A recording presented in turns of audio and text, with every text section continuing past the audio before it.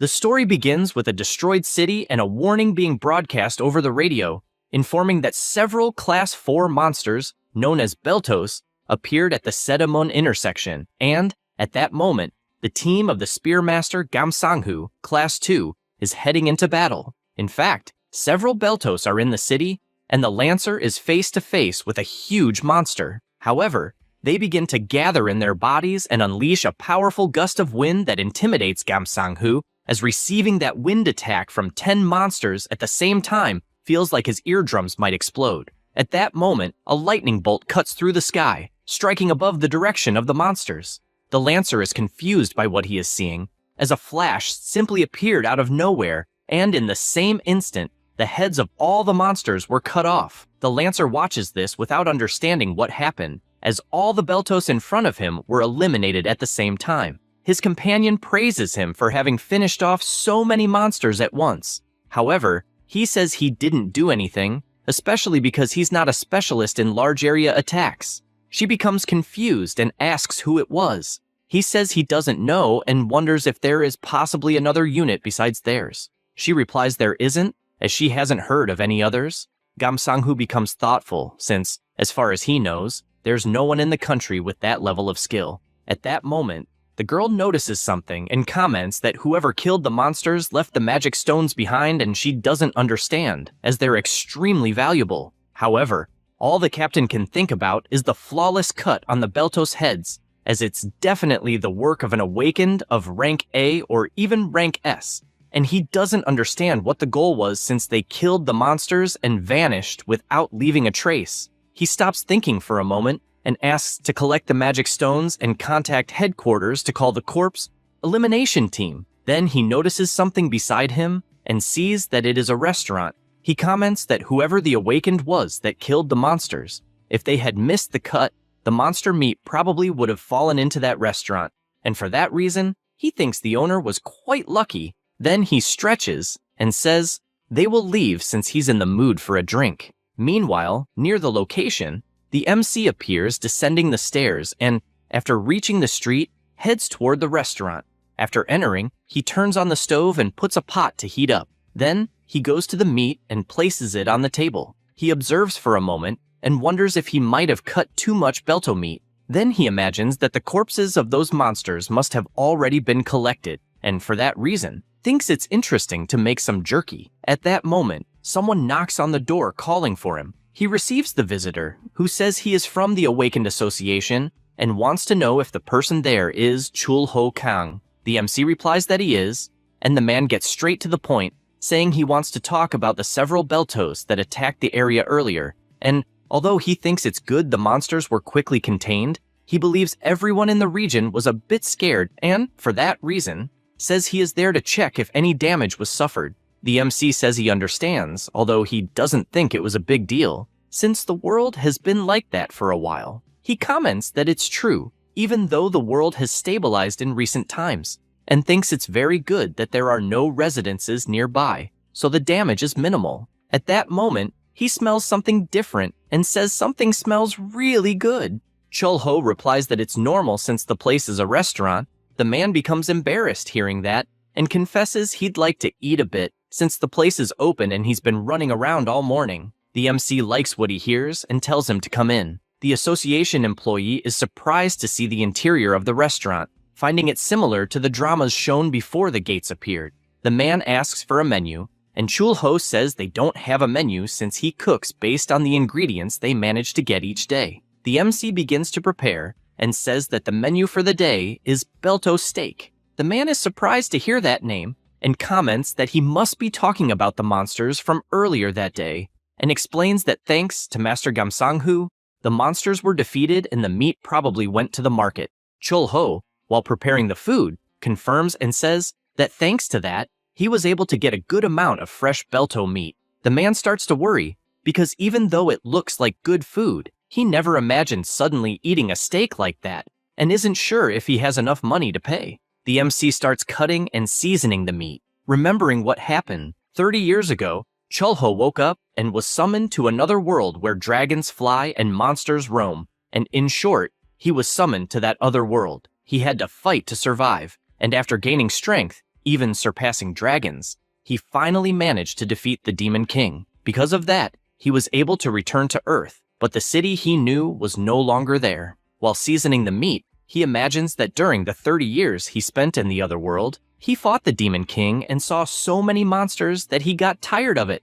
And because of that, he mastered all their characteristics, weaknesses, and how to fight them perfectly. But seeing people after he returned, he wondered if there was any need to intervene again. He keeps preparing the dish while imagining that the people of Earth, with their own ways and rules, were protecting the world. Finishing his thoughts, he pours the sauce on the meat and smiles as it's finally done. The Belto steak was ready. That day, the main dish was Belto breast, and the sauce was cow hull milk. The man's eyes light up because at first, he just wanted to fill his stomach, but he never imagined the dish would look so amazing. He decides to take a bite, and after chewing, he comments that the dish is incredibly juicy, thinking that the Beltos were a real pain that morning, but now he's feeling relaxed. He decides it's not the time to overthink and goes back to eating, enjoying every bite. Amazed by the steak, he no longer cares much about the price, as he wants to indulge a little that night.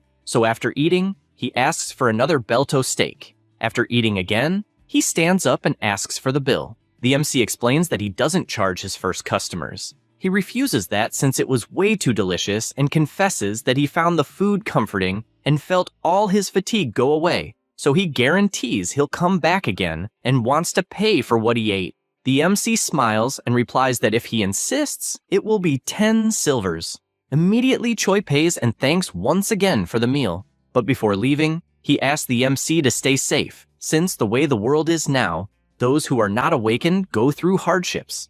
And for that reason, he asks him to evacuate next time monsters show up near the restaurant. He then hands over a card and says that even though cafes, bars, and markets have started to re-establish themselves, it's still dangerous. Chul-ho looks at the card and comments that it truly is a difficult era for the non-awakened, and after Choi leaves, he thinks to himself that the public servant isn't a bad guy, and hopes he lives a long life. He then cuts a piece of the steak, and after eating, feels relieved that it's actually really tasty. He thinks it was another peaceful day and plans to drink something to wind down. He also considers making some snacks with the Belto eggs he bought that day or cooking them. Suddenly, someone shows up at the restaurant knocking on the door, and a red-haired guy announces that he finally found the MC, who looks confused, not understanding what's going on. The boy yells that he's there to take back what belongs to him. A few hours earlier, at the Seodaemun traditional market, the MC is walking while people around him are buying medicine made from cooked Beltos, as well as buying monocrystals at high prices. He imagines that ever since the monsters appeared, beef and fresh vegetables have become essential food, so it has become difficult to find basic ingredients. Humans have no choice but to feed on monsters, and a lot of people have shown resistance to this. And it is speculated whether it is because the taste is better than expected or because it is very cheap. On the other hand, artificial cultivations provide enough meat and vegetables, but monsters are still a famous ingredient. He reflects that, thanks to this, the city's monster market can grow. He says this while watching a vendor announcing monster eggs that arrived in large quantities for sale. The vendor comments that the eggs were inspected by the Association of the Awakened and admits not knowing for sure if the eggs look similar from monster to monster since he can't tell the difference. At this moment, Chul-ho uses his ocular detector. I imagine that the Canis artifacts, the silver dragon that rules the northern mountain range of that world's empire, grant the ability to see the target's essence. The system notifies that the item's name is Class 4 Raptor Egg, and the second is a Belto Egg, also Class 4. Reading this information, he imagines he stole this ability when he captured the Demon King, and so far, it is one of the artifacts he uses the most. He checks the information on all the eggs and realizes they are from Belto, A-type, Triceraptor, among others, and finds it interesting to be able to know the power and tendency of the target and tell if someone is lying or not, although he doesn't like to use it much on people since knowing the truth would only bring regrets. Thinking about this, he tells the vendor he will buy all the eggs. However, he finds it strange since, for some reason, there is no information on his system about one of the eggs.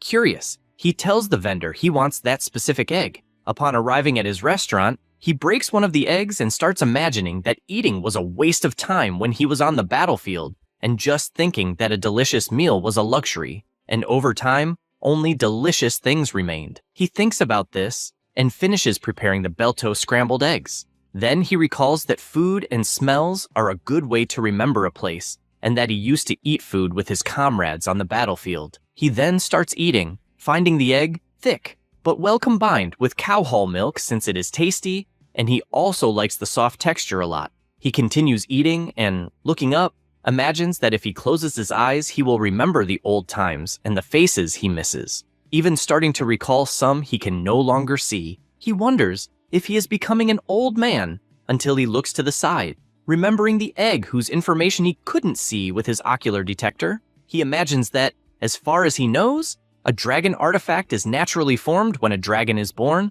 receiving its power, and that is why it exerts a powerful force on other beings, but cannot be used on its own species.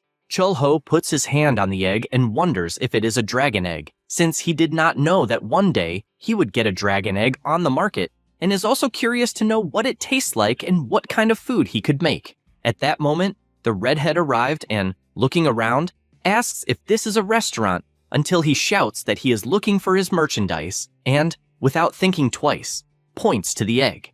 Immediately, the MC activates his ability and imagines that he is also unable to see any information about the person in front of him. And, since he is looking for the egg, he asks if he is a dragon by any chance. This question scares the guy. Chul-Ho thinks again that it is surprising that dragons also exist in that world, although he had his suspicions. At that moment, the redhead starts to catch fire and, irritated, shouts wanting to know how he knows his identity. Then once again, he orders him to answer his question. The MC responds that he has no intention to fight and reveals that he has an artifact called Ocular Detector, and that dragon information is the only one he cannot see, which is his case. He gets furious upon hearing this and questions why the dragon artifact is in his hands. Chul-Ho finds it interesting that his visitor knows the Ocular Detector, as that will make everything easier, but the dragon soon points out that the MC is not a normal restaurant owner. Besides not understanding how he can stay so calm in front of a dragon,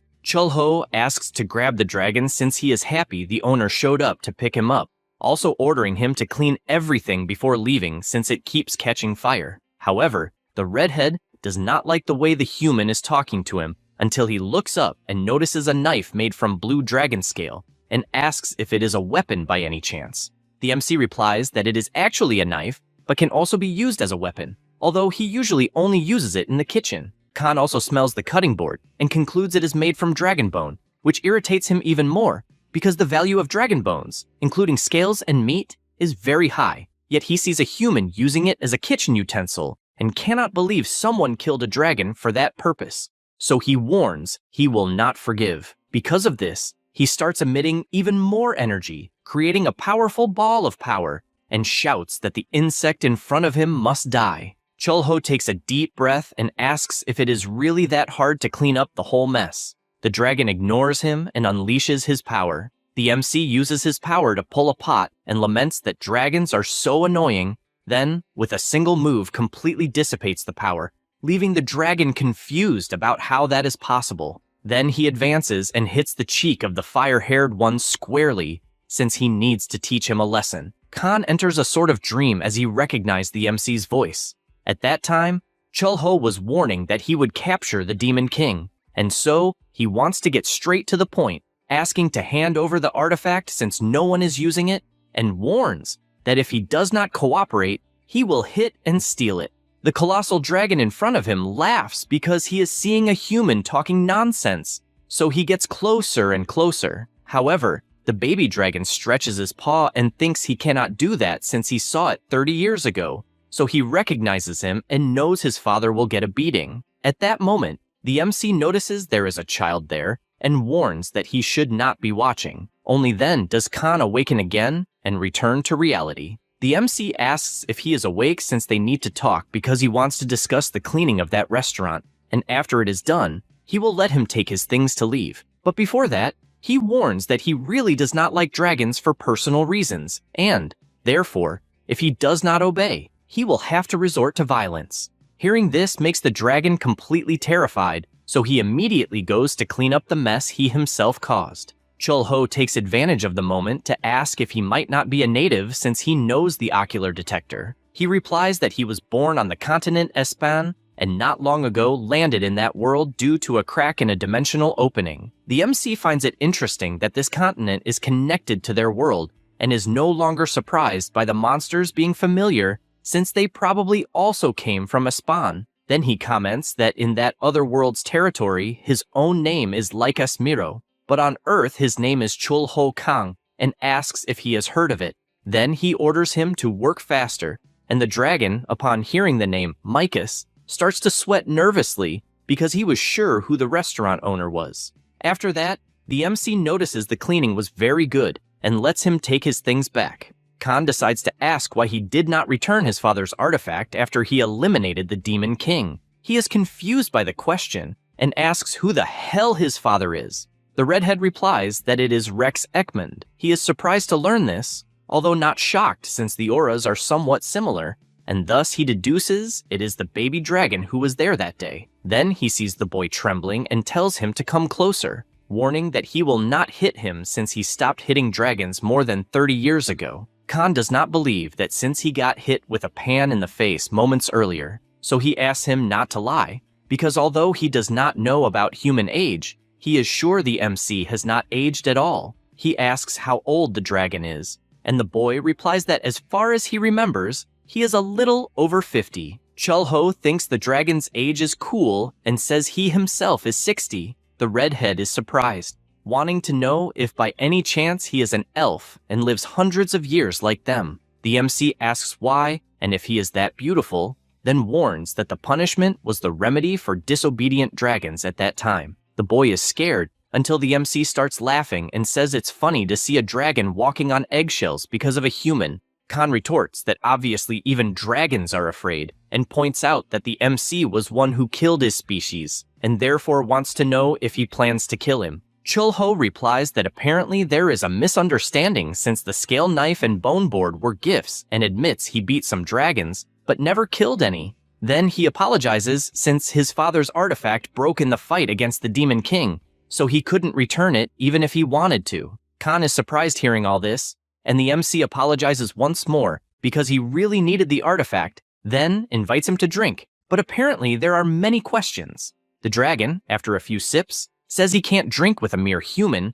but soon falls on the table drooling from being so drunk. He says that the MC is probably the first human to drink with a dragon and should feel proud. He finds it interesting since he earned another title of first human, then asks if by chance Khan laid the egg and praises him since it's amazing for a young dragon. The boy gets furious, saying he's male and obviously males don't lay eggs, and says the egg is his younger brother's, telling that a dimensional rift opened recently in their lair and their parents were away. Chul-ho asks how long he's been in that world, and the dragon replies about half a year. He thinks it's a coincidence, since it's similar to when he himself returned to Earth. The boy reveals he heard the MC disappeared after killing the Demon King, and asks if he didn't return immediately. He answers that he had some things to settle, and that's why it took some time. The redhead, quite drunk, says he found it interesting but questions why he's hiding in a useless restaurant after saving the world, disappearing and reappearing in another dimension.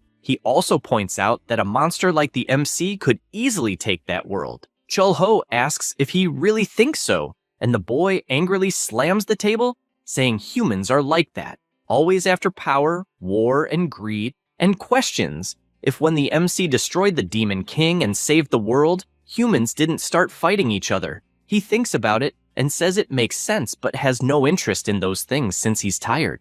Khan says he doesn't believe a human's words, and the MC just asks him to take good care of his only brother. Immediately, he hugs him and says yes. Then a strong glow came from the egg, making Chul-ho close his eyes, and when he opens them, he finds it strange that there is a creature in front of him, and also sees Khan sitting just behind smiling. Only then does he realize there is a baby dragon right in front of him, and is surprised since the egg simply cracked, and the dragon was born. Seeing this, he asks if it will have a name, or if he will just call it Baby Dragon like all dragons do. The redhead reveals he hasn't thought of a name yet.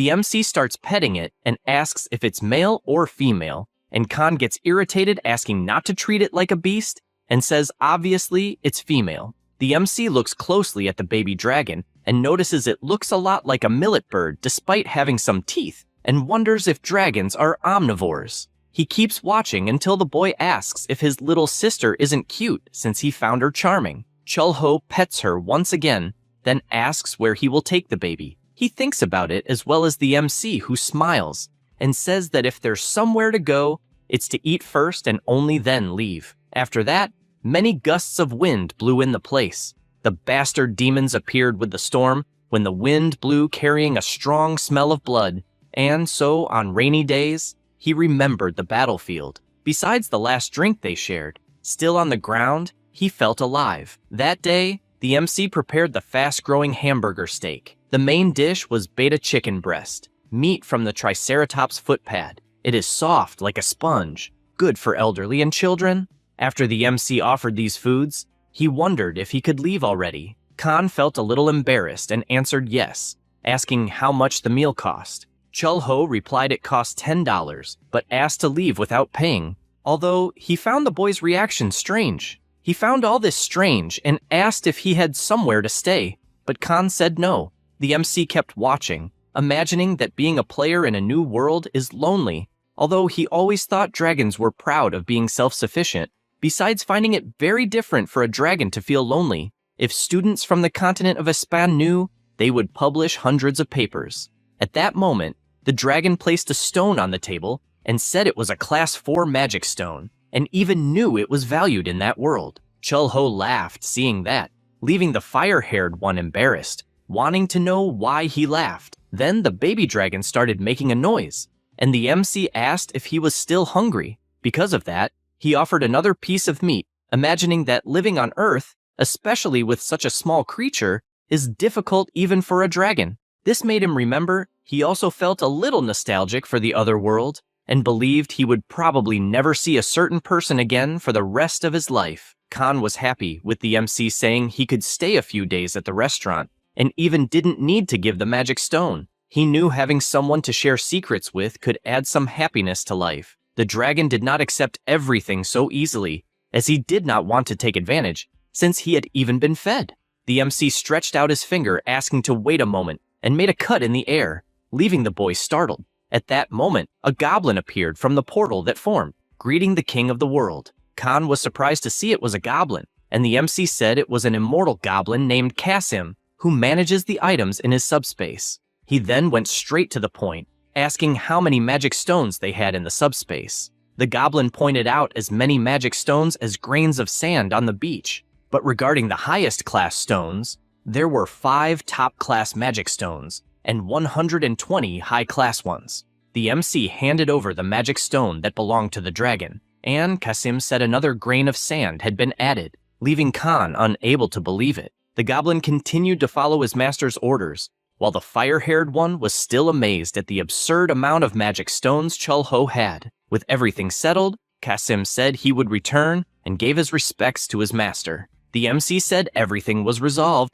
and said he would need help with work. Time passed at the restaurant, and the baby dragon kept sleeping while several explosions happened inside. After hitting the dragon's head, the MC told him not to randomly blow his breath since he would only burn the meat and needed to control the fire precisely. Then he asked him to try again, and Khan tried more calmly this time. They finally succeeded in grilling the ataho breath. So the main dish was ataho sirloin. The MC liked the result, and then Khan asked if the rapier he took from the subspace was not a common weapon. He replied probably not, remembering it belonged to someone called the Axis of Rekafel. Immediately, the dragon recalled it was a masterpiece made by 12 Rekafel artisans, the greatest creation of their lives. Basically, it is a life weapon unmatched in the world, which left him in disbelief. Then he asked why the MC continued using sacred treasures as kitchen utensils without sense, since a weapon is not made for that. The MC responds that at least it's better than what dragons do, which is accumulate trash.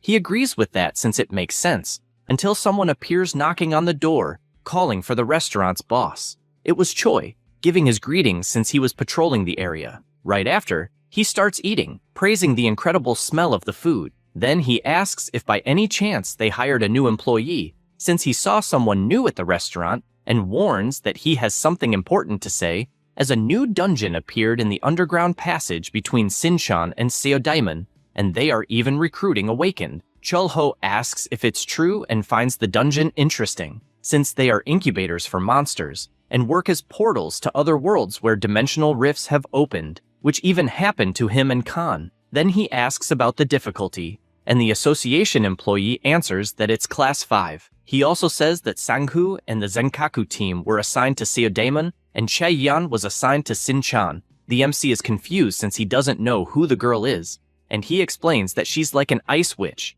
and that since they are forming a reserve team, the place will be full of candidates, and even though many are awakened, only the best are chosen. He explains that it's something like a job site and feels lucky to be a non-awakened with a stable job. Only then does he realize time passed quickly, and thanks for the meal, as he found it delicious. Khan finds it amazing that his grilled dish is being well received, and Chulho agrees, and even thinks he needs to buy more ataho meat to prepare. He then goes to the market and asks for 10 kilos. At that moment, someone shouts for attention, saying those who want to participate in the raid should form a single line. He recognizes the person as familiar until he looks closer and concludes it's the spear mage named Sanghu, an awakened of Class 2, and he didn't know the raid recruitment was happening in that area. He knows that nowadays dungeon raids are called raid parties, and it's similar to the old game system. Since he used to play a lot back in the day, it helped him understand things faster. Also, the world is practically turning into a fantasy RPG, so it's natural that game terms are used. It's not the only similarity, citing tanks and healers treated as nobles and DPS appearing excessively, and he believes that because of the variety of styles, many people awakened as DPS. He barely says this when he hears a guy asking if there's a spot for DPS but is rejected since they need healers at the moment. He remembers Choi saying most awakened have families to care for, and he resumes walking,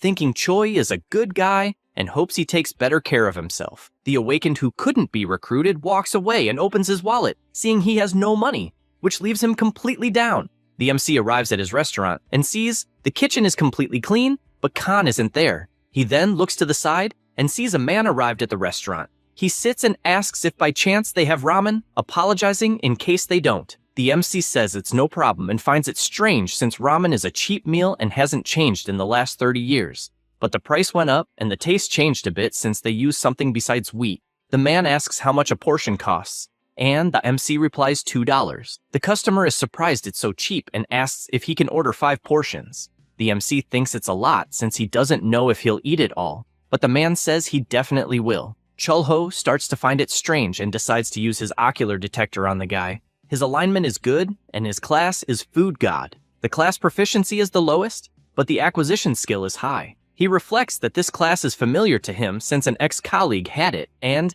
as far as he knows, the more he eats, the stronger he gets. Besides the quality of the food affecting the result, basically, eating high-level monster meat brings significant gains. However, it is quite weak at first since he is always hungry until reaching a certain level. He knows that when he masters the class, things get better, and concludes that the man is still at the beginning. He grabs the ramen package and announces that it is ready. The dish is extra-large ramen with grilled ataho meat topping. The man, confused, picks up the piece of meat with chopsticks and asks what it is. Chulho tells him not to worry since it is on the house. He says this thinking that good people always have hard lives, and knows very well that in times of chaos, the good are the first to fall, and believes that if the guy's alignment were not good, Botu would probably have ignored him even with that ability, and he believes that because he has a high acquisition, that food will have a good effect. Seeing the man still not understanding why he received that extra food, the MC explains that in that restaurant, they take good care of first-time customers so they come back. He doesn't hesitate and starts chewing like crazy, immediately thanking for the meal, and is amazed by the taste, praising both the meat and the smell, even without knowing what it is. Then he starts devouring the ramen, to the point of drinking even the broth from the pot, leaving it completely clean. After the meal, he thanks since he hasn't had a good meal in a long time, and the MC asks him not to say that since he is happy, he liked it. The man starts to reach for his wallet in his pocket, but drops several things on the floor, like some money and something the MC notices, which is a tie. He hands over the money and apologizes for being dirty, and thanks once again for the delicious meal. Before leaving, he says he will return soon. Khan appears since he hadn't noticed his boss had returned, and all the MC thinks about is the man's dirty clothes.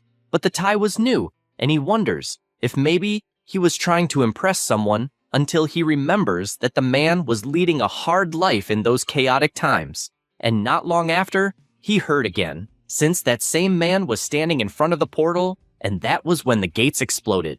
The movement becomes increasingly intense in front of the portal, and the guards keep asking everyone not to invade the barricade. Manhwa asks if there is anything he can do since he is an awakened. The guard asks what his classification is, and he just replies that it is something related to food, and that he has no special abilities despite having good strength. The swordsman makes it clear that the dungeon is no place for a mediocre awakened, especially since his own team returned injured, showing how intense the gate is. He looks ahead at a healer and realizes it is his daughter Majin. He runs and shouts for her, and when she approaches, he asks what she is doing in that dangerous place, since she should be at school. She replies that there are many injured people there, so the school sent some awakened students to help, and she retorts by asking what he is doing there, telling him to leave as quickly as possible. He says he is just worried, but she gets angry, saying he doesn't have to worry because, as he said himself, his only skill is being good at eating. She also accuses him of eating at work all day and not even coming home, so she wonders what good it will do to throw himself in front of danger just eating. Then she pushes him, saying she needs money to get a school scholarship, and accuses him of making her look pathetic by invading that place. As she does this, she notices his tie falls to the ground and accuses him of not even having a proper weapon. At that moment, someone comes out of the portal. It was Sang-hoo, heading toward his partner, and she shouts that the attack on the dungeon is over and asks the healers to gather to treat the wounded. Immediately, Mijin runs off, leaving her father behind. Now, some things about that world: the types of abilities possessed by an awakened have 5 stages until reaching the upper level, expanding someone's proficiency. In that world, especially in Korea, for the training of awakened people, a place called Cipher School replaced regular schools. Once an awakened person masters the knowledge of the first lesson through training, he can choose another depending on his development. If someone masters 2 lessons, he is placed in class 1 or higher by the Awakened Association. So if someone awakens with a useless skill or has a low level of development talent, it is natural for them to find peace doing something that suits them better. The MC, in his final battle, mastered his 6th lesson. He imagines that after that, he saw nothing else that could get him a higher class. So he believes that is the limit. At that moment, Khan appears shouting that something big happened and says Kyul spoke while eating caramel. The MC is confused by that name and asks if it means orange in Korean. He replies that it was the name he gave his little sister, but says it's not important. Indeed, Kyul was very happy calling her brother father. The MC finds it interesting since he actually heard the baby dragon speaking, but is bothered by the name, since it doesn't seem very Korean. He comments that it was the baby dragon itself who gave the name to itself and, after all, was born in that world. Once again, Kyul calls her brother father, and he is pleased by that. Chul-ho comments that, from what he knows, dragons are born already mastering class 1, and asks what kind of class the baby dragon reached. He replies that he is also curious since they will have to wait until it grows a little more. At that moment, someone enters the restaurant, and it was Manhwa asking for 5 more bowls of ramen. He approaches the counter and says he was trying to join the Furious Gate group and ended up finding his daughter. He said that if he helped treat the wounded, he would get a school scholarship, but he doesn't like it at all since the place is dangerous. And he confessed he was sad because he couldn't help her at all, and was even asked to leave since he is just one of those near level 7, something a little above a mere civilian. He explains that, on the other hand, his daughter awakened with the ability of a healer, and, for that reason, since she was young, she was recognized as a 3rd-class awakener, besides being an exemplary student, and he believes she will be well treated by the Awakener Association. Manhwa says he went to a store since there would be an important class for his daughter and found a tie, although it was quite expensive, but it was necessary to attend the school elegantly. He concludes that it's probably better not to go to the observation class, since what's the point of being a good father if he can't even support his daughter to graduate properly? Speaking of which, it brings him down to the point of calling himself shit, since even in that situation, he is still feeling hungry and, on top of that, calls himself useless because his ability is related to food and he's always eating, and for that reason, he can't find a suitable place. At that moment, MC goes to Khan and asks if he's okay. Chubby Firehair asks if he's crazy since he's talking like a predator waiting for his prey to get fat. He says it's just a joke but notices something strange. Khan says it's just the baby dragon shedding skin and finds it strange the way MC is staring and gets furious, as he wanted to keep it as a memento but is being ignored. After that, the extra-large shortcut ramen is ready, and Manhwa warns that it will be the last time, but Chul-ho tells him not to worry, saying they have plenty of meat left and should just enjoy it. The man starts eating, and MC just watches until finally he finishes the pot, leaves the money on the table, and thanks for the meal, also apologizing for having to listen to that outburst. He tells him not to worry or thank him. Then he thinks a little and calls Johan's attention, saying life really is full of difficulties, but it's always nice when at least one thing is easy. Then he says that for those who live working hard every day, good things still happen from time to time, and asks him to do his best to survive the next day and that he'll be waiting at the restaurant. After leaving, Khan asks why no changes have happened. MC answers that he helped as much as he could, and since the client even ate a dragon skin, he will probably benefit somehow. Firehair admits it's a precious item and asks why he would help a stranger like that. He is silent for a moment and, petting the baby dragon, replies that his father ever had such support. Khan is surprised to learn that he also had a father, which, because of this comment, earns him a punch in the head. At night, Manhwa arrives home and notices his daughter is already asleep. He approaches and realizes she took the tie from the floor. Only then does he notice she is crying, apologizing to her father in her dream. He pats her head, saying it's okay since he also feels bad, imagining people's apologies for not being able to live like everyone else. Besides being a father who embarrasses her in front of friends, and also for not being able to give a comfortable life, but he assures he will always love her. The next day, Manhwa appears running for the last spot at the portal, and the recruiter asks him to please show the Awakener registration card. After checking, the man questions if he's the same person from last time and asks his name. Manhwa introduces himself, and the recruiter immediately recognizes him and warns it will be a problem if something goes wrong and asks him to do his best next time. He says he will pay attention to that. Then the recruiter shouts that recruitment is complete and tells everyone to leave. Meanwhile, MC is walking until he reaches the street and notices something as he sees a bus passing that catches his attention, and there is a big portal closing at the location. Sang-hoo, seeing that, thinks the situation sucks since the portal just closed. At that moment, Mi-jin appears running and keeps shouting for her father while looking at the portal. After the group enters the portal, the leader orders them not to disperse while defeating the monsters. He barely says that, and the dinosaur appears attacking Manhwa, who, startled, lands a full punch and is surprised since he strangely feels strong,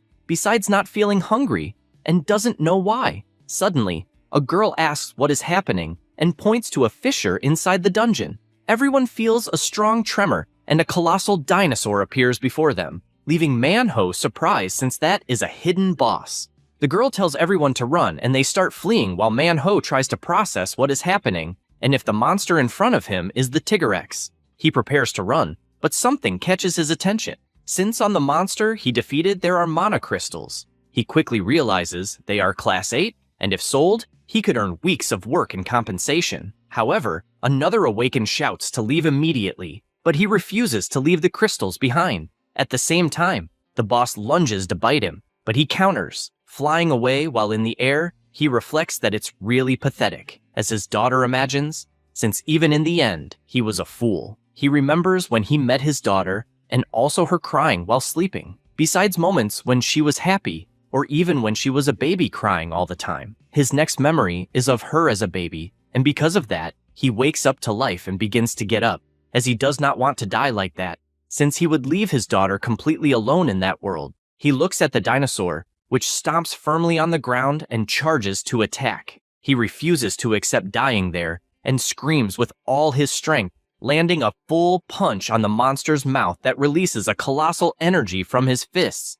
leaving even the mustached man surprised, since he doesn't know if the effect is due to leveling up.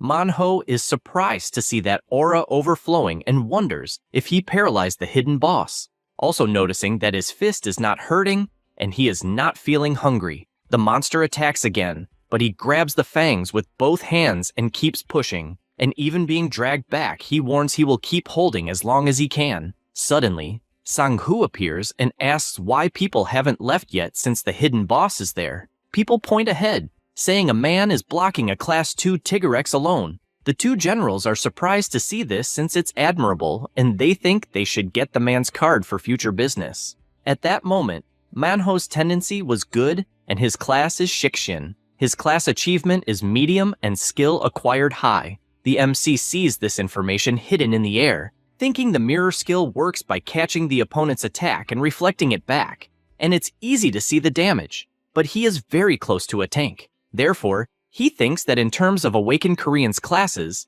it's a satisfying skill that could at least be Class 3. He sees Sang-hoo carrying Manhwa outside, and thinks it went very well, wondering if he should leave too. At the restaurant, the baby dragon was sleepy, and on the radio it was reported that in the dungeon team's third attack, they announced the hidden boss was defeated, and said the main role in that team was an awakened Class 7 called Manhwa. Because of that, he became the greatest contributor to the dungeon's conquest, and the team was about to suffer irreparable damage due to the hidden boss's appearance. The MC is happy hearing this, holding the baby dragon in his arms. He notices she gained weight in the meantime. Kyul keeps calling him daddy, but he warns that he's not her father. Then the radio brings new news. Like a thief terrorizing the city who is known for liking shiny things and food, so they ask all citizens to be careful. The MC thinks about this, since they announced a thief obsessed with shiny things and food. At that moment, the baby dragon appears holding a cup full of water, and he asks if it's for drinking, and he is going to do that. But Khan appears asking not to drink since the water contains many germs. MC questions why he appeared so early with such a heavy aura. He just comments that the baby dragon learned about Passus from a picture in a book, and that's where he extracted it. Chul-ho asks for more details. Sometime later, Choi was already at the restaurant tasting kimchi and even found it delicious. MC comments that he recently got good ingredients from the Sinshan area. At that moment, more customers enter the shop. It was Manhwa announcing he is with company that day and points out that that is Captain Sang-hoo. He gives his greetings and says he has heard very well about MC, who is surprised to see he is extremely polite. Choi stands up, greeting the spear mage, who recognizes who he is and also returns the greeting, saying it is a pleasant afternoon, and that if it weren't for the joint meeting, it really would have been a pleasant afternoon. The man laughs, and only then realizes the other person in the restaurant is the famous Mirror. The spear mage is confused and asks what he means by Mirror. He, with shining eyes, says that is Manhwa's nickname after his incredible performance against the hidden boss. MC is surprised to see honorifics added to the name when you become famous. Chul-ho says it was all thanks to MC, who says it has nothing to do with him and was just waiting to return to the restaurant. Asks if it is to prepare another ramen. He says, yes, since it was delicious the other times. Sang-hoo confesses he also felt like eating ramen,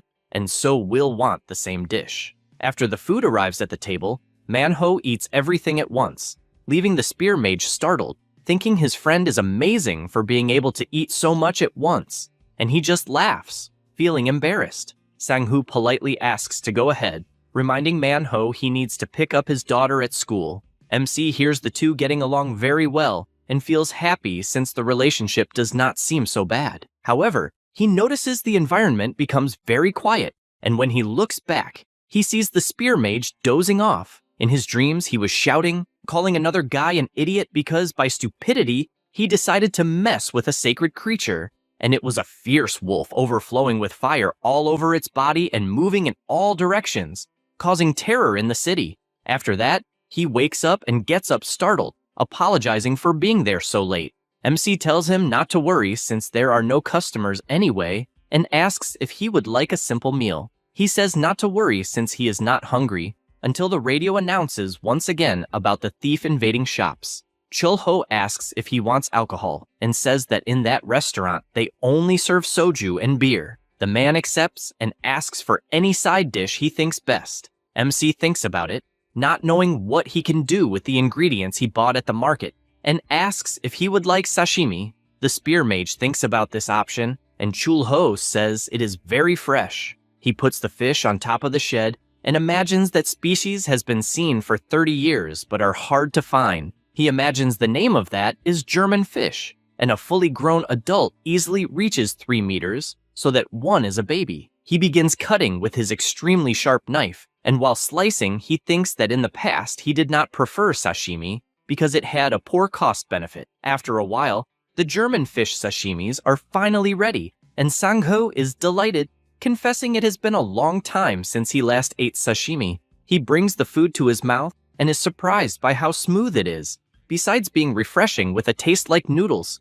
Immediately, he drinks soju to accompany the food and feels happy with how tasty it was. He comments that he is finally off work after a whole week and says the urgent problem was solved and therefore he got about 2 days off. After all, there were many days of fighting monsters, and basically every day was a relentless battle, besides being psychologically exhausting since the monsters never ended crossing the dimensional portals. He looks to the side talking about his spear and says it is a weapon given to awakened of Class 2 or those who graduate from Cipher School. It is a weapon made from a mineral called adamant and is incredibly good at absorbing mana. He feels strong pride in it since he can save the world with his skills and fears nothing when he is with his weapon. He says that when he faced the real world, his pride vanished without a trace, and he still wondered if there was a god above the heavens. Then he stretches and says it has been 10 years since he was assigned to the elite squad, and MC reflects that he was also like that. He thought that the day a person realizes they are not a big deal, this applies not only to the awakened, but to anyone in any field. The MC serves the drink again, and asks if by any chance Sang-ho is not the guardian of the city, or at least one of the 5 guardians of all Korea, which is pretty amazing. The spear mage confesses that the future of many people depends on himself, so sometimes he thinks the burden is too heavy to carry. The MC asks if there is any particular memory he remembers, and he says yes, and tells a specific one about Gumiho. On that rainy day, he was running with his partner, wanting to know who was the idiot that disturbed the Gumiho's sleep. She answers it was a knight, and he gets annoyed since he does not understand why someone of Class 2 would do such a thing. They arrive at the place where the huge firewolf was, and its size was colossal. He explains that creatures with exceptional intelligence are usually called sacred creatures, and even called monsters beyond classes. The exact reason is unknown, but these creatures are not offensive to humans. However, there have been no records of them launching a preemptive attack in the last 30 years. So in his memory, he found the guy and ran to ask why the hell he did that. The knight turns and scares both of them, and once again, Gumiho appears. The camera calls to everyone. All they could do was ask to form a line since the creature is beyond classes. His order was for the loading team to move forward, and everyone advances toward the huge firewolf that without thinking twice begins to charge its energy and shoot huge fireballs that people could only watch frozen while everything caught fire. Sang-ho kept shouting not to look directly at the firetails since it causes hallucinations, but because of this distraction, he did not notice a fireball approaching. Immediately, his partner steps in front and activates her shield, protecting them from the attack. Then, she looks to the side and tries to create shields toward the monster. He positions himself once more and starts running, jumping between the shields to get as close as possible, and upon reaching the top, he aims his spear at the monster's mouth and looking fixedly into the wolf's eye, he notices the creature had tears coming from its eye, and this surprised him, but it was too late to think about anything since the attack hit the creature squarely, defeating it. Back to the present, he explains the monster's attack lasted all night, and when they finally managed to defeat it, they heard some screams amidst everything. It was the Gumiho's cub, and he couldn't believe seeing that. He explains that an eagle released by the knight went hunting and hunted the fox's cub, and when the mother left the nest for a moment, that's when everything happened. He keeps drinking his drink and says it was probably a mistake, since the knight was a prodigy of cipher school and stresses that they cannot make such mistakes under any circumstances. The MC asks if there really was a cub, and he says yes, and that unfortunately they eliminated it. He also says that despite the process, everything ended that way, and there was nothing they could do. The MC said it was a good choice, and he laughs, agreeing. Then he stands up and apologizes for talking too much, although he thinks it's because he is drunk, and therefore asks for the bill, also requesting to pack the sashimi to go since he liked it. After leaving the restaurant, already at night, he starts walking and becomes thoughtful about these memories. He ran to the knight, questioning why he messed with a cub of a divine creature. He apologizes, but it is not enough since the spear mage points out that many people died, besides the chance of the city being destroyed. He continues thoughtful about this and just keeps walking. Meanwhile, Chulho reflects on the Gumiho, since it was a monster he saw during his time in the other world, and knows that unlike the monsters led by the king who invaded the continent, they were favorable to humans. In fact, there is a saying in the eastern continent that a man should bow 3 times before passing by a mountain guarded by a Gumiho. He thinks he hunted 2 of these monsters and regretted it both times. But unfortunately, these memories are never forgotten. Sang-hoo keeps walking and sees the delicious sashimi in his bag. He thinks he can't wait to eat until he is startled by 3 fireballs coming toward him. Actually, it was the Gumiho cub, and all Sang-hoo imagines is that he can't kill it since the day he met it, he didn't have the courage. He offers the sashimi for the baby fox to eat and wonders if he couldn't kill it because of the desperation in the dying Gumiho's eyes. He imagines he is definitely unqualified as a guardian and asks how many mana crystals the creature stole and ate to already have 3 tails, mentioning that there is even an article about the little thief, which is the fox. The Gumiho starts eating the sashimi and he grabs it from behind. The angry creature launches its fireballs but not intending to hit. He asks it to listen carefully and warns that he can no longer allow the thefts to continue, and since the association will take action soon, he asks it to leave the city to live a peaceful life. Then he pushes it forward, telling it to go away. However, the creature just makes noises, and he becomes irritated until he yells for it to disappear, which scares the Gumiho, but he says there is nothing he can do and therefore orders it to leave immediately. The fox obeys and starts wandering around until something catches its attention when it sees the baby dragon. It approaches the window and puts its paw on Keel's face. It associates something soft with something harmless, and it might be a friend. At that moment, the MC appears and the fox tries to hide, but he notices instantly. Then, he picks up the baby dragon in his arms and says he is not surprised since he felt the energy of a Gumiho on the mountain and asks if it wants food. The fox shakes its head no, and he is surprised since it apparently already ate somewhere, so he summons his portal calling his goblin butler, who immediately notices the presence of the Gumiho cub. The MC orders to get any crystal nearby, and Kasim obeys, handing over the first crystal he finds. He gives it to the fox to eat, imagining that a Class 1 mana crystal must be very advantageous for growth. After biting the crystal, its whole body begins to overflow with powerful energy, but then the MC tells it to leave, and the Gumiho hops away between the houses. After stopping on a pole, it thinks that soft things are harmless, and knows that even though Sang-hoo pointed a spear at him, he is a kind person, so it begins to cry because it doesn't know if it will see him again. At that moment, the spear mage is lying down looking at the stars, and can only think about how quiet the night is. He can only think about the fox, so that she doesn't return and can live well. Now, about the Korean Association of the Awakened, it is the place where the Awakened records, unbearable status confirmations, and damage prevention to civilians are monitored. There are Awakened of Class 2, who are the Ice Sorceress and the Spear Mage, as well as the Knight, the Blade Queen, and the Magician, who are pointed out as Guardians. There are also 3 Class 1 Expedition awakened on special missions, and all of this is monitored by the Association. The mastermind behind all this is President Jinsa, who is having his coffee and tells Chaeyon that the coffee is hot. She replies that the reason is because it is summer and asks if she should make something cold. He tells her not to worry since summer was made to be hot and asks if the mandrakes disappeared. She answers yes. Mandrakes are plant-type monsters that grow buried in the soil and, when they feel threatened, release a poison that requires a special antidote within a radius of 1 kilometer, and for that reason are classified as monsters. Also, even if there is an antidote, if someone tries to dig them up to remove them, the monster will scream loud enough to cause instant death in low-class awakens or ordinary people. Cheyenne says that 13 mandrakes completely disappeared and that there are no traces or anyone entering, so it is a strange incident. He laughs hearing this and questions, since when tuberous vegetables have feet to run away? She suggests that the plants might have just melted and disappeared. He asks them to come in first since he will call Gabby to discuss the matter. The Ice Witch asks if he is referring to the cat shadow and if she has returned. He answers yes, although still waiting for a mission. Meanwhile, the baby dragon is stretching, trying to wake the MC since she is not finding Khan.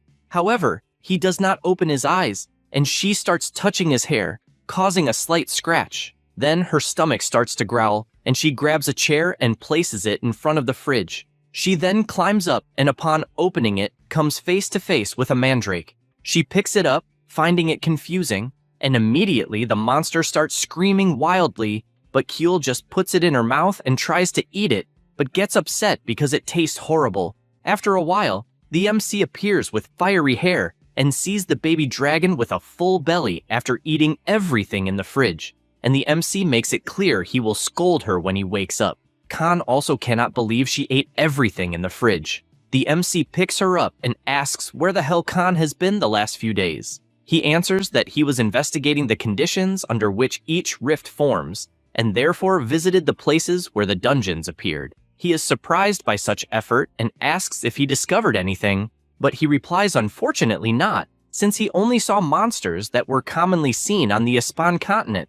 Chul-ho is surprised hearing this, and asks if by any chance the fiery hair is a monster. He gets angry hearing this, and warns that dragons are a great race and therefore asks not to compare them to monsters. He reflects that this means there is at least a chance that monsters, or something even greater, pass through the rifts, and he doesn't know how he forgot something like that. So he asks to be informed immediately if anything strange is seen. Khan answers yes, and asks if his friend has not reached Master Level 6, and if he cannot control dimensional sails. He answers no, and does not even know who created or why they appear. Khan then questions how he returned to that world, and he says it is a long story and will talk another day. Then he warns they need to go to the market to do shopping. Meanwhile, in the Sinshan suburb, Cheyenne is investigating and realizes there is no trace at all. At that moment, a green figure passes behind her and starts moving at high speed. She prepares her energy and the figure gets so close it almost touches her face.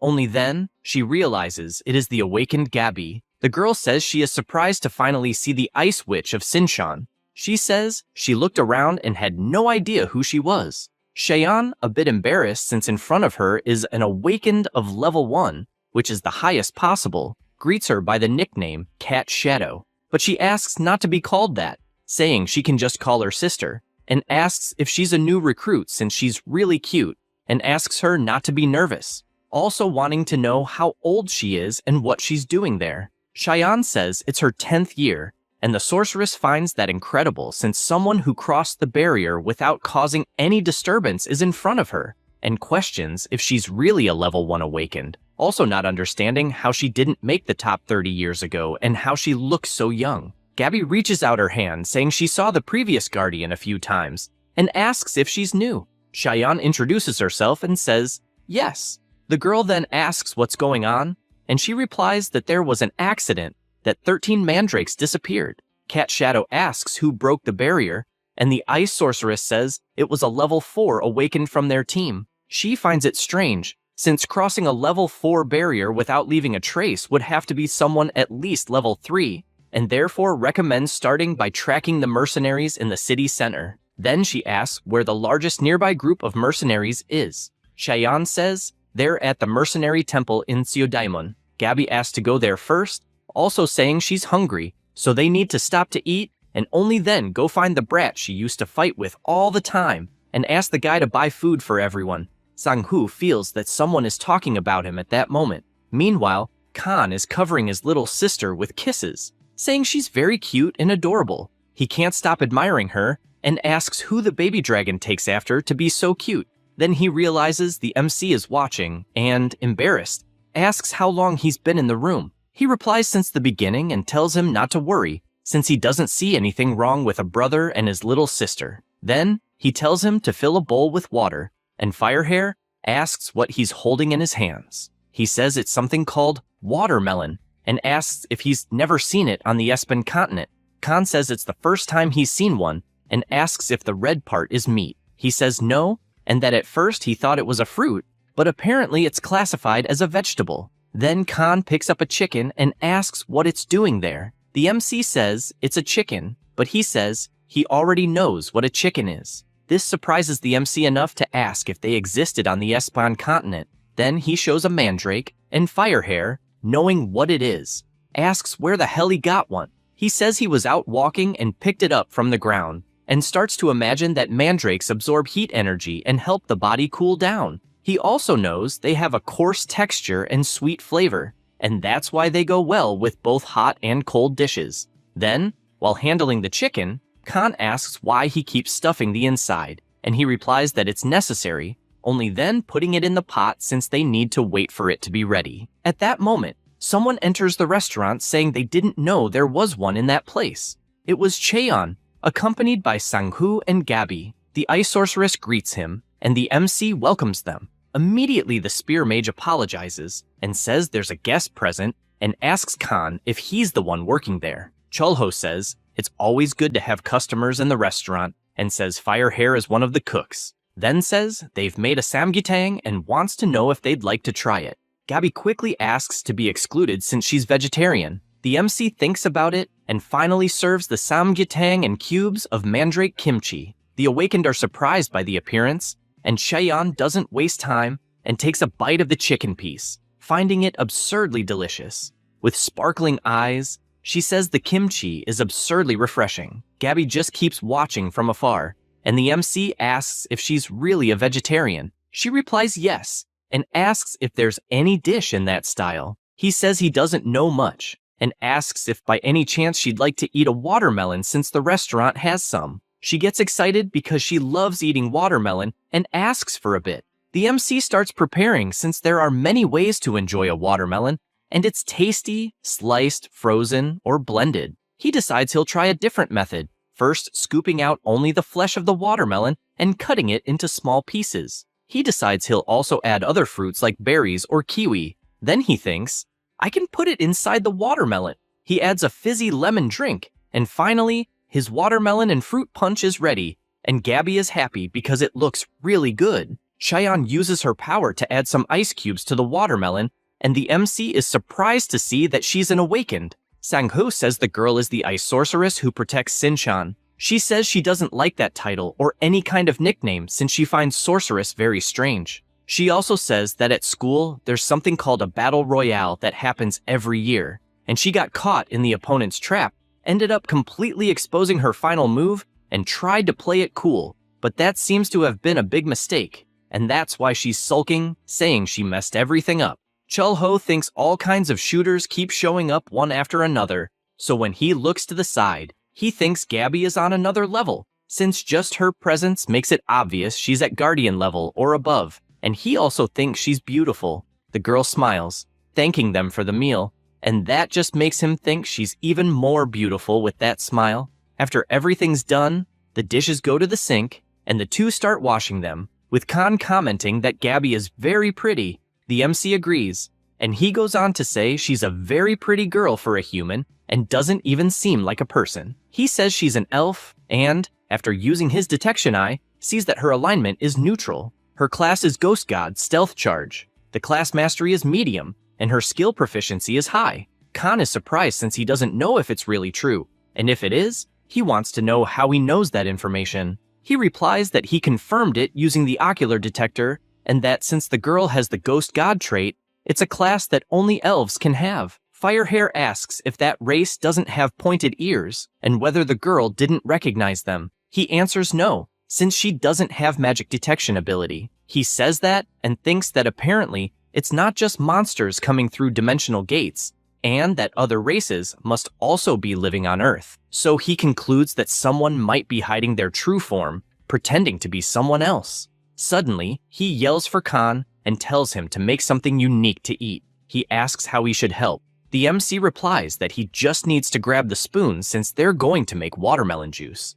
After the three awakened ones leave the restaurant, the ice sorceress laments that the lead was false. Sang-hoo, the employee, comments about the rat that disappeared and, while fleeing, wonders if they shouldn't consider the possibility that the mandrakes disappeared naturally. Gabby asks what the hell he's talking about, and he just says it's a senseless case since there's no evidence, no witness, and no victims. Cheon starts thinking the same since even someone like Cat's Shadow, who's level 1, investigated and found nothing, so the answer must be in a different direction. Sang-ho points out that maybe someone even ate them. That catches Gabby's attention since she finds it very suspicious because there's no evidence, and the whole place is quiet even though something is happening in the city, and that's why she says she'll report to the higher-ups what they discovered. The spear mage just stays quiet without anything to add. Meanwhile, someone lights a cigarette and keeps looking at the starry sky. He glances at the grass on the ground and then draws his sword, saying they need to protect the survivors, and shouts to his whole team that the case is closed. The MC picks up the newspaper to read until the baby dragon appears calling for him. Chul-ho picks her up, and Kyul starts saying that sleeveless clothes are attractive, and he agrees since the weather is really hot. Then her stomach starts growling and she looks to the side saying she's hungry. He starts thinking about what they should eat for breakfast, since he always worries about that, because life is short and there are only 3 chances a day to eat something tasty. The baby dragon keeps staring at him, and the MC starts pulling her cheeks since her life is anything but short, and decides he will make white rice since it's good for health. He puts her on the ground to wake up her father, and immediately the baby dragon runs and jumps towards Khan, who is sleeping peacefully until he wakes up startled without understanding what's going on,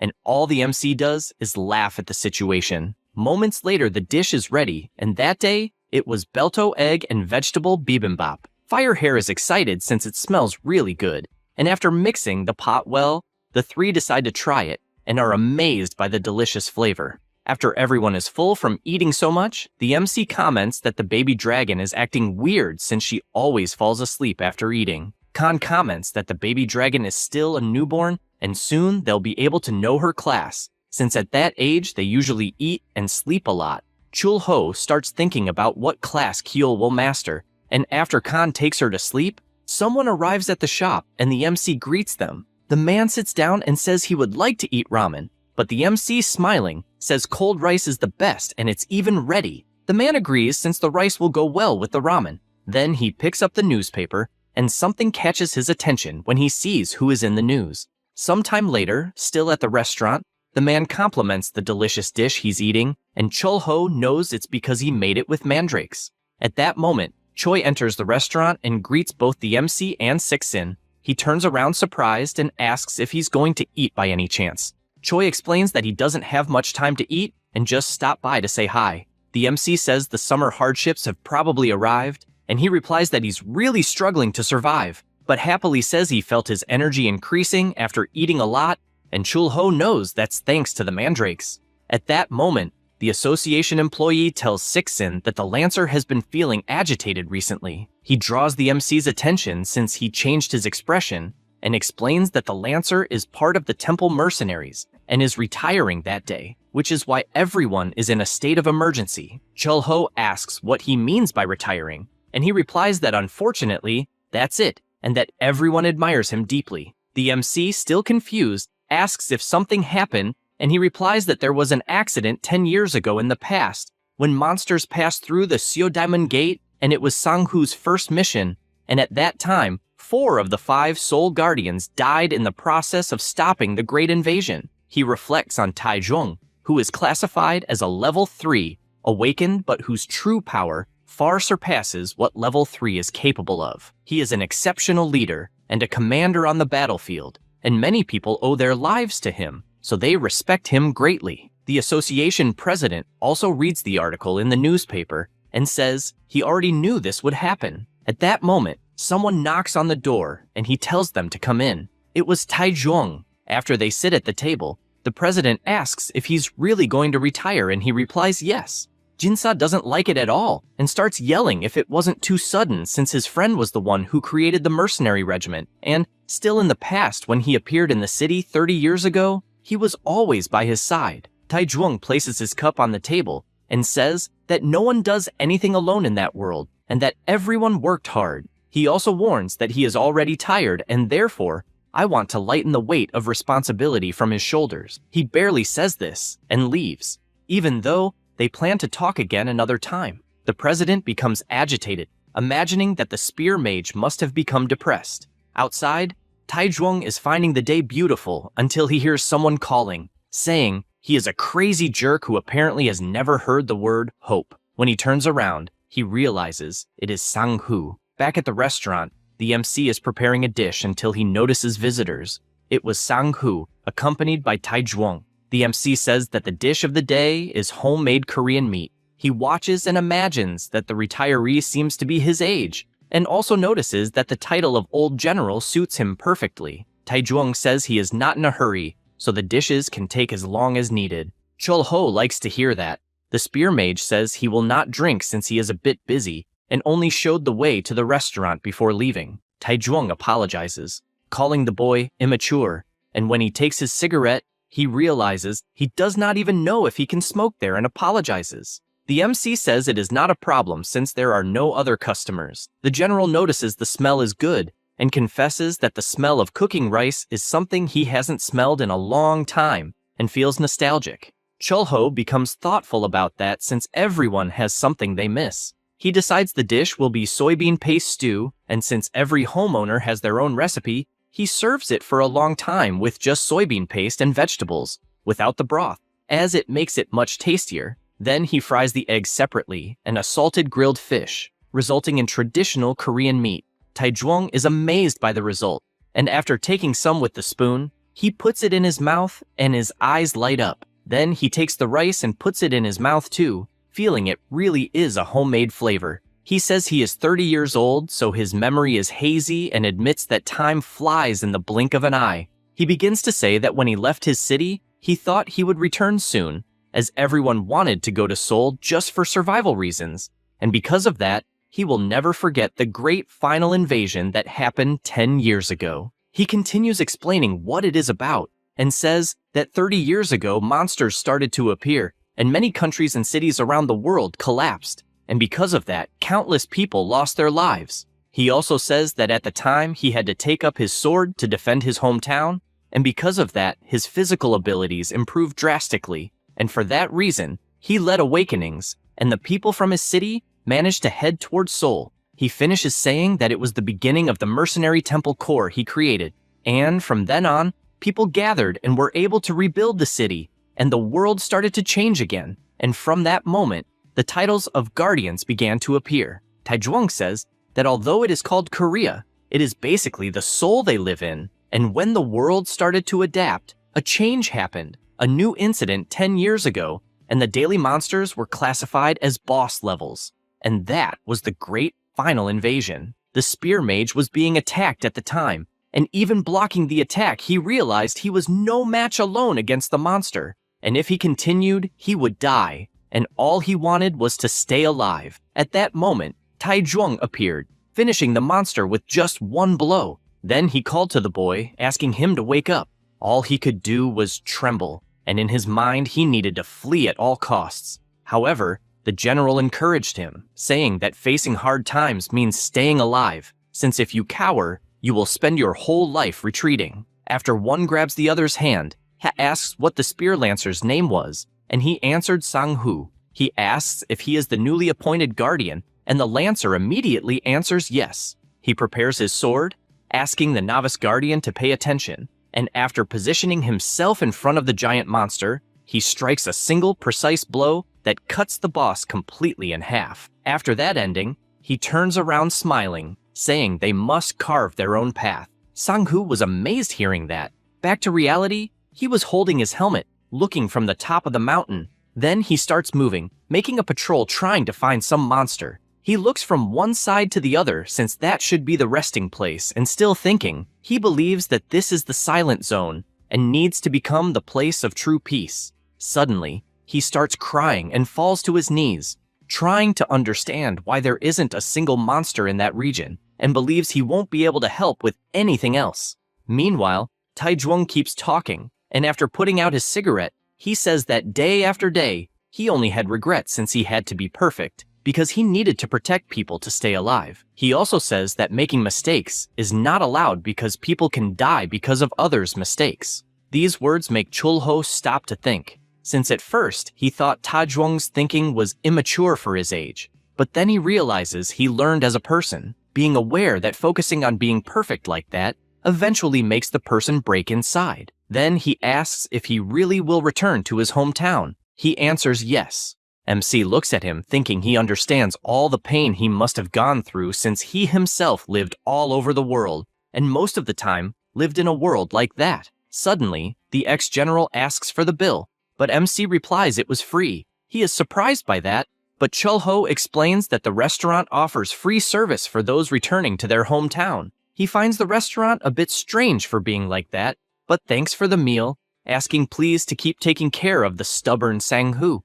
MC calls attention, saying the boy is already a good guardian, and he sighs in relief. Agreeing, he explains he actually thinks of the boy as if he were a son, and with his last smile says he had a very pleasant night, leaving soon after. He goes to the door and just reflects that old people don't die, they just disappear. Taejwong takes his motorcycle and starts traveling until he finally stops and looks at the city's landscape. From the top of the hill, Sang-hoo was also watching, and with tears in his eyes, all he wished was for the old man to take care of himself and live well. Then he disappears. At that moment, the Gumiho appears and thinks humans are soft, although he found the MC amazing for giving soft stones that didn't hurt, and he is happy that a new kind person has appeared. After that, the MC is lost in thought, and all he can do is shout, asking if Lantera woke up, but his memory gets weaker and weaker. Now he was before the king of the world, and all the monster did was ask why he summoned him to that dimension. He asked this with his power aimed at the MC. He doesn't really understand what is happening, only hearing nonsense. Because of that, he clenches his fist since an enemy in front of him has many magic circles pointed. So the MC charges with all his strength, colliding the two attacks. At that moment, he wakes up startled and looking to the side, sees Khan trembling with fear in the corner of the room. Chul-ho asks what's wrong, but Firehair just replies that the MC was radiating a devastating murderous intent and therefore finds that question funny. He doesn't quite understand what happened and apologizes since even after 10 years that sometimes still happens. He reflects that the reason must be because he heard about the great monster invasion that happened 10 years ago, and it was exactly the day he clashed with the Demon King, so he doesn't believe it's just a coincidence. Looking out the window, he believes they will not meet again. After that, he goes to the baby dragon and realizes she is drawing, showing she really is a child. He asks what she drew, and if it was a chicken, and she replies it's today's menu. Then she gets confused and starts drawing again, and he tries to understand if it's a fish, and if, by any chance, she has ever seen a mermaid. Then he picks her up because he can't resist her cuteness. Chul-ho pets her and says he will prepare chicken for that day, but she will have to erase all the drawings. At that moment, Khan appears scared, wanting to know if his little sister gave him trouble. He explains that he taught Kyul about cleaning, and only then does the fire-haired one realize that somehow the MC is closer to the baby dragon than he is himself, and he tells him to stop with the paranoia and to take care of the house since he will have to go shopping. After arriving in town, he buys a lot of chicken because he knows someone at the restaurant eats a lot. The vendor takes the opportunity to comment that there is a festival that day and points in a direction, saying it will be at the square. A golem is in front of everyone making a presentation, and the MC watches too until Gabby approaches and greets him, also saying she came there to take the ogre test. He gets confused by that name, and she explains it is the name of the golem. He becomes thoughtful about that, since apparently it also existed on the Aspen continent. He knows that the golem's strength is powerful, and that it has clear limits because manipulation is difficult, but it is strong against giant monsters. Conversely, it is weak against small and fast monsters, and he also knows that almost no one could mount it.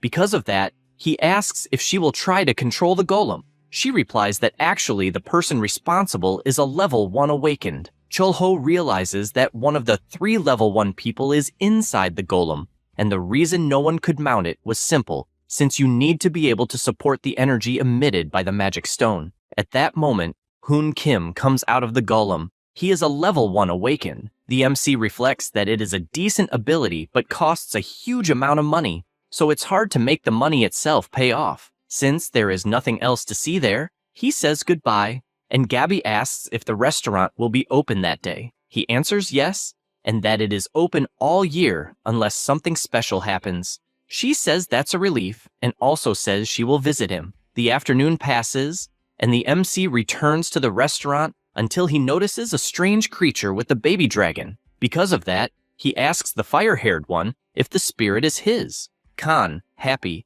says that Kyul was declared spirit master, and that is her new class. Then he brags because his little sister became someone powerful. The baby dragon starts calling the spirit mother, but Khan asks her not to do that since he's not her mother and starts to worry, though he doesn't know what will happen next. Chul-ho laughs at the situation and thinks it's been a long time since he saw a spirit in non-combat mode because their power is high level and truly formidable. He knows that, initially, spirits are simple to summon from another dimension and are classified as low, medium, and high level. Also, in the demon realm where demons live, the spirit realm is on the Aspen continent and includes the dimension where the Earth is. So he believes there are already 4 dimensions connected to the Earth. He begins to realize that his brain can no longer keep up with so much information, and his next question is if he has taught the spirit to clean. He answers clearly yes, and she demonstrates by throwing water on the drawings.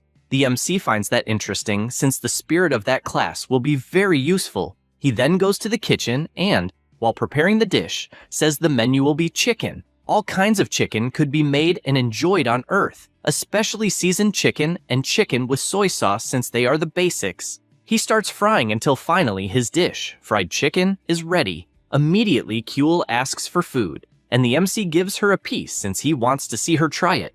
After a few bites, she starts catching Chul-ho's attention and, with shining eyes, says it is extremely delicious.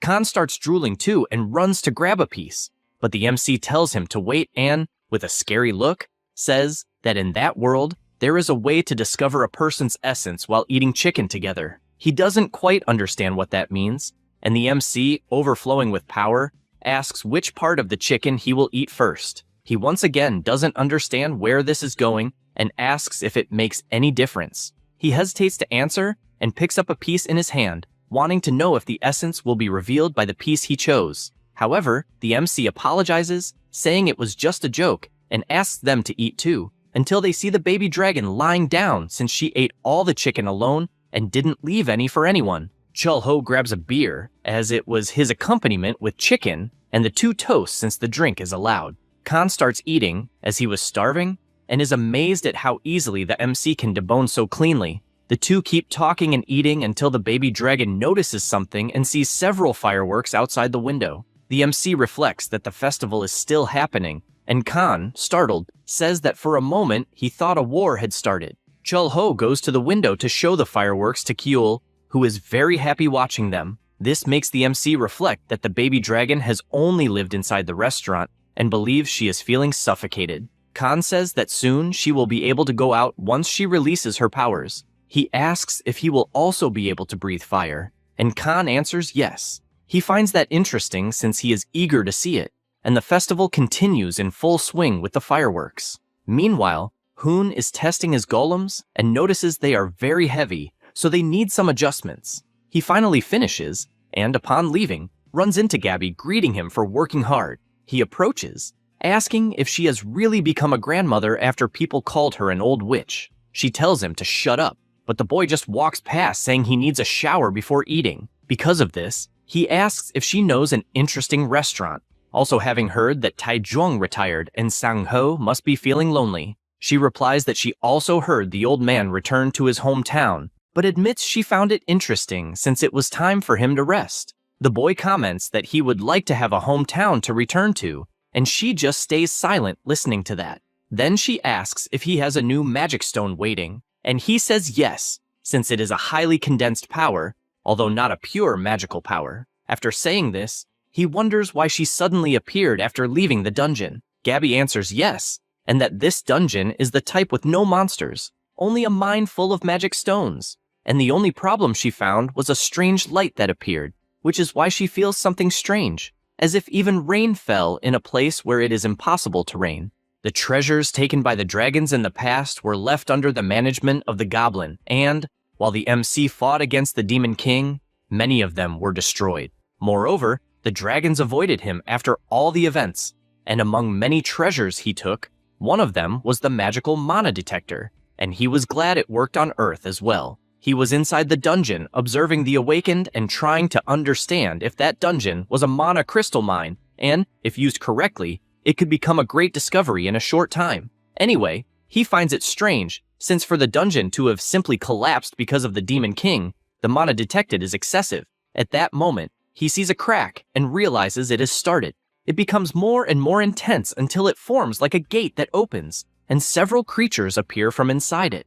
Immediately, the Lancer Mage orders everyone to enter Formation D, since the giant boars are attacking. He orders the rest of the team to block from outside, since a level 6 boar evolves very well for combat. The Awakened prepare themselves, and soon after, use their blocking techniques. At the same moment, Sang-hoo jumps, but is confused since the monsters were defeated without more or less. He knows what it means, and starts shouting that the king is coming, and, as the dungeon boss will appear, the big boars will disappear, and so they must prioritize the wounded. The portal becomes more and more intense, and when he realizes the monsters have not disappeared, and to make matters worse, his whole team is being cornered by them. He becomes desperate since he needs to do something, and if he wants to protect the team members, this Vicente has to choose the rear guard. However, there are team members trapped near the king, and he does not know which is the right choice to protect. He starts trembling since he always has to regret every day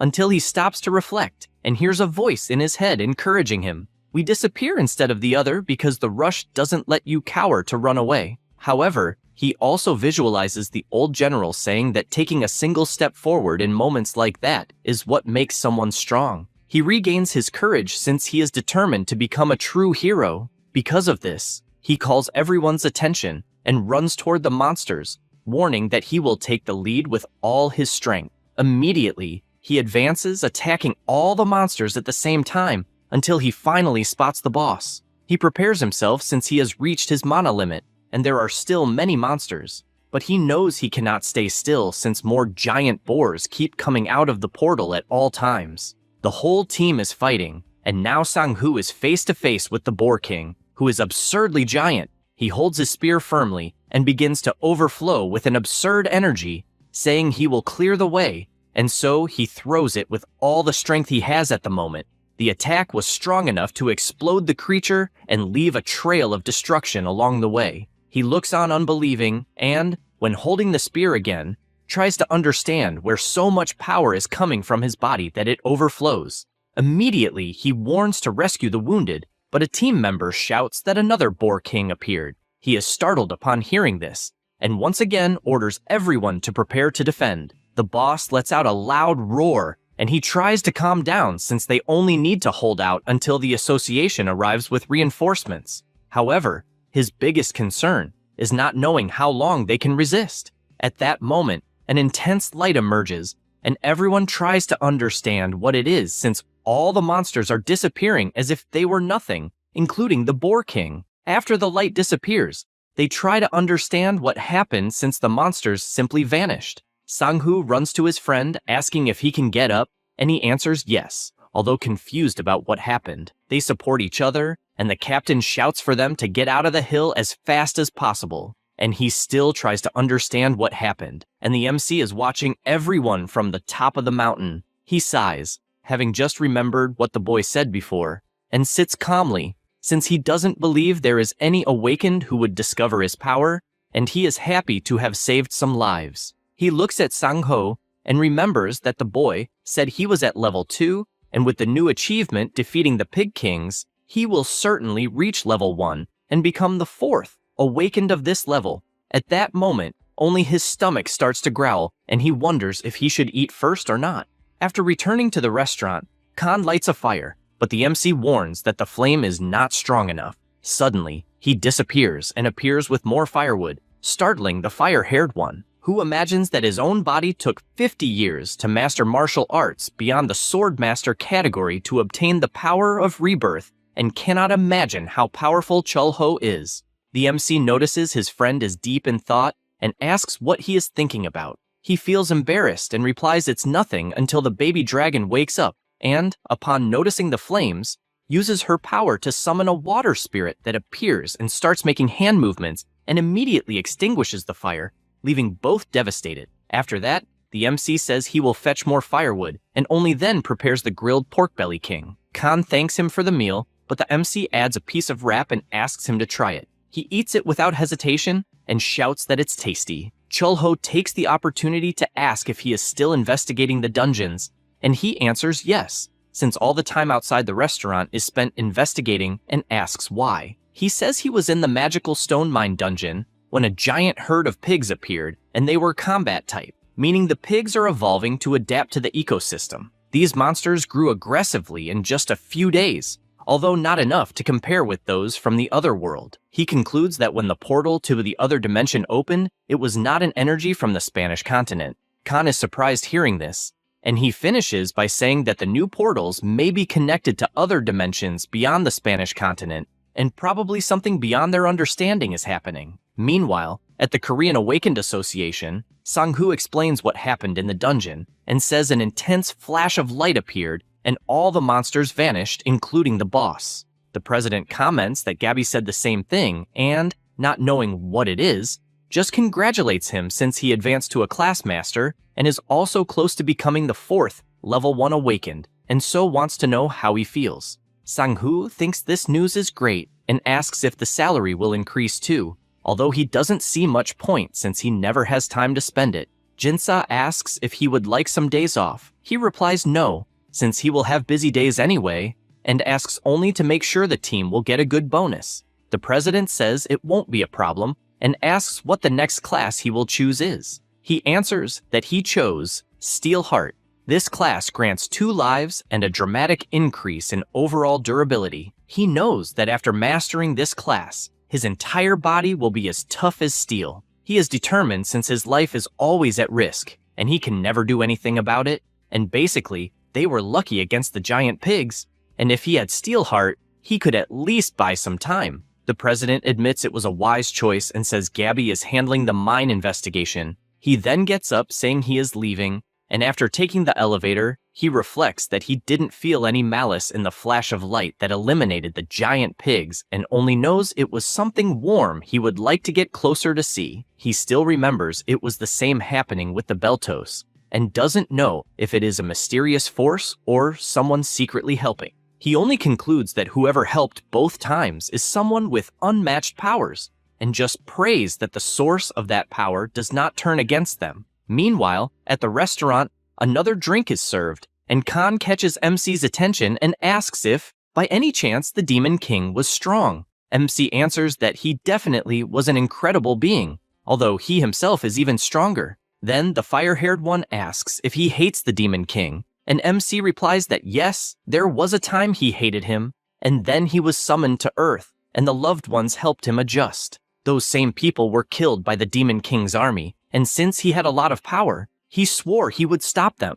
There were years of war and bloodshed everywhere, and when it finally ended, none of his friends were left alive, so he emphasizes once again that he hated him. The Demon King stood before him questioning if he was responsible for summoning him to that dimension, and all MC had at the time was hatred. He clarifies that back then, the Demon King was summoned by someone. Khan is confused by this, and MC continues saying that the Demon King was literally summoned to the Spanish continent, just like he was.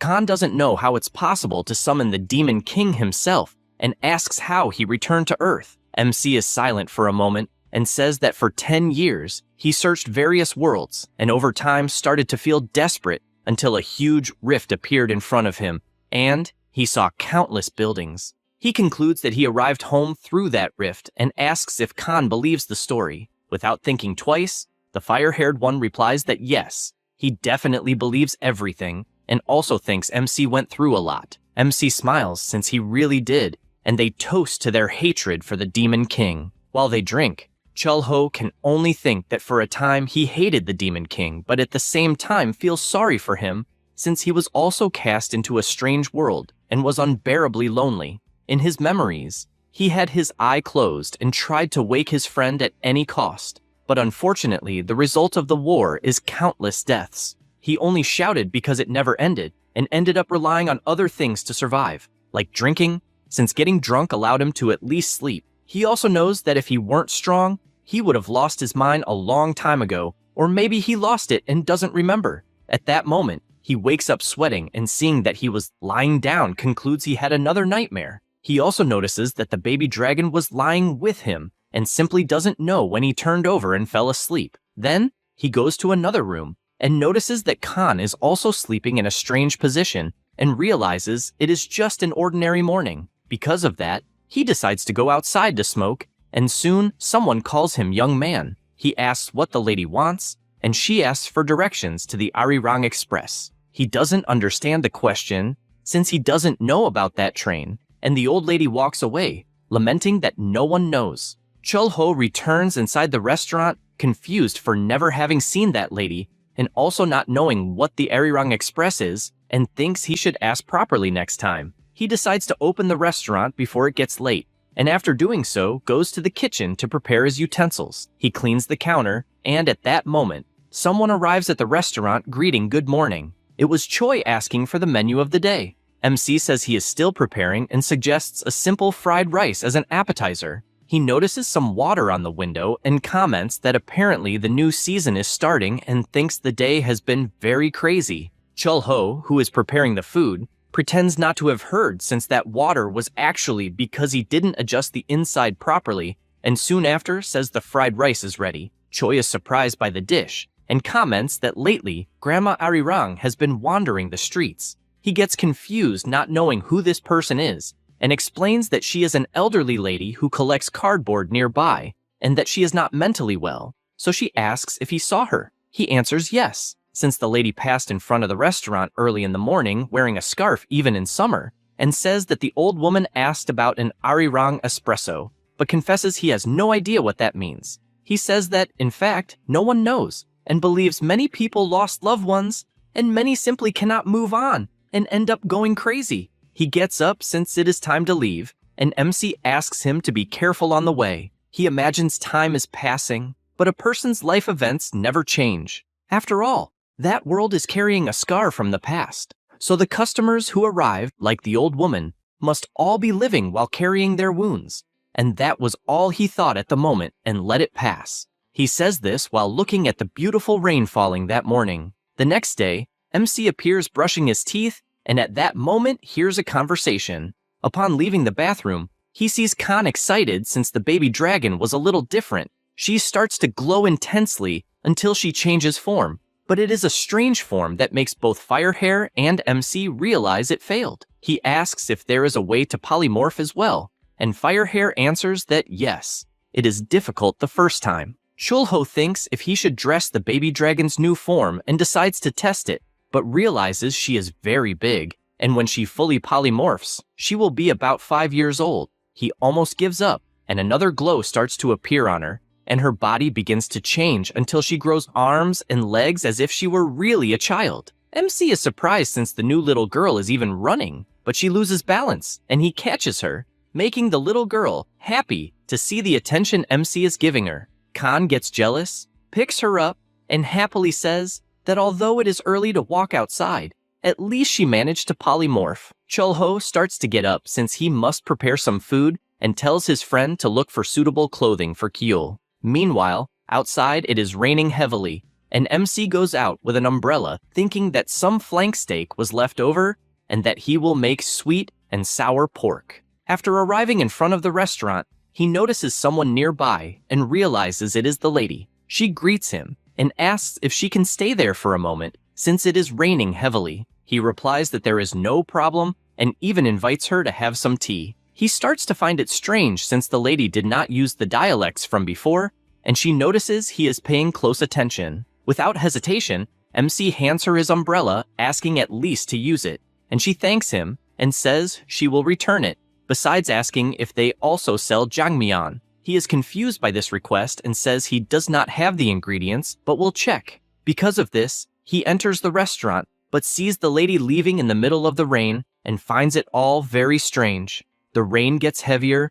and the radio announces that during the rainy season, everyone must be careful with aquatic monsters. They give the Kelpie as an example since it is a level 10 monster, and although it is a low level, it can evolve to level 7. Meanwhile, in the restaurant, someone bangs a beer glass on the table. It was Hoon who started drinking constantly after visiting the restaurant with Gabby. He wanted to know how to deal with women, and MC reflects on this, since before being summoned to the other world, he had only gone out with one girlfriend. The boy says he will tell a secret, and reveals that 2 years ago a hidden boss appeared in a newly discovered dungeon, and Gabby saved him, so his type of woman is the strongest ones. He concludes that strong women are attractive as well as nice and pretty. MC says he understands and reflects that he was the same way since he only looked for stronger, softer, and prettier.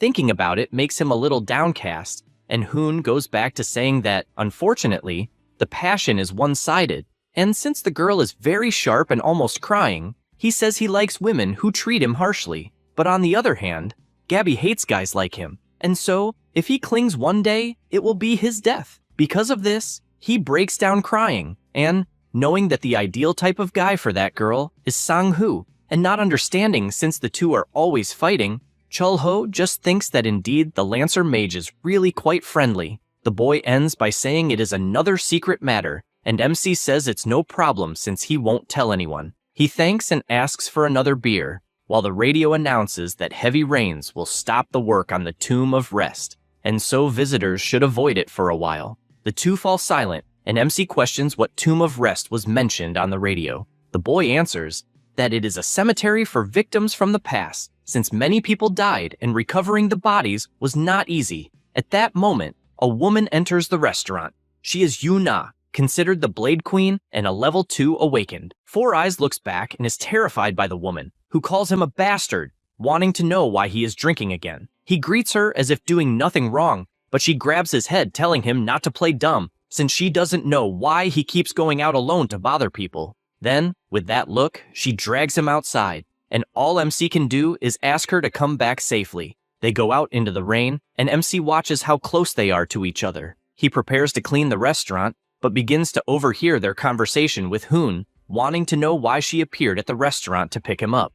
She answers that she received orders from superiors since the Kelpies are appearing in great numbers and are more violent. After hearing this conversation, he feels a bad premonition about it. The rain remains heavy outside, but inside the baby dragon is in the fridge, feeling hungry. MC grabs her by the arm, wanting to know if she is trying to steal ingredients again, and he realizes the little girl still can't hide her tail and wings. Kyul opens a big smile, and MC realizes that what needs to prepare something delicious for her to create many fun memories.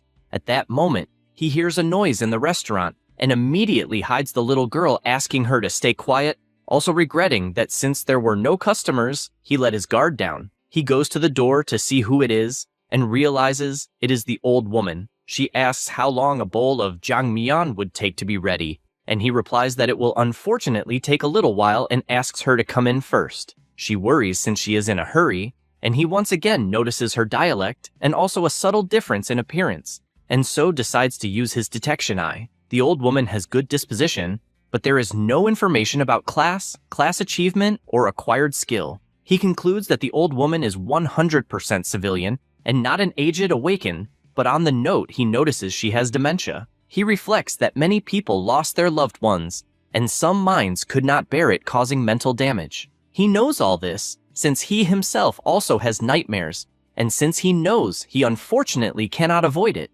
he can only repay with good food. Once again, the old woman says, "My God," since before her was Kyul all cute, but her tail was exposed, leaving the old woman scared as she was processing what she saw in front of her, and all MC does is sweat cold, not believing what is happening. The two stare at each other, and after the old woman questions what she is seeing, Chul-ho says, "It is just a child." Immediately, the old woman takes the baby dragon in her arms, calling her cute and saying she looks like her little dog. Kyul says her name, and this fascinates the old woman even more, since the little girl can speak from a young age. At that moment, Khan appears terrified, not understanding why his little sister is with a human. MC says everything is fine and just asks that no other customers enter. Then, he wonders if he should make some jjajangmyeon, as the lady asked, and remembers that in the past it was a common dish that could be found anywhere. But in those hard times, the ingredients are almost impossible to find. He knows that at first, he must identify the Japanese style and the Chinese style, since he will need a fermented black soybean paste. Then he knows the problem is the noodles, because although there is a noodle shop, the stock is out, so he will have to use fried instant noodles. He begins to prepare the ingredients, then boils the noodles, leaving the meat sautéed with onions, and thus the jjajangmyeon dish is ready. Meanwhile, the lady is playing with the baby dragon, and upon seeing the dish, she is amazed but says she needs to hurry since her grandson is waiting. He understands what she means, and after returning to the counter, he prepares a plastic wrap around the bowl and just asks her to be careful not to break it.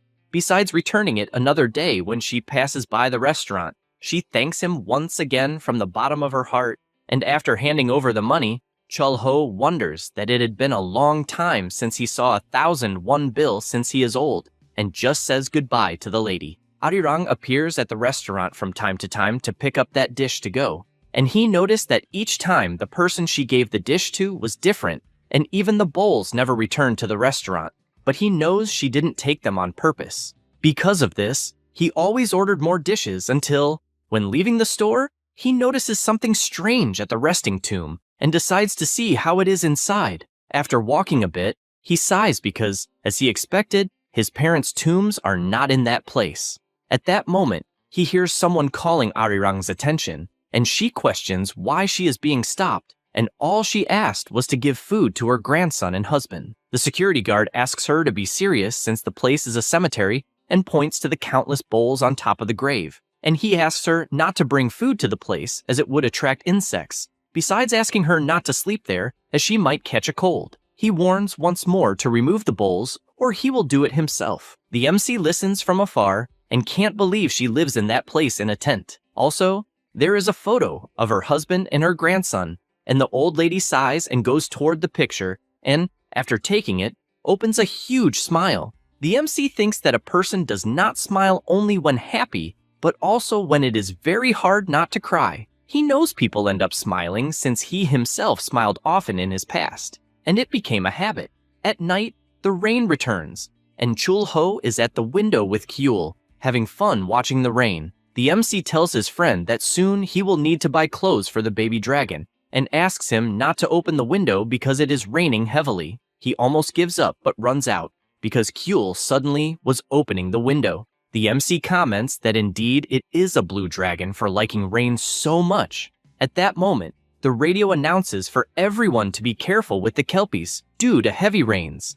They keep announcing this alert all the time. He hears it and says he is leaving. So, even though it is raining, he goes to the balcony since he has a bad feeling and flies away at full speed. While flying over the city, he can only think about his strange feeling. Meanwhile, the old lady finds herself in front of the train station and wonders where she is, and sees that the boarding for Gondojak is right ahead. She sees the train approaching until it stops beside her. The door opens, and she is confused to see a man with a hat calling her to go. She smiles, thinking the man is handsome, but says he cannot hide the village smell. At that moment, a little boy appears, and she is happy to see her grandson once again. But when she looks back at her husband, she is startled because she simply can no longer remember his face as her memories began to fade and the world became blurry like a blurred photograph. She feels sad for not being able to remember and sees herself in a black and white world. At that moment, a monster approaches and enters the cabin where she was sleeping. The Kelpie approaches and opens its huge mouth to devour her,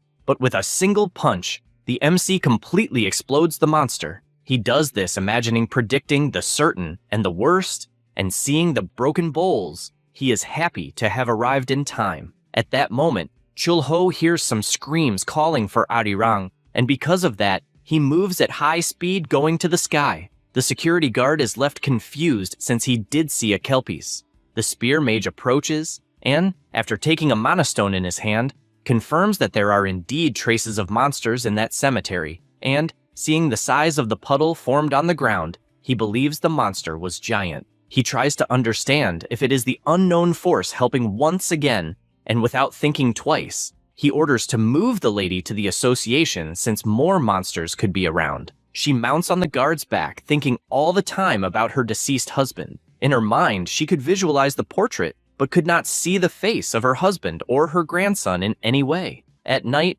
the MC is preparing some dishes until Arirang appears in the restaurant. She says she has new dishes since the old ones broke and also apologizes for all the trouble she caused. He tells her not to worry and soon notices that she is wearing new clothes and so asks if by any chance she is going somewhere. She answers yes, and he becomes thoughtful about it, asking her to have a meal before the commitment. Chul-ho begins washing the dishes and asks if jjajangmyeon would be an appropriate meal. She responds that it's great. He imagines he has enough ingredients for the noodles since he will use instant noodles as last time, and after having an idea asks if she is in a hurry. The lady says no, and so he asks her please to wait a bit. Immediately he starts kneading the dough and imagines that to make hand-pulled noodles a long aging period is necessary. However, he cannot go that far. He knows it will be like kalguksu noodles and will have a better texture than fried noodles. After finishing, he brings the bowl to her, who is impressed to see the beautiful dish in front of her. For a moment, she is speechless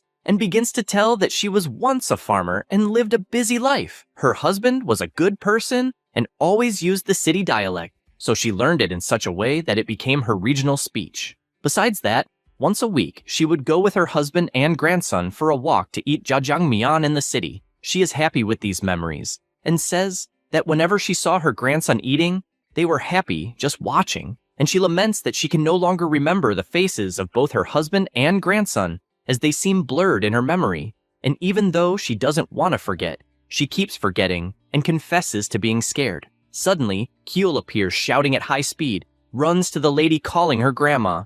She asks for permission, requesting some jjajangmyeon for the child as well, and he is happy hearing this, saying he will prepare it immediately and soon after brings another dish. The baby dragon asks her grandmother to eat. She takes the chopsticks but stands still looking at the dish. Kyul asks why she is not eating, and with her mouth full of food says it's delicious. The lady is surprised seeing this and confesses that indeed the dish is wonderful. After both eat, she goes to the MC and asks for the bill. He asks if she is leaving already, and she confirms since it is time for her train to pass. He says he understands and tells her the dish is on the house. She doesn't understand what that means, and he explains that the restaurant always offers free meals for those who are leaving on a trip.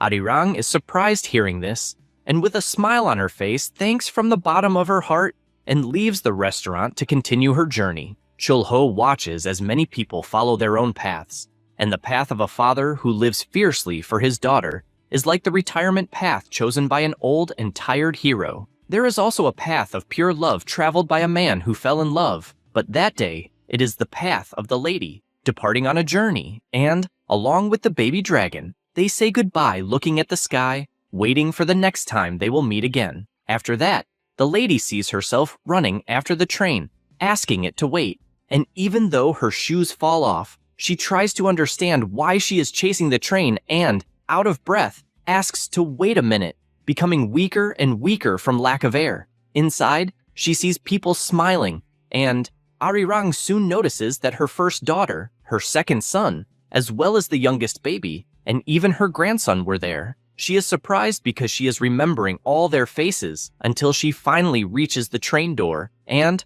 looking at her husband, recognizes him perfectly. He asks if she happened to have gone through difficult moments, and she, surprised, opens a huge smile, asking to go already since she couldn't wait. In reality, the lady was lying on the ground, and the cemetery guard was running toward her. After approaching and trying to wake her up, he begins to cry with emotion, since even in her lifeless body, he could notice the huge smile on her face and believes she finally left on the train she always talked about. He looks to the side and realizes that a plate of food was on her husband's grave, along with a money note, and wonders if someone had passed by there. The MC was flying in the area since he knows he can't hold someone who decided to leave, and confesses that if he wanted to extend her life, his current power could easily do so, but he knows that sometimes living can be cruel. At the same time, in the Seoul office, Sang-hoo was making some drawings on a paper, trying to understand some happenings in the city, like the case of the Mandrake and Belto. He can only imagine that there is someone doing strange things in the city,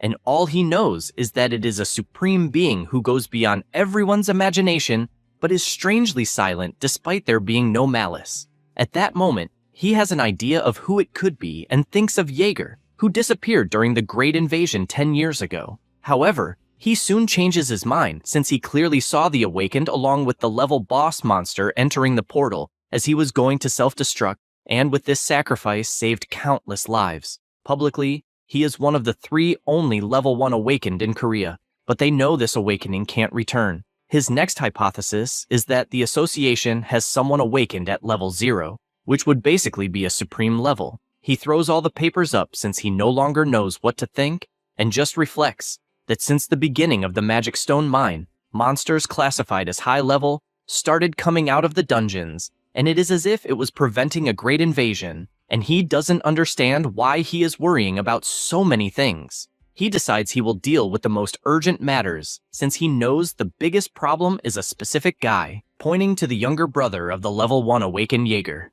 Meanwhile, at the Korean Association of the Awakened, the employee arrives with the reports of the students graduating that semester. The director takes the sheets and asks if, by any chance, they are the 3 newcomers he heard about. He begins by looking at the file of the student from Cipher School. This is Mijim, a 3rd grade healer. He knows there is a high possibility she will be promoted to the 2nd grade, besides being the daughter of Sik-sin. However, he is aware that the person in charge already has an Awakened of the healer type, and therefore thought it was a pity. Next, he looks at Yoon-myung's file, who is a 3rd grade fire mage, and finds it somewhat interesting but worries about the 3rd and last freshman, as he is talking about the Awakened Ryosin, a 3rd grade Awakened with the Werewolf ability, who has very high growth potential and received the codename Werewolf. In addition, there are 2 special notes. The first is that he has a younger biological brother, 1st grade, who disappeared 10 years ago, and the second is the more irritating problem. As reading the file, he concludes that the boy caused trouble again. The secretary confirms, saying that Ryosin had been roaming the city fighting the mercenary captains. He already feels his headache coming and asks what happened. She explains that the boy defeated the mercenary captains from 4 locations and then went to Seodaemon. The president laments that the boy is a troublemaker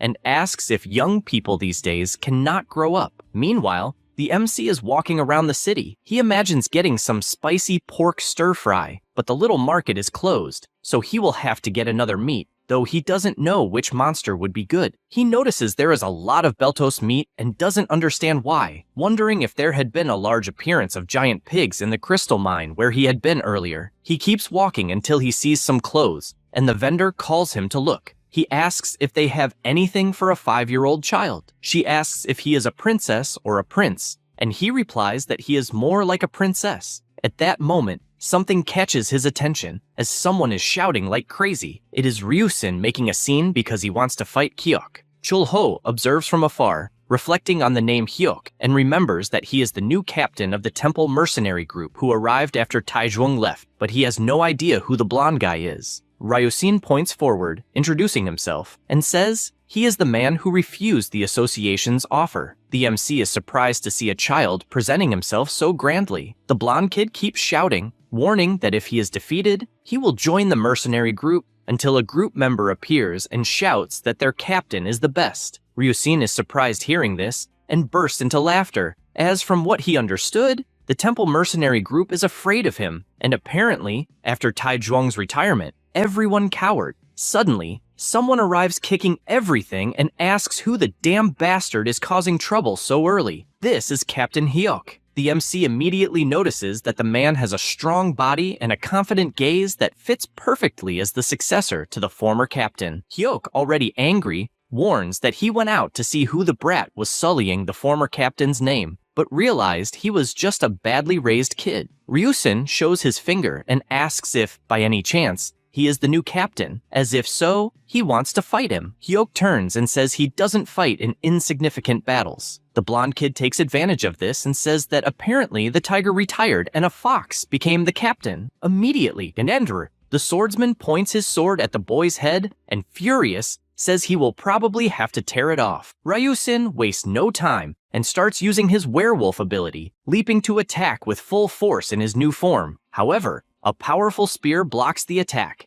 and Sang-hoo appears, asking if the city will ever have a peaceful day. The captain asks if by any chance he is the master of the spear, and he, furious, orders to stop the nonsense immediately. Chul-ho watches and imagines that this must be the passion of youth, something like a sprout growing after the rain, since the next generation is in motion. After all this confusion and the werewolf having taken a lot of hits, they go to the restaurant. MC welcomes everyone and asks if they have stopped fighting. Sang-hoo replies that yes, using a weapon is a foul, and using skills is also a foul, since, as expected, men should fight using their fists. He asks who won, and the spearman says that the fights are more about experience than strength, and then asks for a delicious dish. MC explains that the dish of the day is spicy fried pork and asks if it's okay. He replies that yes, since he likes it a lot. While preparing the dish, Chul-ho imagines that when cooking the pork, one must first put the belly in a pan with plenty of oil,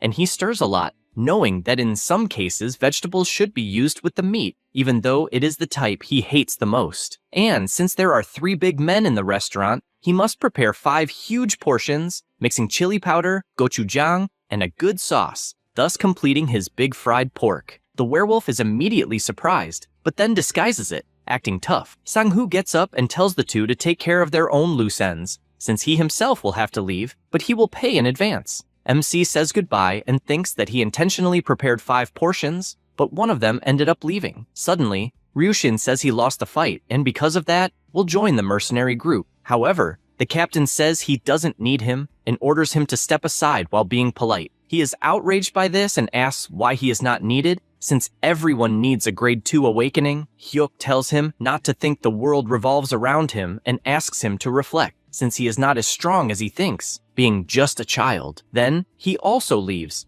leaving the blonde boy behind. At that moment, MC notices something and realizes that for some reason, the troublemaking boy was moved by the captain's words, even though he had picked a fight earlier. Furthermore, he ran off asking Hyuk to wait for him. MC laughs at the situation and imagines that the mercenary group of that generation will become very strong, but he knows that the problem with getting stronger every time is that the enemy can also become more powerful. He puts his hand on a newspaper and reflects that the frequency of dungeon appearances has increased significantly, and therefore he needs to take a look. But he soon stops to think that he made 5 portions, and, in the end, no one touched them. The next morning, Kyul wakes up, and when she turns over, sees her brother sleeping. She remembers him saying that she should wake up early and take a bath afterwards. Because of this, she summons her spirit, which uses its water ability on her body, leaving her completely clean with this improvised bath. She celebrates, since she was a good girl, and goes to Chul-ho. She starts calling for him and laughs, seeing the beautiful clothes on the wall. Then she leaves the restaurant and goes down the stairs, but is startled when, completely out of nowhere, a red portal appears in front of her, and she has no idea what it is. Curious, Kyul stretches out her hand, and as a result, is sucked into the portal, leaving only one of her slippers behind. After arriving in the dungeon, she runs with her spirit wanting to play until she steps on a bone, and something catches her attention, as some minotaurs appear in front of her. Kyul is confused and, looking ahead, asks if they are cows. Immediately, the monsters start mooing, and the spirit, after preparing, emits a terrifying aura along with Kyul, which is enough to trap all the monsters in a water prison. The Minotaur finds this impossible, but the little girl is just having fun with the situation. He watches and concludes that at least the child is a class master, but he worries since dealing with a spirit of such a high level is problematic. Because of this, he moos even louder, as he needs to eliminate something so powerful. However, the wall on his side begins to crack, and a hand comes out from inside, and MC punches the creature in the head. Then he turns, wondering how Kyul ended up in a place like that, and concludes that raising children is not an easy job. After that, he turns to the monster and says that it has been a long time since they last saw each other. The Minotaur looks confused and staring closely at MC, asks if he is Lycus Miro. He is surprised, since apparently the Minotaur's memory is better than the dragon's, and asks if he was one of the guys who accompanied the Demon King's army to the Spanish continent. The monster tries to disguise it and replies no, that he is wrong. But Chul-Ho is not joking and breaks a part of his horn to show that he does not want anyone lying. Immediately, the bull changes his answer. MC asks if he escaped through the dimensional rift when the Demon King did the same, and if he went directly to the Demon Kingdom. Trembling all over, he says yes, and then explains that he returned to the Demon Kingdom's labyrinth 10 years in the past and never left again. And that is the whole truth. Chul-Ho, curious, asks if he really has no news of the Demon Kingdom, or if the Demon King appeared somewhere recently. He says he doesn't know much, only that the Demon King returned 10 years ago and had been sleeping to recover his power. MC decides to use his ocular ability and realizes that the monster is indeed telling the truth. The Minotaur, curious, asks if he is there to invade the Demon Kingdom. He replies, no, since, to be precise, that labyrinth appeared in another dimension and, in fact, that is not the Demon Kingdom, but a place called Earth. He remembers that in the battle of the past, the Demon King did not die, and that to stop a being with an immortal body, one must reach the master level in 6 classes. He joined forces with the Ancient Dragon and the Ice Dragon, and even then, the limit of his powers only forced the Demon King into a state of semi-permanent death. But he does not know if it was fate that caused the Demon King to cross the dimensional rift and escape. He also reflects that the Minotaur is not at the level of the 4 great lords of the Demon Kingdom, but he is a strong boss, and something of that level crossing the rift would be chaos. Then he goes to Kuel and asks if she is hungry, since her stomach is growling. She runs into his arms, happy as can be. The Minotaur is pleased to see that MC is leaving, but is soon startled as MC suddenly turns and says, there is something the monster needs to do for him. The Minotaur does not fully understand what that means and just listens quietly. Back in the city, Chul-Ho begins preparing meat, and at that moment, Khan arrives wanting to know what he is making. MC stays silent in the moon world, and the fire-haired voice shouts that the pot is overflowing. He replies that the meat is cooked and that he can sit to have breakfast. Khan sits and asks what kind of meat it is. Chul-Ho replies that it is oxtail, since he saw something similar and, as it had been a while since he made it, decided to buy it. He says he understands and asks if the green part is vegetables. MC explains that they are Cheongyang peppers. He decides to eat, thinking they are medicinal herbs, but soon starts spitting fire, as he did not expect it to be so spicy. While drinking water to cool down, someone asks if there are people in the restaurant. A little girl enters, saying she opened a flower shop right in front of the restaurant and is there to greet them. She hands over the bouquet and says she is accompanied by some friends. However, she notices the strong smell of meat and asks if something is being prepared. Chul-Ho says yes, since he made oxtail soup. She asks if she could have a bowl, and he replies yes, asking her to wait just a minute. The girl sits but soon notices the peppers on Khan's table. She comments that there are vegetables on another table, and so she begins to focus, making one of the peppers start to levitate. The dragon is confused seeing this, as is MC, who realizes that the ingredients have started moving on their own, and he becomes confused, as if the vegetables had created life. And so, he decides to use his detector eye on the girl, and with that obtains the following information. Her disposition is fear. She is from the plant regeneration class, her class achievement level is intermediate, and her acquired skill is intermediate. He is surprised to see a plant regeneration type awakening, and as far as he knows, it was a rare skill that made nearby plants grow rapidly or made them move. In fact, on the Spanish continent, an awakened person mastered this skill and created a rose zone over a large area to the point of preventing the demon army from advancing, and it is definitely a powerful class. He goes to the girl, confessing he is surprised she is awakened, and she apologizes since she only feels bad when she sees someone eating vegetables. Chul-Ho picks up the onion in his hand and says he has seen exactly the opposite frequently, but a case like a client's is the first time. At that moment, Gabby enters the restaurant,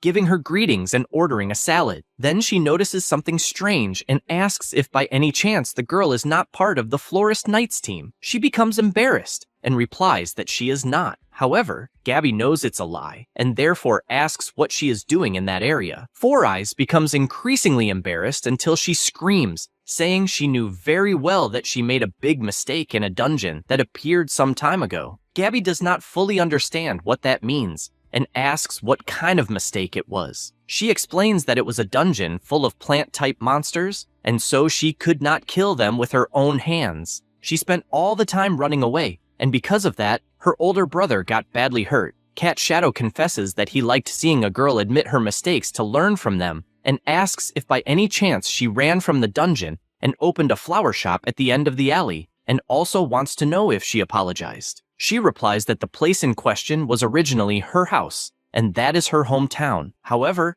Gabby states that running away will not solve anything. The girl understands this, and asks if she should apologize before leaving. She stands up and says she would like to pay for what she did, and the MC asks if she has farming seeds, since he could pay with them later. Angela is surprised and asks if she heard correctly. He says yes, and she becomes excited, saying she will get the best seeds she has. However, at the same moment, someone appears, saying they finally found who they were looking for. Angela becomes desperate upon seeing that it is her captain. He admits he is surprised that Gabby is also there, as he had not seen her in a long time. Chul-ho wonders who that person could be, unlike Gabby, who just tells him not to be so formal, calling her Miss. He then asks if his disciple wants to retire, since he could write official documents about it, and she replies that it is not the case, as she just feels useless. The captain puts his hand on her shoulder and says everyone makes mistakes and it would be no different for her. But without much patience, he grabs her by the arm and starts leaving the restaurant, as they have no time to waste. Before leaving, he asks who owns the restaurant, and the MC introduces himself. The captain reveals that Sang-hoo speaks very highly of that restaurant, and next time, he will come there as a customer. Chul-ho feels relieved that the horse seller thinks well of that place. Gabby becomes tired of all the confusion until she looks ahead and asks why the red-haired boy is acting strangely. He is startled to hear this and continues trying to hide from her, as he found her wonderful. She does not fully understand what is happening and stands up, as she also needs to leave, but will pay for the meal first. Chul-ho says goodbye and turns around, wanting to know what is wrong. Khan cannot contain his emotion, as he has completely fallen for Gabby. The MC cannot believe this absurdity, and asks since when this happened. He replies that he just fell in love. After that, the MC returns to the portal and meets the Minotaur and his servants. He imagines that the surroundings are quite open, and even wondered if the labyrinth's ecosystem could have changed. In addition, he notices a weathering system, which is a magical tool containing about 2 zero-grade mana crystals. He also thought about how far all this would go, since the place is specialized for a specifically designated area. So, if the monsters are removed from that place, the magical power will be lost. But he knows he cannot just leave it as it is. After all, there is a lot of labor there. Then he notices some cows plowing a field and asks if, by any chance, they are originally vegetarian, since that would mean they do not eat people. The Minotaur replies that they are, as only in the past did they use humans as food, but nowadays, it is no longer like that. Chul-ho approaches and asks what they mainly cultivate in that dungeon. He replies that it is grass. The MC asks to get closer and begins to press his head, since there are many types of grass, and the big guy responds that they mainly cultivate apple and pineapple seeds. The MC thinks about this, since the apple seed was from a fruit similar to nuts, besides being crunchy, and the pineapple was the size of a fist with a soft peel. He shows a bag, revealing that inside there are various seeds of other plants, such as cabbage, lettuce, carrot, and other plants. However, in the middle of the explanation, he notices something like a cabin and asks what it is. The Minotaur replies that they collected some items and, even afraid, asks if he is thinking of taking them. Chul-ho questions what he means by that and opens the compartment he saw before. He immediately realizes that there are all kinds of seeds and weapons, and it even seems like a war, spoils from when they invaded the continent of Spain. While searching the place, he notices something shining very brightly and, using his detection eye, realizes it is an ocean tear, a treasure of the mermaids who rule the northern sea of the Spanish continent, which he never thought he would see. He knows that originally that item is a treasure that obeys everything the owner desires. Initially, it was given to a poor farmer who poured rice all over the continent. With this, a certain rich and greedy man stole the jewel from the farmer and immediately escaped to the Great Sea. And at the time, salt was very expensive, so his request was that it be poured without limit. The jewel obeyed the request and began pouring continuously until the ship was full and sank. The MC reflects that it is a popular story, and it was even how the northern seawater became salty. He turns, certain that that will definitely help a lot in the restaurant, and Helko asks if he is leaving. The MC replies that yes,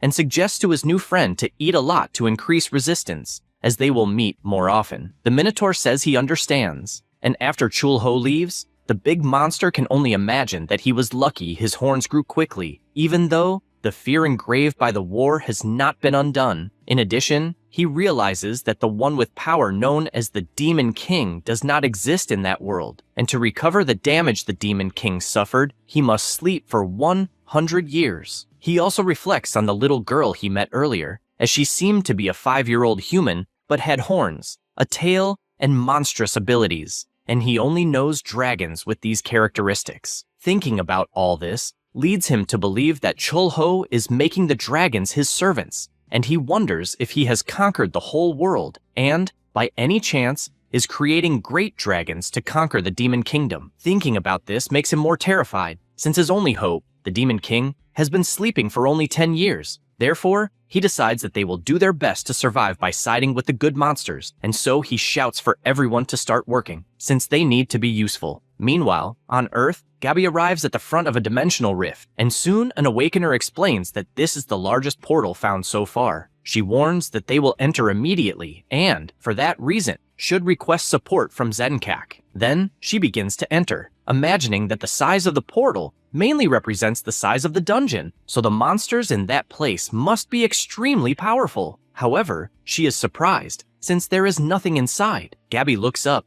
as the sky seems to want to drop something, even though nothing happens, and it is as if a predator had swallowed its prey, so it is a 0-grade dungeon. Because of this, she withdraws, and Sanghu quickly asks what is inside to have been designated as a 0-grade dungeon. She simply replies that there is nothing, which worries him, since the rifts are becoming increasingly variable, and he asks if the observation team is currently in the dungeon. One awakens that they are, and that there are no major problems besides the wave in the sky growing stronger, and thus believes another rift will open in a few hours or days. A girl approaches and says that the president issued a Class 3 alert. Gabi immediately imagines who is coming to help and turns, asking them to resolve it as quickly as possible. Who had arrived was Hoon, who gave his greetings and asked if everyone agrees that the days are getting hotter. The Lancer takes a deep breath, and Gabi asks to rest a bit since she hasn't slept in the past few days. Meanwhile, at the restaurant, Khan finishes getting ready, looking very elegant, and asks MC if, by any chance, he looks strange. He replies that he looks stylish, but wants to know what is happening. The dragon comments that a certain woman will appear at the new restaurant shop again,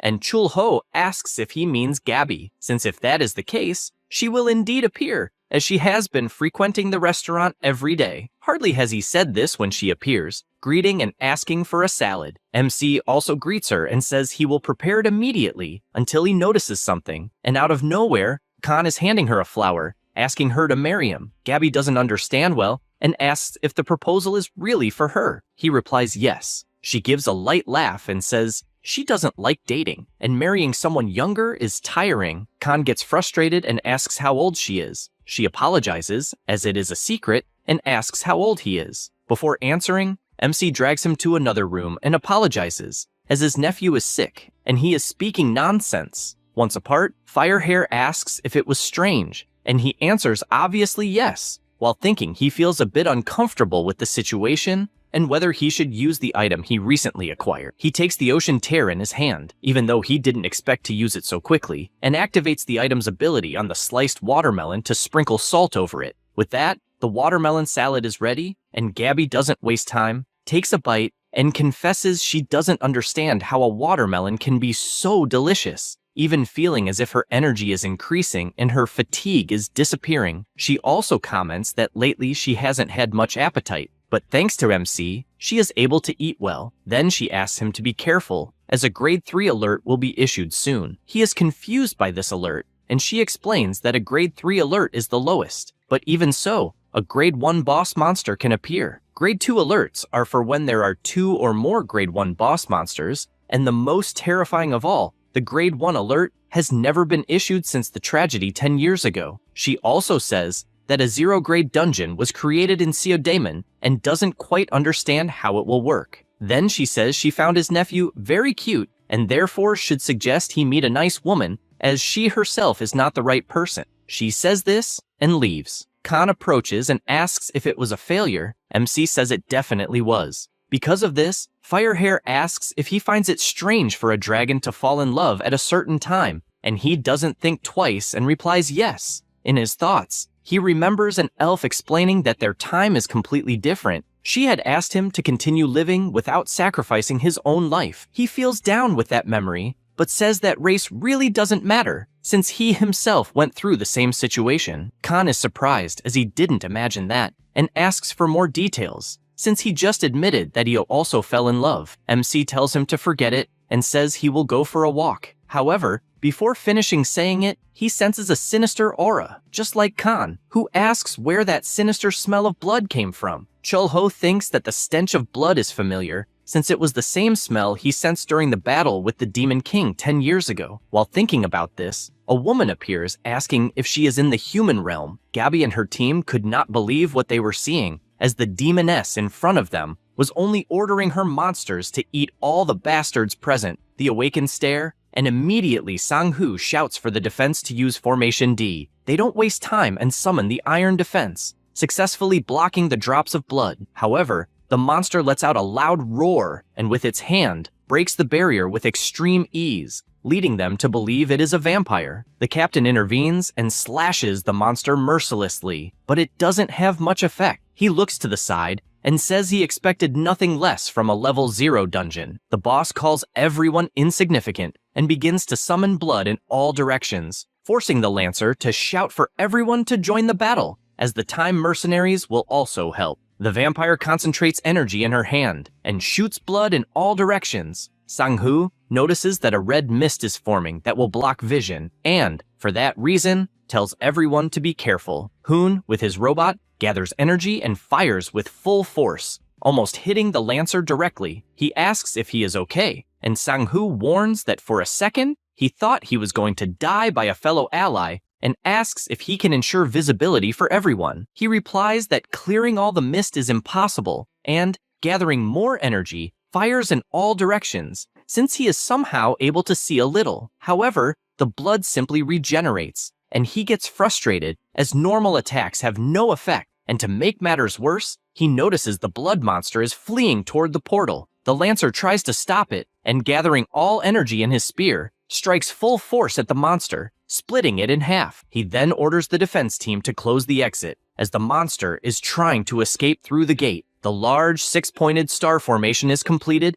and they prepare once again to face the boss, also noticing that a huge number of demons have appeared. The vampire realizes the situation is bad, and laments, since she barely managed to recover her power after the war 10 years ago and is far from sufficient, not understanding why the human's level is so high. She is aware that her position worsens every second, reaching the point of having to beg for her life. As she tries to leave the formation, Gabby appears behind her and warns that her fury time has run out. However, before doing anything, she looks down and sees the demons breaking the formation completely and attacks with everything, needing to end it before the monsters are freed. However, her attack is useless, as the vampire simply transforms her body into blood to nullify the stab. She then turns into her liquid form and takes the opportunity to pass through the barrier. She celebrates, finally managing to escape through the portal, but MC is already outside waiting for it to happen, and, with just one slap, puts her to sleep. After doing this, he opens his dimension, and Kasim appears asking what he wants, and, before getting an answer, is surprised at what he sees, as in Chulho's hands is one of the 4 demon lords, Sofrin Lise. MC hands her over and orders her to be taken far away, being satisfied that the Hunter Association possesses such strong people and that they fought as a team, achieving a battle record of 0 casualties. Moreover, he realizes that, unlike the Spanish continent, the land gathered only the elite, and that they are indeed trustworthy people. Thinking about this makes him happy, but he knows he also needs a war spoils, and, for that reason, orders the goblin to fetch a level 1 magic stone. Kashimo obeys, and he leaves it at the portal entrance, believing it to be enough, and goes into his private dimensional fissure. Now, a little about the past of the Demon Kingdom. The Demon Kingdom is completely ruled by the strong. In other words, the Demon King is the strongest being in the entire kingdom. This being commands 4 lords under his command, each possessing great power and obeying the king's orders absolutely. These generals conquered countless territories until the Demon King was defeated in a state of peace and death by an incomparable hero who advanced like a storm and fled. Sovereign was outraged, revealing that she survived and returned, but to recover her depleted power, she had to drink high-quality blood constantly and does not understand how she became so weak and whether the other 3 lords are in the same situation. She is furious to the point of wanting to kill everyone, especially the MC who did all that to her. Suddenly, she wakes up and realizes she is being sucked into a portal and simply cannot do anything until finally awakening. The MC who was beside her warns that she has 2 options, life or death, and tells her to answer sincerely, otherwise she will die, and asks if, by any chance, the Demon King is sleeping. Sovereign looks closely at his face and asks if it is Micus, since it should be impossible to remain so young. She emphasizes that she imagined he would age and die, and therefore waited several years. The MC stands up, since apparently her loyalty to the Demon King is very strong, and for that reason, she should die. But the vampire panics and reveals that the Demon King is sleeping and will probably remain so for 90 more years until he recovers all his power. He realizes it is true through his detection eye, and this time asks how much power she has already recovered. Sovereign reveals she has recovered 2/5. He understands that this is equivalent to 2 level 1 monsters, and each of the lords of the Demon Kingdom would easily be able to devour 5 or 6 level 1 monsters, which is the highest level. With this in mind, he asks if, by any chance, she appeared in that place intentionally. She replies no, as she was resting quietly and was forced to appear there. The detection eye indicates she is lying, and the MC warns that this time she will die. Sovereign panics again and changes her answer, as everything she had been thinking was about killing him. He reflects that the beings crossing the Demon Kingdom are becoming stronger, and it is even strange to call it a coincidence, as everything indicates someone is intentionally creating dimensional fissures. But he does not know who, and therefore asks what the current situation in the Demon Kingdom is. She reports that, since the king's deep sleep, the place has been in chaos with continuous wars. Cholho then asks if the situation of the other lords is similar to hers, and she responds that all 3 are recovering their powers in the same way. He says that this is great, and she is pleased, questioning whether she will be spared. He grabs her clothing, since he keeps his promises, and throws her out of the portal into another fissure. After falling face first to the ground, the MC calls for Mino and announces that a new worker will help, and therefore must teach Sovereign the labyrinth rules. The Minotaur is startled, knowing that Sovereign is a lord of the Demon Kingdom and cannot take his eyes off her. The Minotaur makes it clear that Cholho has dragons as servants, and may even have a giant army. She is surprised by this, believing that the humans she fought before must also be subordinate to him. Furthermore, she tries to understand how he has not aged at all, besides mastering an absurd power, believing he has achieved immortality. At that moment, the MC grabs the attention of both, warning that if they continue with idle chatter, they will face instant death. Immediately, Mino begins to explain all the rules of the maze until he reaches the most important part, that she must eat a lot to gain much strength and endurance. She simply does not understand what this means. But anyway, a new worker was acquired for the restaurant. The MC opens a portal and, upon arriving at the Minotaur's labyrinth, asks why everyone is feeling weak, especially drawing the attention of Sovereign. She is startled to see who it is, and immediately shouts that she gave her best, having worked hard, tried to eat a lot, and even did not attempt to escape. He does not understand what the heck she is talking about, and the Demon Lord asks if it is not the rule to eat a lot to gain stamina, and if that is why she sucked blood non-stop. Yet all she gained was weight and does not know what to do. Cholho cannot believe what he is hearing, since she is an exception, and he tells her to put on some clothes. She stands up asking if he is serious, and explains that she tried to use the blood of hell cows as fertilizer because it makes the vegetables grow well, as she can purify the blood she drinks and make it clean. MC is surprised since he had forgotten her ability to refine the blood she drinks, turning it into a very pure liquid with healing properties. He thinks that the day will definitely come when he can make use of this ability and, seeing the plants in good condition, decides to use them as ingredients for the restaurant. Having said that, he goes to his establishment and immediately asks Khan to prepare the vegetables he is carrying, but upon seeing him depressed, asks if he is getting weak again. He explains that he barely finished the carrot and is already receiving other orders. This makes Chulho reflect that Khan has continuously helped with the restaurant work, while also looking for ways to return to the Spanish continent, so he would definitely be exhausted, and he says he will give some days of rest. He is surprised to hear this, and Kyul asks if they will go to the Great Blue. MC does not understand what the Great Blue is, and she continues pleading to visit the Blue, showing in a magazine what the Blue is, and only then does Chulho realize it is the sea and decides to agree, as she is managing to hide her horns and tail well. Her eyes shine, and she bows in thanks. MC finds this amusing and asks if Khan taught her that. He, proud, responds that it is the result of his training, but Chulho warns that it is not the time to be bowing since they need to change before going out.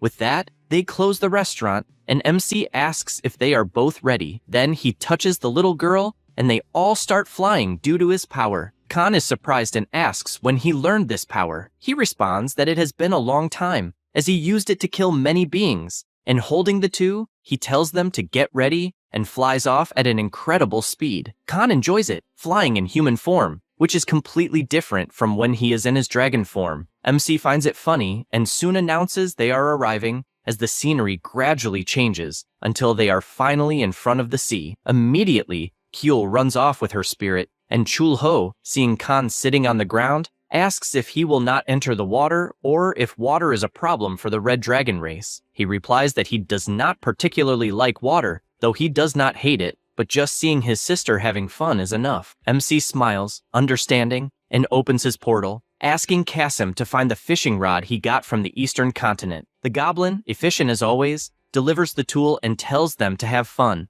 Khan sees this and asks what it is. Chulho explains that it is a reward he received on the eastern continent for fulfilling a request from an immortal, and it is a fishing rod that can catch huge things even without bait. With that, he flies off at full speed and casts the hook into the sea, wanting to use that fishing rod as he had a long time ago. He changes his expression slightly, as the more he reflects on himself, the more he realizes only regrets remain. At that moment, the fishing line starts moving, and he pulls, revealing a level 2 giant kraken, which scares everyone. The water spirit also does not waste time and captures several fish. The MC is surprised to see the fish Kyul caught, but says that unfortunately, they cannot eat them, as they do not taste very good. Still, he praises her for doing very well in the catches, along with the water spirit. Then he imagines that usually, when marine creatures from the squid family grow to a large size, ammonia accumulates inside their bodies, making them smell like a bathroom. Then,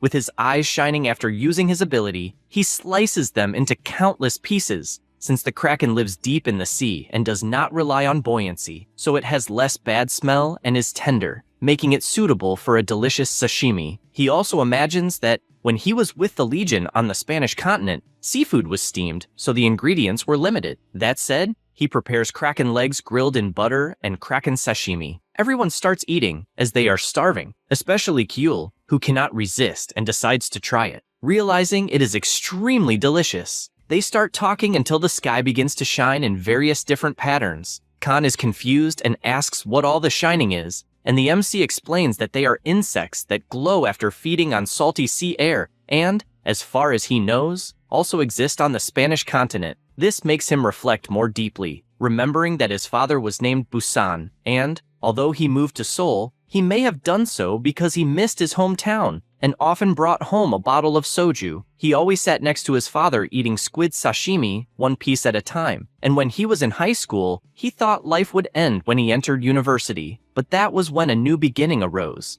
After finishing his military service and returning to school, he went through a difficult era, with the whole world struggling to find jobs, reaching the point where he preferred to return to military service. When he graduated from university, hell unfolded, and things like dreams, vision, or academic plans were useless, eventually making him an incompetent person. The world called him that. Both TV and books constantly criticized him for having lived a life without any thought. After living his life studying blindly with no dreams, he thought it was wrong to live without even being able to get a job with a good salary. The moment he gave up his dreams of entering a large corporation was when January 1st arrived and he turned 30. In front of his table, the dinner smelled bitter and salty, and his father always said that the path he took was the right one. After that, the MC made a vow that he would succeed and return, but in the end, he could not come back. At that moment, Khan catches his attention, seeing him lost in millions of thoughts. And after Chul-ho wakes up to life, he becomes serious for a moment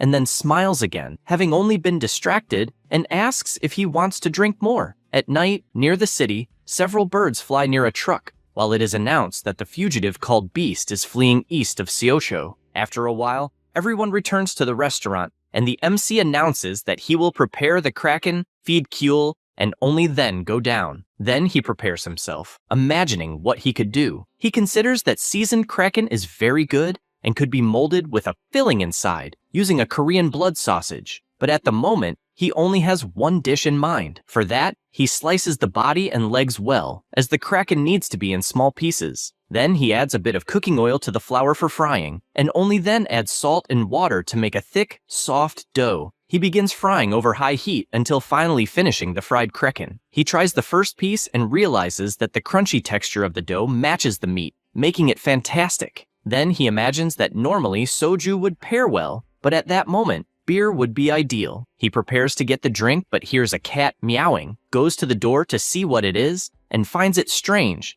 as the size of the cat is the same as a tiger cub. MC uses his detection eye and realizes that it is, in fact, a common cat, without much information, and therefore believes it must have eaten some magic stone from somewhere. Because of this, he reflects that a beast that eats a magic stone dies quickly because it cannot handle the magical power, and, unless it is a unique class, it is powerful enough to kill even an awakened. That is why they can use the stone in daily life, especially processed with engineering to regulate the amount of magical power. And, in summary, it is a lethal object for any living creature. Not knowing what to do, he offers a bit of Kraken meat, and while the cat eats everything, Chul-ho can only imagine that for someone so big, Myung-chi is quite gentle. Then he goes to read the newspaper and notices that they are talking about the Guardian Gangbuk, one of the 5 ex-guardians who survived the great monster invasion. He feels as if he has seen that guy somewhere, like in another world, but does not think that is the case. Only then something catches his attention when he reads that there was an attack by giant cats. Immediately, he looks to the side but notices that the cat ate all the food and left. The next morning, Khan helps by lighting the stoves while giving a toy to his sister. MC arrives at that moment and asks what the hell he is doing, and he responds that the stove broke, so he is boiling the broth on his own. Chul-ho cannot hold back and laughs, saying that it probably just needs to replace the magic stone for it to work again. Khan bursts into tears, having not imagined it would be so simple. But at that moment, something catches MC's attention as the giant cat has returned again, this time with a rat in its mouth. Kyul starts calling the cat a tiger, but Chul-ho says it is not a tiger but a cat. Then the little girl calls the cat Hodori and mounts it, making Khan worried, as it is not an animal to ride. Kyul continues petting it, and this makes MC reflect that the cat is quite gentle, and therefore it must not be the same as the ones in the newspaper attacks. Suddenly, the cat enters the restaurant frightened because someone stood in front of the restaurant with a falcon. MC greets the young man, as it has been a long time since they last saw each other. Ryumin enters asking for a meal, but is soon greeted by Hyuk and the blonde boy, who continues saying they should have eliminated all the cats in the area. Then everyone sits down, and the new captain says he wants something refreshing to eat. MC almost says they have Kraken, but changes his mind, saying he has squid, and prepares, wondering what he could make that would be refreshing. After finishing, he says he prepared raw squid soup, but in reality, the ingredients were Kraken with mandrake. Hyuk likes what he sees, but asks if by chance there is also white rice. Ryushin is shocked, as he has no idea who would eat rice with cold noodles. But the captain just tells him to shut up. Then, he takes a portion with a spoon and starts eating, saying it is delicious. MC is happy to see everyone pleased, and the captain decides to ask the knight if he will catch the cat that supposedly attacked civilians, and he answers yes, as they are the same from previous incidents. Chul-ho is curious about what he is talking about, and he explains that, a year ago, a very famous thief kidnapped a transport vehicle carrying level 4 and 6 magic stones, and its whereabouts became unknown after that, with no one knowing even the thief's name, age, or gender. However, people kept calling him the Beast because this person could control animals at will. Ryumin tells her partner that they will start with capturing the fugitive and must not let him escape the city under any circumstances. Because of this, she activates her ability, summoning several roots from the ground that attack the truck that was fleeing. However, the Beast, with just a whistle, summons numerous crows attacking all the vines. Moreover, the birds had crystals in their beaks, and once again, Ryumin shouted to catch him. The girl continues using her magic at maximum power, but is soon startled, as in the next moment, a giant tiger appears, destroying everything. Four Eyes is shocked, as the Beast class is the same as his, same level, yet seemingly inferior. Then he looks to the side and notices that several giant cats have entered the forest. Only then does he realize that the crows are a sign, since there is another animal that ate the monocrystal and escaped. Meanwhile, the fugitive is standing on the truck with his giant tiger, exuding confidence with his smile. They even try to get closer, but quickly get frustrated, since the target simply disappeared, and that is why the hunter beast's apprehension failed. While recounting this story, he explains that the target he pursued fed the cats with 4th-class crystals, 30 in total, and even though he captured 26, all of them died. It is known that few animals can resist the power of the monocrystal, but momentarily they gain powers that transcend their species. Chul-ho asks if that means he will take care of the remaining 4 cats. He replies that yes, and says that if they are lucky, they may capture them alive, but they will be killed afterward. MC takes the opportunity to reflect, as he does not understand why this phantom thief wants to steal the magical stones. Ryumin deduces that he will try to use them to create something great, and although it has not yet been confirmed, it must be because many of the awakened who are active in the uninhabited zone are foreigners. MC is surprised, as it is the first time he has heard about the foreigners. The Four Eyes says he is about to leave but warns he will return soon. The other 2 awakened say the same. As Ryumin walks through the forest, he notices something and sees that some cats have fallen,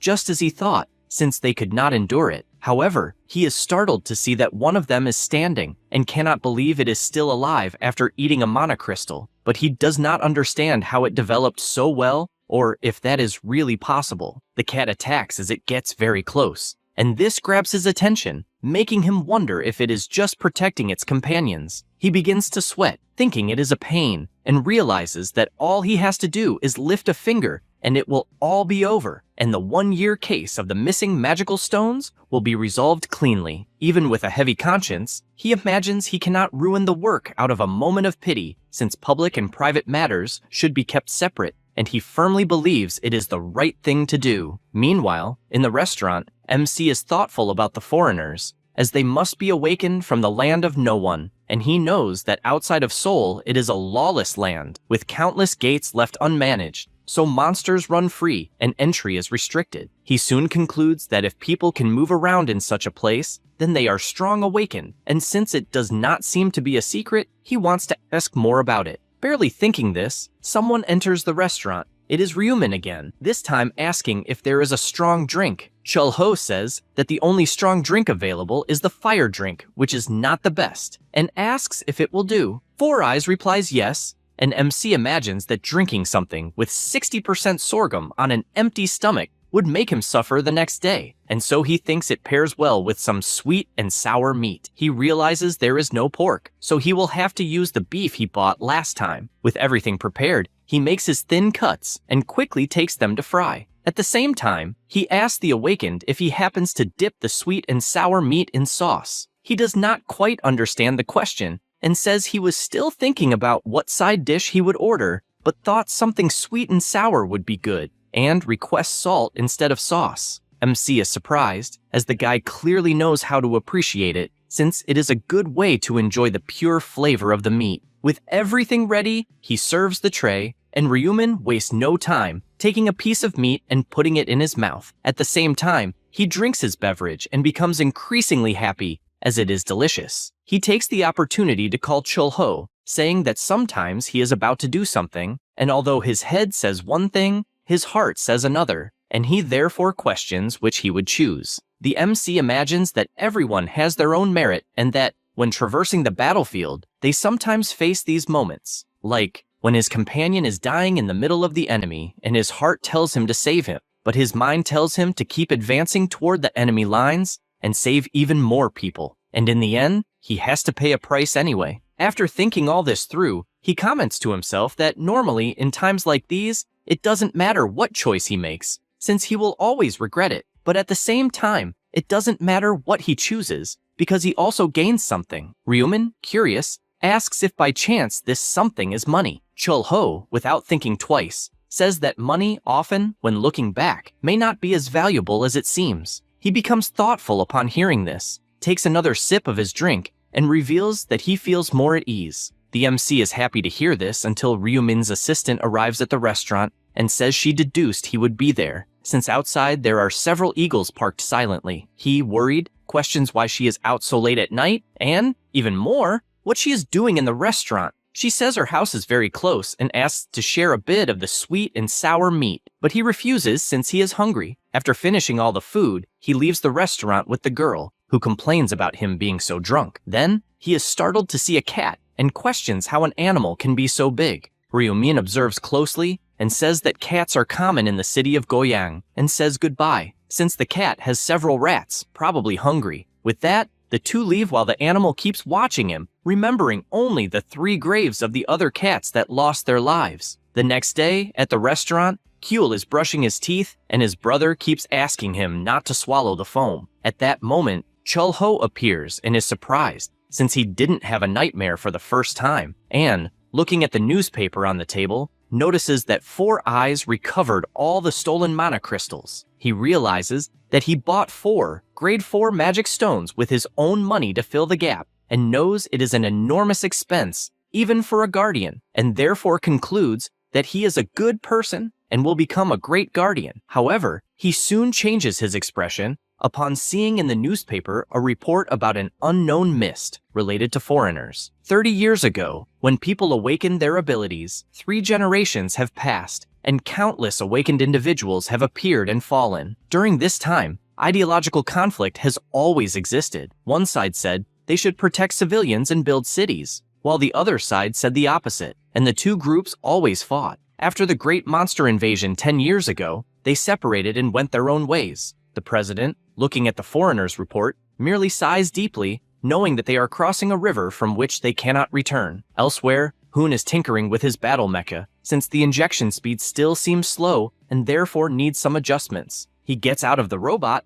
and says that the movement improved by 50%, but he is unsure if adding more artificial muscles would be overkill. His assistant says they will need new materials that can withstand the power of the mana crystal. He says he understands, until he looks to the side and sees Ryumin in the room and asks what happened. He says he passed by as he was going to report on the fugitive beast. Hoon takes the opportunity to ask if he heard that the Undertaker is returning and reveals that it is not a shadow or something the public would know, but an unofficial grade 1 awakened, since if Jaeger became public, it would cause chaos, so he was sent secretly. He becomes thoughtful about this, since first they sent Gabby and now also the Undertaker. He believes that certainly something big is about to happen. Meanwhile, Gabby is fleeing from something, and the awakened Senbats that bite her leg. She thinks this is awful but manages to fight back and then escapes again. At the same time, Khan is looking at the city map, and since he has never investigated the Northwest Portal, believes he should go to the location. He is riding around, since he needs to make the most of his free time on the motorcycle that the MC gave him, powered by mana crystals. As he approaches the toll, he is notified that there will be an inspection. He takes the opportunity to ask why there have been so many inspections in recent days. The employee responds that it is because the uninhabited area has been dangerous, and therefore asks to see his ID. After analyzing the document, the employee asks if he really wants to visit the place again. Khan replies that he does, since he is thinking of traveling. He says this imagining that Chul-ho asked him to treat ordinary people with respect, even if he doesn't feel like it. The employee passes his device to check that he is not carrying anything and makes him sign a liability waiver, since it is a dangerous area. Then the dragon continues his journey, and after a while, he pauses, imagining that the place he is in is already safe. He prepares himself, since he must take his investigation seriously, and jumps toward the portals. He hops from one to another, checking their levels, until he gets dizzy, since one of the portals is the habitat of monsters that attack in groups, and he thinks it was a total waste. Moreover, he also gets hungry, and while hunting inside the portals, he doesn't understand why he doesn't see any monsters. But that is because all of them are afraid of him, as his terrifying dragon aura is overwhelming. At that moment, he senses something and realizes there are awakened in the portal, not just one, as he is feeling more than 10. Thinking about it, he becomes even more startled when he sees that one of them is Gabby, and she is surrounded by several other awakened. The group begins to taunt her, saying that she has finally fallen into their trap as she keeps interfering in operations. She realizes that her situation is not very good, since the vampire venom spread very quickly, and she can only imagine that she investigated the foreign portals for a long time, since with her stealth ability it was easy, and she never had any problems, and therefore she doesn't know what to do. At that moment, someone approaches, asking not to be killed. He says it took 5 years to set a trap to capture her alive, and reveals that he is Besta. He makes it clear that it is to capture her, as he needs to torment her before she can finally die. Gabby becomes increasingly worried and considers that the only option is to jump off the cliff. Suddenly, the people notice something, just like her, as when she looks at the sky, she sees a giant energy sphere heading toward them. The firepower hits with maximum intensity, enough to scare even the high-level tiger. Besta is startled, as he didn't imagine that the Awakened Association would have created someone of such a powerful level, and therefore, he thinks he will retreat, since someone of this level is at least a rank 0 awakened. Meanwhile, Gabby stands on the cliff and starts trembling like a green twig, not understanding why, as she is not afraid of the fire, but of something even deeper than fear itself. Then, she faints, and Khan appears, catching her. He realizes that the reason for her fainting must be because she was poisoned, and seeing all the destruction he caused, he wonders what he should do. The dragon takes the opportunity to carry her to a safe place and constantly tries to figure out what to do, since, as far as he knows, when bitten by a vampire bat, the wound must be cooled for the venom to leave faster, and with healing abilities, it would be easy to fix. But he doesn't have that. Then he considers whether he should remove the clothes covering the wounds and wash them to prevent infection, but he feels extremely embarrassed, as he can't touch her. Yet he knows that if he doesn't do it, things will only get worse. Because of this, he slowly removes the part of her clothing covering the wound until she wakes up confused, and he is startled, even running backward trying to explain himself. Gabby asks what they are doing in that place, and he explains that he found it by coincidence while traveling, and says it is a cave outside the city. Only then does she realize that the pain is subsiding, and wonders if he tried to give first aid, and for that, she thanks him. He feels extremely embarrassed by the gratitude, and asks her not to worry. Only then does something catch her attention, and he also turns around and asks if by any chance she can get up. The Shadow Cat replies that it will be difficult, but he asks her not to worry, as he will handle it on his own. She interrupts him, saying it is too dangerous since he is not even an awakener, but Khan tells her not to worry, until the robot appears saying it has medicine, and even asks if he is not the nephew of the restaurant owner. He replies that he was traveling, but Ryuman finds it strange that someone would travel through the uninhabited zone, and only appeared there because he saw his name on the gate pass, and did not believe it was really a traveler. Gabby is surprised that Ryuman is also present, and asks if he was after her. He replies that yes, since she is the treasure of the association, and he also asks if Khan is okay. He, still awkward,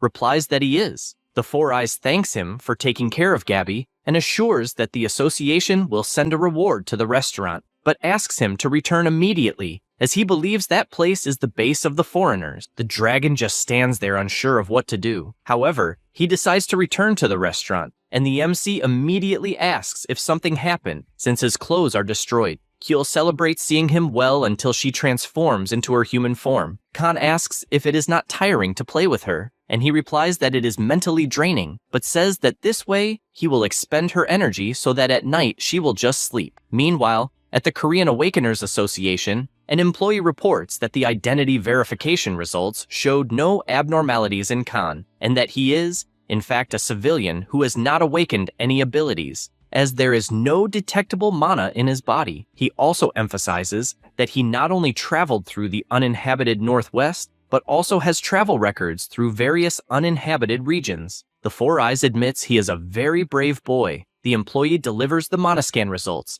and, after obtaining the records of both the MC and Khan, asks if they really are civilians with no detectable mana. Gabby is intrigued by this, and wonders who was the Awakener who created the extremely powerful fireball, since if it was not from the association, it must have been in internal conflicts among the foreigners. But one thing she is sure of, even knowing the boy was helping, all her nerves screamed to flee, and she was even more afraid than when she was chased by the foreigners, as it was a primal fear, and if she were an elf, she would instinctively avoid that aura. So she does not understand why she felt all that from Khan. Moments later, we see a man walking. It was the MC aged. He had wandered for 10 years, and all he could think of was that the Spanish continent is also vast, like the Western and Eastern continents, and neither the Eastern sages nor the Western scholars had provided answers, until a moment came when he fell to the ground. Even without knowing who summoned him to that world, he only pleaded to be heard, as the work in that world was finished, and all he wanted was to be sent back. After saying this, something surprises him,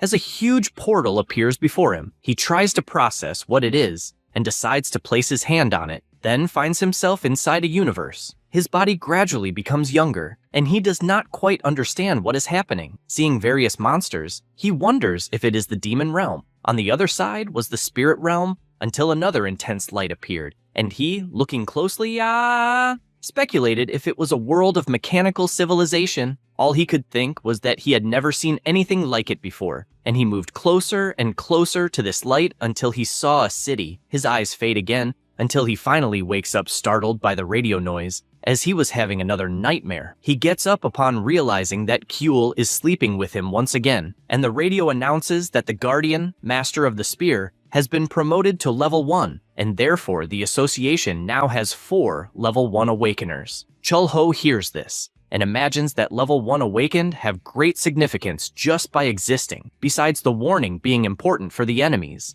and he does not know if the foreigners have anything to do with it. Meanwhile, in the conference room, the Undertaker announces that they are returning after 3 years of investigation, and that it is about the sales report of the other world. The Spear Hero is surprised, as it is the first time he sees him up close. He knows that the guy has an ability known only to the association director and is someone almost inhuman. He grabs a tea and, walking with Hoon, asks why he is not wearing glasses that day. He replies that he likes to wear contact lenses to look handsome for Yuna, and then comments that apparently confidential information has arrived, which many times is even scary, preferring not to know. Sang-Hoo agrees, as all he wants is just to drink a beer. Hearing this makes his friend extremely excited, to the point of running to be able to drink. After running for a while, they find MC buying some pizzas. The two are surprised, wondering if even a restaurant owner eats food from outside. He replies that it is because his daughter wanted to eat, and she, all cute, asks if by any chance they want to eat together. The two are embarrassed by this invitation, and ask if they can really eat together with beer. MC says it is not a problem, and orders more pizzas from the delivery man. He replies that it will take a little while, as with fewer delivery people, there is no time to rest, and he does not have much time to play with his 5-year-old child. MC asks him to pick up Yunju next time to play with Kuel, and as a reward, he will pay for a meal. He agrees with this,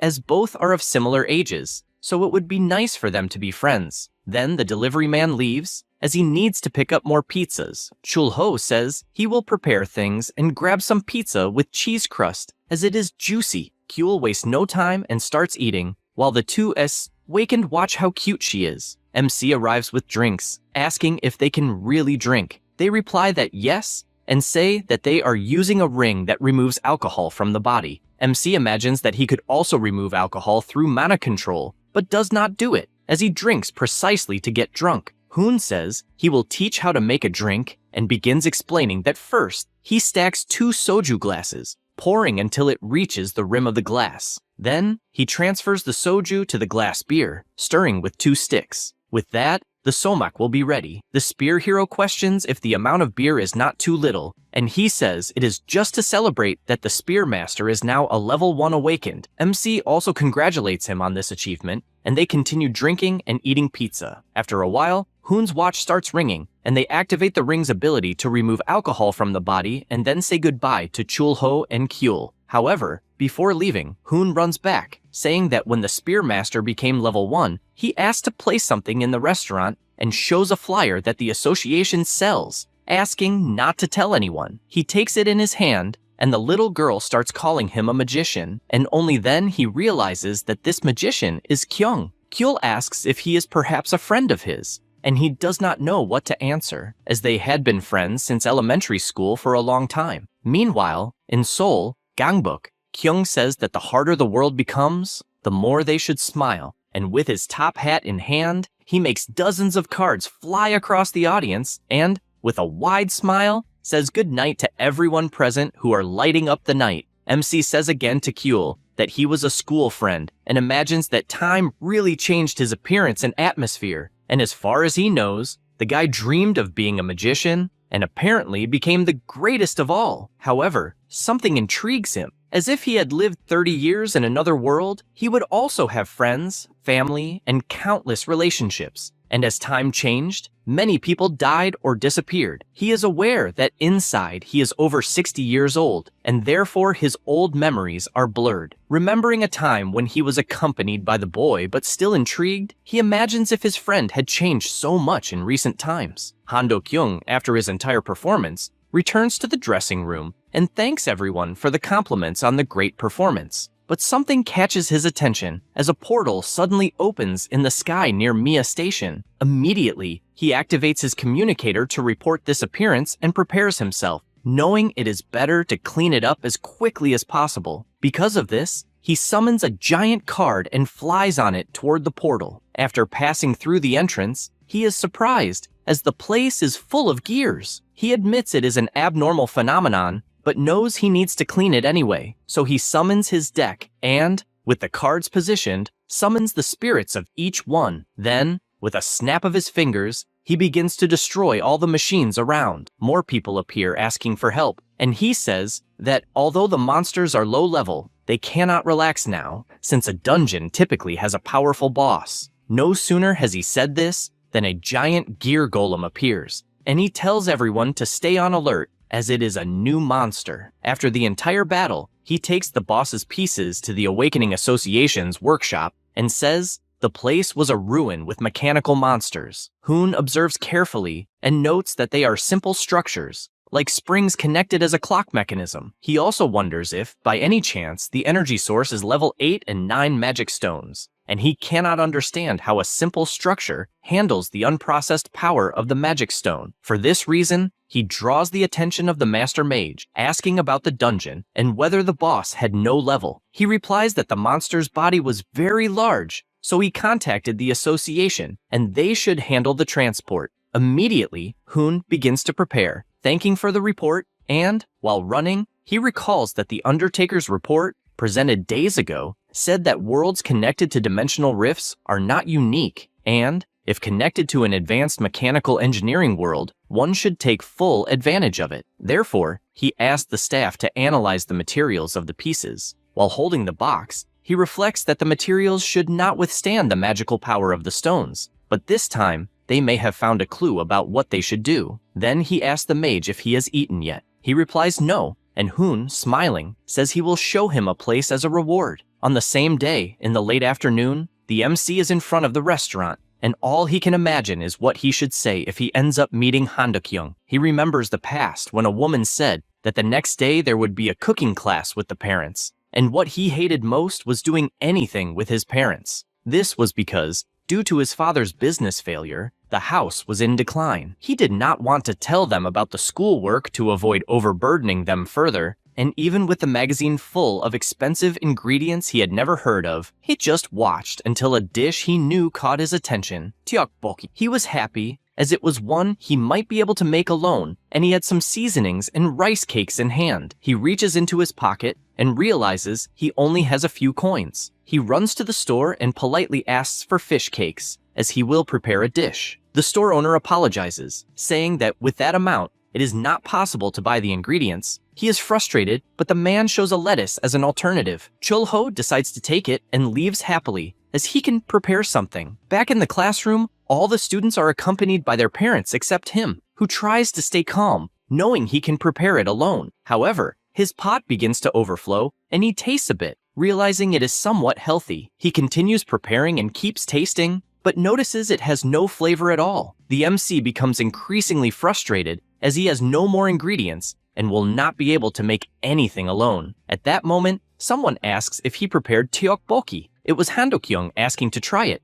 and after tasting it, he gives a wide smile, approving the food. This leaves the MC confused. At that moment, the boy shouts for the whole room to hear that Chul-ho's dish is delicious. However, the MC warns that it is not good and questions why he is lying. He asks not to worry and explains that it will be just another day, so he will use magic to make that dish delicious.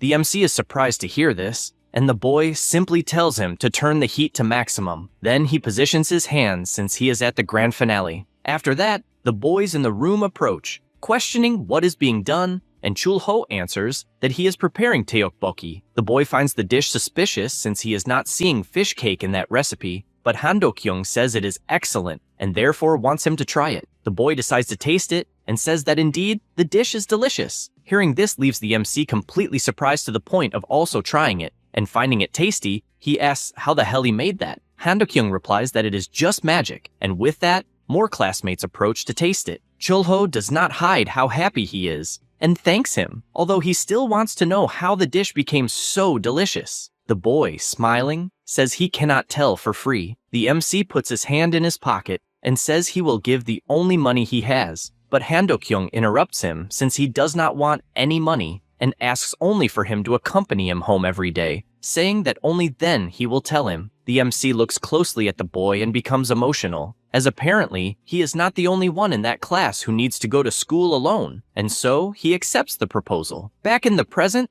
the recipe is almost ready, and Chul-ho is still thoughtful about the past, since at that moment, he became friends with Handokyung after moving to the 2nd grade and before leaving his house. After that, they lost contact, so it was a short friendship, but because of that kindness from back then, the memory stayed marked in his mind. After all these thoughts, he notices that the seasoning is perfect and therefore decides to leave the heat low so the sauce can soak in well. Then he checks his meats and notices he still has plenty of pork, so maybe he should fry some with chili to dip. Kyul arrives at that moment and asks what the side dish of the day will be. He answers that unfortunately, it will take a while and therefore tells her to go play. She becomes happy since she likes doing that, and her brother arrives at that moment and picks her up, as he cannot resist giving her a kiss before leaving, teasing that since he is the older brother, he can spoil her as much as he wants. However, it is completely useless since the baby dragon runs to the MC as well to give him a kiss,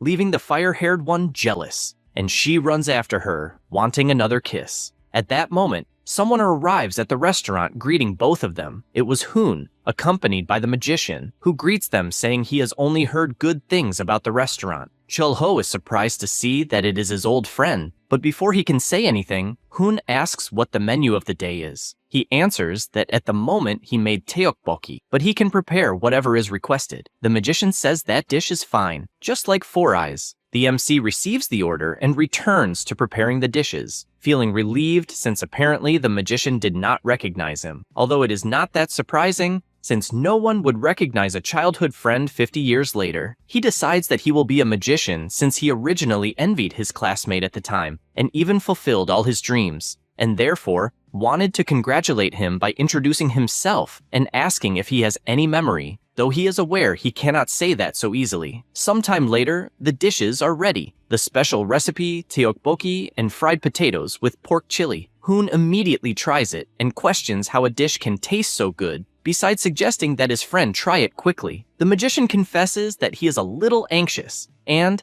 after taking a portion to his mouth, his eyes start to shine. He also comments that he probably knows which sauce it is, since that dish tastes better when it gathers all types of ingredients. Hoon turns and asks if by any chance the MC has already eaten, and he responds that he has not. At this moment, Kyul approaches calling the old man grandpa, and also comments that there is sauce in his beard. He thanks her for the warning, and asks if by any chance the little one also got her clothes dirty with something. She gets startled since those are new clothes, but the magician simply performs a trick by pulling a card from her clothes, which surprises the little girl. Next, he places something in her hand and asks her to take it to her father, since he would like to eat tteokbokki with him, and with a magic trick, a flower appears in her hand. The old man once again asks her to give the flower to her father, and to say that he would like to eat with the MC along with him. Kyul runs to the MC and gives him her flower, also asking him to eat together with the magician. He feels a bit embarrassed and says that he will sit down to eat together. At that moment, Hoon's watch starts ringing and he stands up, startled. Since the exam results are out, he runs off but apologizes first, saying he needs to go and mentions that next time he will pay before leaving. The magician laughs, since his colleague is a young man full of passion, and he draws the MC's attention by asking if the dish contains ramen soup powder. Chul-ho is left speechless for a moment and responds that it is correct. He confesses that the taste is nostalgic and even remembers an old friend he used to visit every day, and since his own family was poor,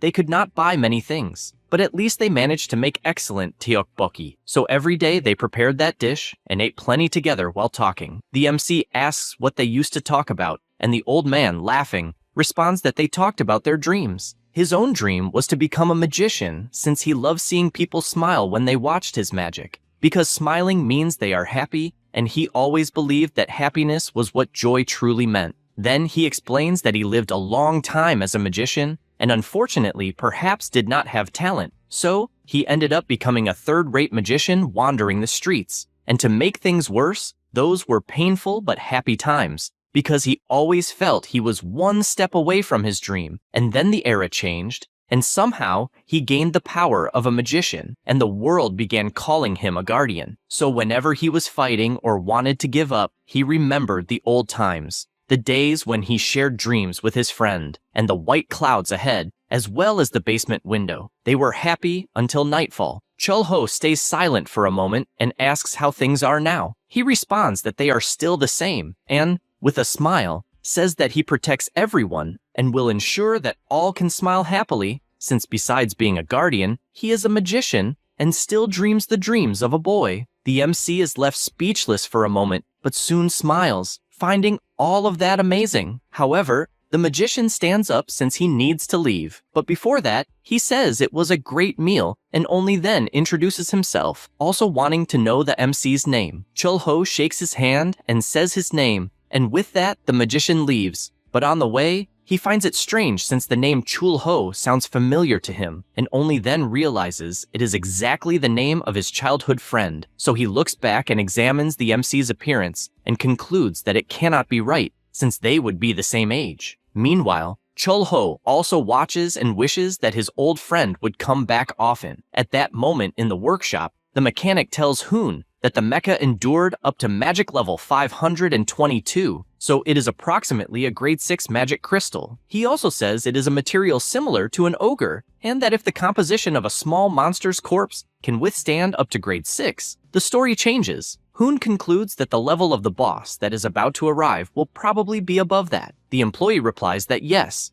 and only then will they be able to reach the goal they are aiming for. This leaves the rank 1 awakened man deep in thought, since the material for a boss-level monster simply being enough to achieve his ambition is madness, as he came from a world where mechanical engineering advanced tremendously, and he can only think about how terrifying he finds it, and at the same time, how it makes him anxious for what comes next. The next day, the MC sits on the staircase imagining that before going to the other world that was the Han River, which they used to call sewage water, but it became a beautiful and clean place and it is good to show up there from time to time. However, something catches his attention and he notices that a turtle is upside down. He picks the animal up in his hand and finds it huge, and it even seems to be a soft-shelled turtle. Suddenly, the turtle swims away at high speed, surprising even him. Other fish also appear, and he thinks it is the perfect season for the appearance of salmon, and, judging by their behavior, they must pass through the whirlpool even though it is strong, and because of that, the taste must be good.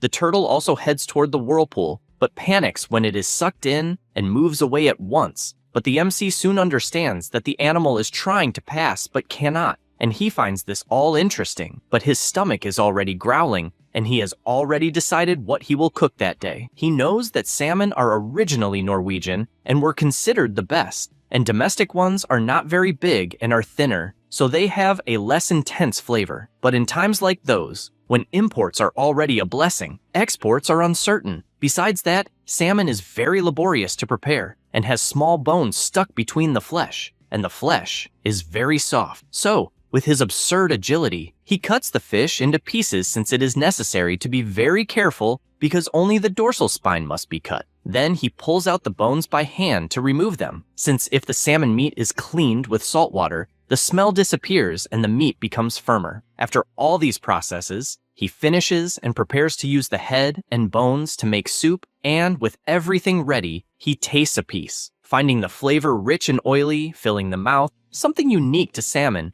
as it has a soft texture that sinks between the teeth. He knows that salmon is always the best option with alcohol or rice, but since he must prepare breakfast for the children, he will focus on rice. At that moment, someone arrives at the restaurant. It was a little boy asking please to be given a meal. Chul-ho imagines that, judging by his appearance, he is probably the beggar who stays behind the market, and judging by his face, he must have been rejected by other restaurants. And since that is something that will never happen in his own establishment, he says it is fine and asks him to come in, putting a huge smile on the boy's face. He prepares a salmon sashimi with rice, and the boy wastes no time and starts eating. Then, he asks for some water and starts drinking like never before. The boy places his hand on the table, saying the food was delicious, and that was his payment. But the MC says that first-time customers get a free meal, and only then realizes that the so-called payment is just shells and common stones. He finds the situation strange, and decides to use his detector gaze on the boy, and notices that the disposition is good, his class is humanization, and the class achievement level is low. The acquired skill is the lowest, and a special observation only says soft-shelled turtle, spiritual creature. Chul-ho is surprised to see that it is a spiritual creature, and deduces that it is the turtle he saw near the whirlpool in the river, and, since he saw that its killing power and special abilities are almost zero, then among humans, it would be like the weakest person of all. He finds it strange that more and more strange people keep appearing, and to help cross the whirlpool, he will have to look for some special ingredients he has not used for a long time, besides wanting to ask a few questions. To provide organic vegetables, Chul-ho disguised the place as a labyrinth gate. Then, in the Minotaur's dimension, everyone is working, and Mino is very proud of the progress. At this moment, Sofrin approaches calling for him and gives her orders, sending them to examine the surroundings. He can only imagine that for a mere monster like him, talking to someone like her would have been impossible. But in that world, the reality is different. Suddenly, a walking onion appears and he picks it up in his hand, wanting to know how it is alive. Then he hands it to the demon, and she, smiling brightly, says she wants to give the onion a special name, like Kindred Kayan. The Minotaur complains that the name is too long and suggests naming it Tubiak, but this time, she is the one who is displeased with the name, and even asks where he got that idea from. He reveals that they just plowed a new field and shows how beautiful it turned out. She sees no connection in anything, and Mino just says that it is not so bad to live from agriculture, since he is enjoying it a lot. Sofrin, however, can only imagine that in the demon realm this feeling of peace would be unimaginable. After all, they are always killing the weak to surpass the strong, and it is a world of endless war, and she herself lived at the center of all the chaos. She finally understands what he means, and therefore says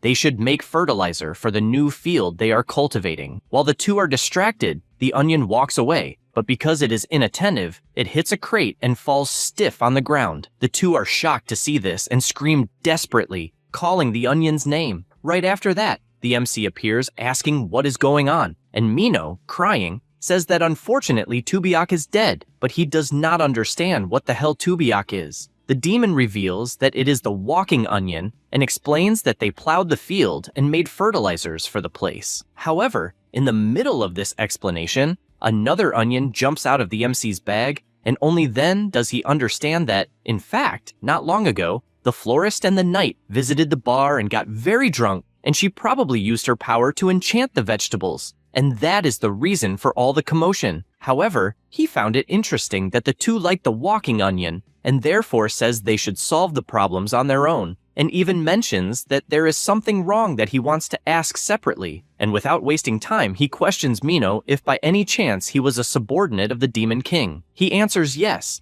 and Chulho asks if the dimension the Demon King invaded was only the Spanish continent. The two are left speechless since the Minotaur had no idea about the existence of another dimension, and Sofrin also answers that they have only invaded the Spanish continent so far. The MC asks if they really never tried other dimensions as targets, but she reveals that, in truth, it was not even their choice to have the Spanish continent as the first place, and he finds this concerning and therefore asks if they know anything about other dimensions. She becomes thoughtful and says that she knows only a little about the demonic realm, the spiritual realm, the intermediate realm, and 2 nameless dimensions, and that this is all she knows, including not knowing any further details. The MC imagines that, on the previous night, when Hoon suddenly left, something bothered him, and that is why he went for a walk and found a truck carrying a giant mechanical doll that could not be made with the technology of that world, and therefore, he believes it is probably from one of the civilizations of another dimension, and he even saw it when he returned to reality, being the machine world that apparently created a dimensional rift that connected to that world. Suddenly, Sofrin calls his attention and asks if, by any chance, the Demon King might know about the other dimensions. This question intrigues Chulho's mind since he has no idea, but she apologizes, saying she only mentioned something that popped into her head, and she laments not being able to find him in any way. He says he understands and can only imagine what it might be about, as it seems more like another dimension is trying to devour that world. After that, the little boy is eating at the restaurant, and Khan questions whether he is really not a person, but a mystical being. The MC replies that yes, since he is the soft-shelled turtle. At that moment, the boy finishes eating, thanks him, and begins to leave the restaurant. He returns to the water and starts using his magic until he transforms back into a turtle. Chulho was watching along with Khan until they hear a voice. It was Ryushin shouting that he saw a boy turning into a turtle. Hyuk, who was also with them, comments that he is probably a mystical being, and they go to the MC to ask what they are doing there. He replies that they are watching the turtle pass through the whirlpool, but he only sees failure after failure. The blonde boy admits he does not understand why the turtle insists on that path, since it could simply leave the water and crawl through another part. Chulho imagines that mystical beings are always obsessed with something, and even remembers a mystical dog that was obsessed with its former owner, who had died long ago. Yet it remained seated in front of the grave for decades. There was also the mystical fox that visited recently, who liked magical stones, and through that process, they gained the price of growth. He concludes that he does not know the principle of mystical beings, as they have always been incomprehensible. A few days pass, and the turtle boy once again returns to the restaurant, and, upon entering, asks for food. The MC notices that it is the 6th day he has seen him, and believes he is depressed after so many failures, and goes to his salmon, deciding he will use it. He begins preparing it, because salmon belly is absolutely the best since it has a unique smooth flavor, besides being oily but slightly chewy with an intense taste. He even imagines that there was a time when he thought that if he could live eating only salmon belly, he would have no other desire since on the battlefield he could eat anything. So he ate everything he found. Chulho removes the pot from the heat since the stew is boiling well, and finally sets on the table 2 delights, the ripe salmon sashimi and the spicy salmon stew. Besides that, he says he will definitely succeed that day. The boy does not understand what he is talking about, but still thanks him. After his lunch, the boy goes to the water, and this time there is an audience watching since they are cheering. The turtle begins to swim, and once again heads toward the whirlpool. Everyone stays alert, and the animal gets closer and closer, extremely determined, until in the next second, it makes a huge jump out of the water, meaning it succeeded. The blonde boy thinks it is amazing, and something catches the MC's attention since the turtle's shell began to shine, and the animal became even larger. Chulho reflects on this growth since it became even larger than the 9-tailed fox, which had an increase in the number of tails by eating magical stones. And every time the turtle resolves some strange obsession, it will also continue growing. Furthermore, he also notices something specific since, as his martial strength stopped at 6 class masters, he believes that perhaps his path is also like that, just like the turtles, and may begin with something trivial. After that, at the next dawn passing through the Uijeongbu area, a man is walking until he reaches the Arched Moon Temple dungeon. He passes by several trapped monsters and stands before 3 people questioning what is happening. The girl, whose name is Eve, is a level 0 awakened one and therefore asks them to hurry. The beast prepares to speak, but the guards say they have a problem to solve and it must involve the foreign headquarters. Besides emphasizing that Eve, as a prophet, had a new prophecy related to the southeastern zone of Yongsan. At that moment, an aura begins to come out of her, leaving the beast surprised since it is getting stronger and stronger, meaning the world has split in half. He realizes that the entire world was covered by a purple mist, and a gate begins to open until it finally becomes a dense portal. He does not hide his surprise, but the strength of the portal keeps getting weaker until the girl starts coughing, which makes him extremely worried. Eve, with blood on her hands from the cough, warns that something big will happen in the world, since a powerful being will appear, and she reveals that in her prophecy, the next scene she saw is uncertain, so they will have to wait for other prophecies. But she guarantees that a terrifying being sleeps in the city where the association is located and is so powerful that no one dares to see it, touch it, or even encounter it. The guards add that the prophecies have never been wrong and inform Farah about the mission location since he must hide his identity to gather information, and it would be better if he could infiltrate the association building. He thinks about this and answers that it is too much for him to do alone until he is surprised, because Eve informs him that she will assign Mamba Negra, who is an awakened of level 1, to accompany him. He knows that if he goes with this famous person, he will have a better chance of success since he is a perfect assassin spy, so he agrees, but asks about the report he had made regarding a powerful being appearing and saving the Shadow Cat. The guards inform him that the search was completed and they determined that the responsible individual is a guy of Class 3. Farah does not accept this since the power he witnessed was not that of a mere level 3, and he says he will find a way to investigate on his own since it is not something he can overlook. And he also asks whether Eve's treatment is ready or not. They respond that it is still in development, because suppressing the out-of-control magic power is not easy to create. Farah gets irritated by this answer, but the girl, with a smile on her face, asks him not to worry because she is fine. He hears this, and, since there is nothing else he can do, he simply passes through the portal, returning to Earth. And, while preparing himself, he increases even more his confidence that he will do anything to save Eve. Meanwhile, in Hongdae, Seoul, Yuna is with her companion and comments that she has a bad feeling because of the number of crows she is seeing in the area. Her partner asks if the reason is not because the new recruit was absent without leave. She, irritated, confirms it, since the new recruit was Jumyoung, a level 3 fire awakener, a rare child, but she does not know where the hell the brat is. She reflects on whether the reason was because of what she said the day before and does not know what she should do about it. Suddenly, she senses something and prepares for combat, warning that there is something nearby. At that very moment, the Farah appears behind her, and Yun-Ah immediately jumps back, unable to believe that the Farah simply appeared in that place. He prepares himself and summons countless rats for combat. She begins to defend herself and orders the evacuation of the citizens. The entire population starts to flee in desperation, and because of this turmoil, the Farah takes advantage to attack and lands a solid kick on the girl. Then he mounts his tiger and runs away. She does not understand why the hell the guy simply fled and realizes that the direction is the Awakeners Association. Inside the building, the alert is issued,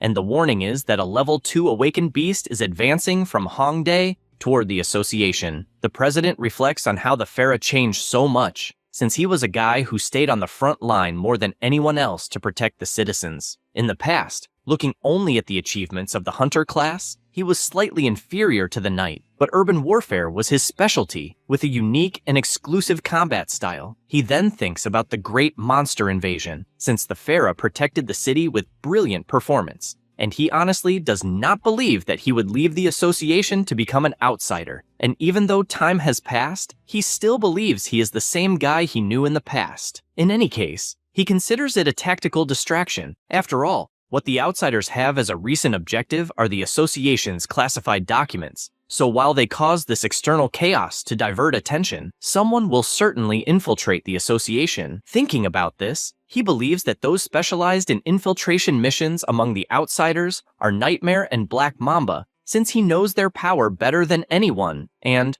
moreover, They were comrades up to 10 years ago, and either of them would be problematic. With this in mind, the president asks Undertaker whether he should request a barrier, but he merely remains silent. Then he goes outside and uses his ability. The MC immediately hears it, and this draws his attention as he walks with Kuehl. She comments that the food was delicious, and he notices how excited the little girl is, since she is buying everything she wants. However, at that moment, he senses something, and so he picks Kuehl up in his arms, since something passed very close by. He also reflects that with that level of stealth, in the human world, he had only seen the Shadow Cat, so it is possibly an assassin or something even above that. Sometime later, a being appears near the association and tries to pass through the barrier, but is stopped. He wonders if it might be a Classmaster's barrier, since he cannot penetrate it, and finds it interesting, as he did not know that someone like that existed on the association's side, since 10 years ago there was not. At that instant, Gabby appears and begins attacking the enemy in every possible way until they finally reach the ground. Only then does she realize that, in fact, the invader is Black Mamba. She laments it, since the reunion after so much time is not in the best possible way. Then a spear comes flying, but the enemy easily dodges it and tries to imagine what that weapon could be. Only then does Sang-Hoo appear, asking if he was not going to retire. The Black Mamba looks at the boy and says that he is still firm and strong and cannot believe that a brat has grown so much and, as expected, has not aged at all. Meanwhile, elsewhere, Yuna asks the beast to stop and imagines that the guardians who fight to protect the citizens are vulnerable to chaos and that the enemy induced this environment. Therefore, if the fight begins, there will be many casualties. Chaeyeon takes advantage of the situation and activates her ice barrier, trapping everyone inside. In addition, she repositions herself, saying that she will serve as support, but she does not like what she is seeing at all, since she knows the power of Yanwu, the beast. He says that he is surprised, since both the queen and the witch have arrived, and she makes it clear that she does not like that codename and asks where Eve is. He does not like thinking about the matter at all, and asks if he really should tell. Chaeyeon realizes that it is nothing good and only questions why he took the girl away. At that moment, a voice tells him that the plan failed, explaining that there is an excellent barrier on the east side and that, because of this, he should retreat. The beast says that he understands and, as he disappears, says that they will see each other again. Yuna even tries to launch an attack beforehand, but it is already too late. She becomes frustrated by this, and Chaeyeon becomes downcast since they were her partners. At the same time, the MC is observing everything from above and concludes that no one died or was injured, so, in other words, it was not a fight meant to kill, especially regarding the guy called the Beast, since, objectively speaking, there were many gaps in the fighting style of the Queen of Blades. There were definitely openings to kill, or at least inflict fatal injuries, but the Beast simply let those openings pass. This makes him think that there are complicated circumstances involved. Meanwhile, at the headquarters of the Mercenary Corps, Ryushin reads the newspaper and comments that the scale of the damage is significant, but fortunately, there were no victims, and complaints from the affected citizens keep coming in, citing one in particular who said that it makes no sense to charge taxes if destruction happens anyway. He becomes enraged by these comments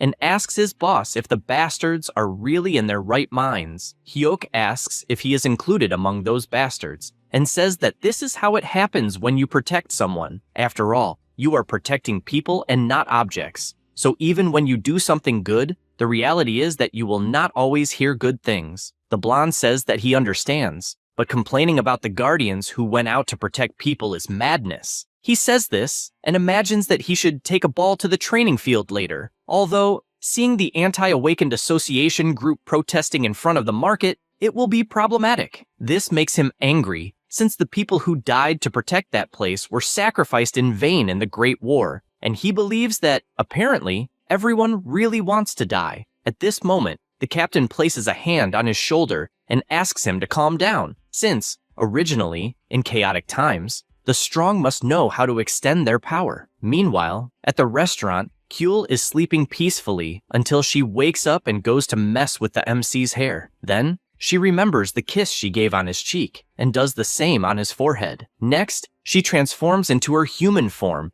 and summons her water spirit. She grabs a piece of footwear and starts to put it on, but becomes upset since she cannot use it. The spirit sees this difficulty and uses its ability on the sneakers, making them fit perfectly. Kyul becomes extremely happy and goes outside. Right away, she finds the giant cat and mounts it, asking to go for a ride. They go to the forest, and she finds a pile of strange grass. She also notices something shiny and uses her ability, realizing that there are 3 purple jewels. This makes her reflect on what Chul-ho said, that if she caused this problem for others, she should repay it. Thinking about that, she hands one of the jewels to the cat, which, upon chewing it, grows even larger. She tries to do the same but cannot, so she gives another jewel for Hodori to eat. After that, they continue walking around, and she sees a sign that says Jumbo Ramen and becomes curious. Inside, a man is eating an enormous bowl of ramen as fast as he can until he finally succeeds, finishing it in less than 20 minutes.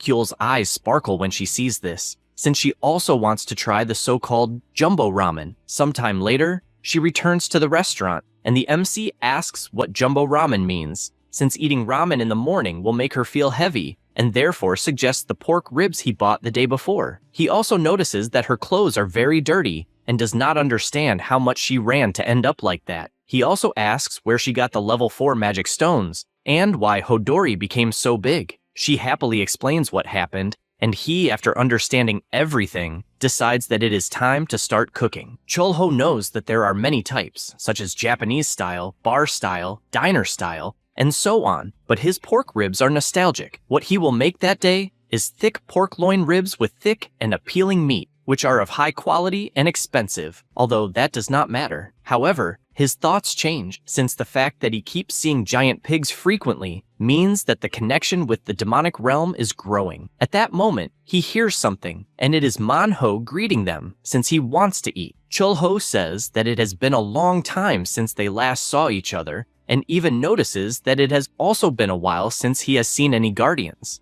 Then he remembers when he saw a barrier being erected at the association the day before, but it had not been done by a moderate class awakened, so it was a double barrier made by a master class individual. He asks them to please wait a moment and starts frying his food. Next, he focuses on the sauce, since he bought it at a pork cutlet shop and needs to make it very crispy. He knows he could use the dragon eye to find out the components and proportions of the sauces, but it would not be nice to take advantage of the shop. He imagines that he likes to dip it well, so if it is served separately with salt, it will be interesting. At that moment, a customer arrives saying that he saw the sign while passing by, and therefore would like to see the menu. The MC explains that the menu usually changes daily depending on the available ingredients, and that day, it will be pork cutlet. He says he likes it, and therefore wants a plate. Soon after, the pork loin ribs are ready. The man is surprised, since the meat looks incredibly thick, so he dips it in the sauce and, after taking a bite, finds it incredibly delicious, since he did not expect it to be so juicy,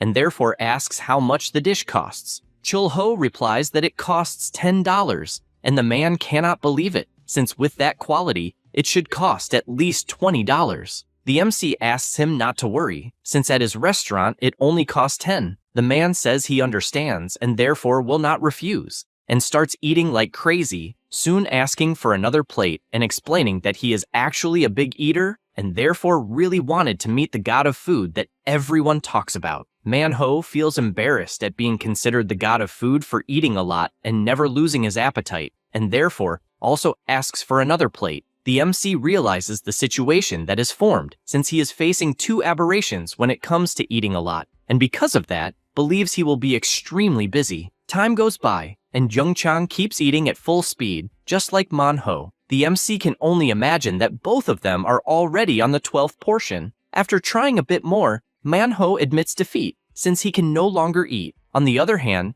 Jungchang celebrates because he managed to win. The Awakened One says that, according to the market rules, he will pay for the food since he lost. His opponent thanks him and takes his leave, hoping to compete again soon. After witnessing all of this, Chul-ho comments that it is surprising that there is someone better than the god of food when it comes to eating. He replies that it is true and then asks to eat another fried rib. Chul-ho is surprised, since from what he noticed so far, the guy ate at the limit of a mere civilian, but his limit to eat more goes far beyond that. Manhwa says that next time he is challenged, he will definitely be able to win. 1 week later, the challenge happens again, and once more, he admits defeat. Jung-chang celebrates, since he managed to eat very well, and explains that starting the next day, he will join the city expansion construction in the uninhabited zone and probably will not be able to compete for the next 2 months. Manhwa asks him to be careful since it is dangerous, because if it is an uninhabited zone,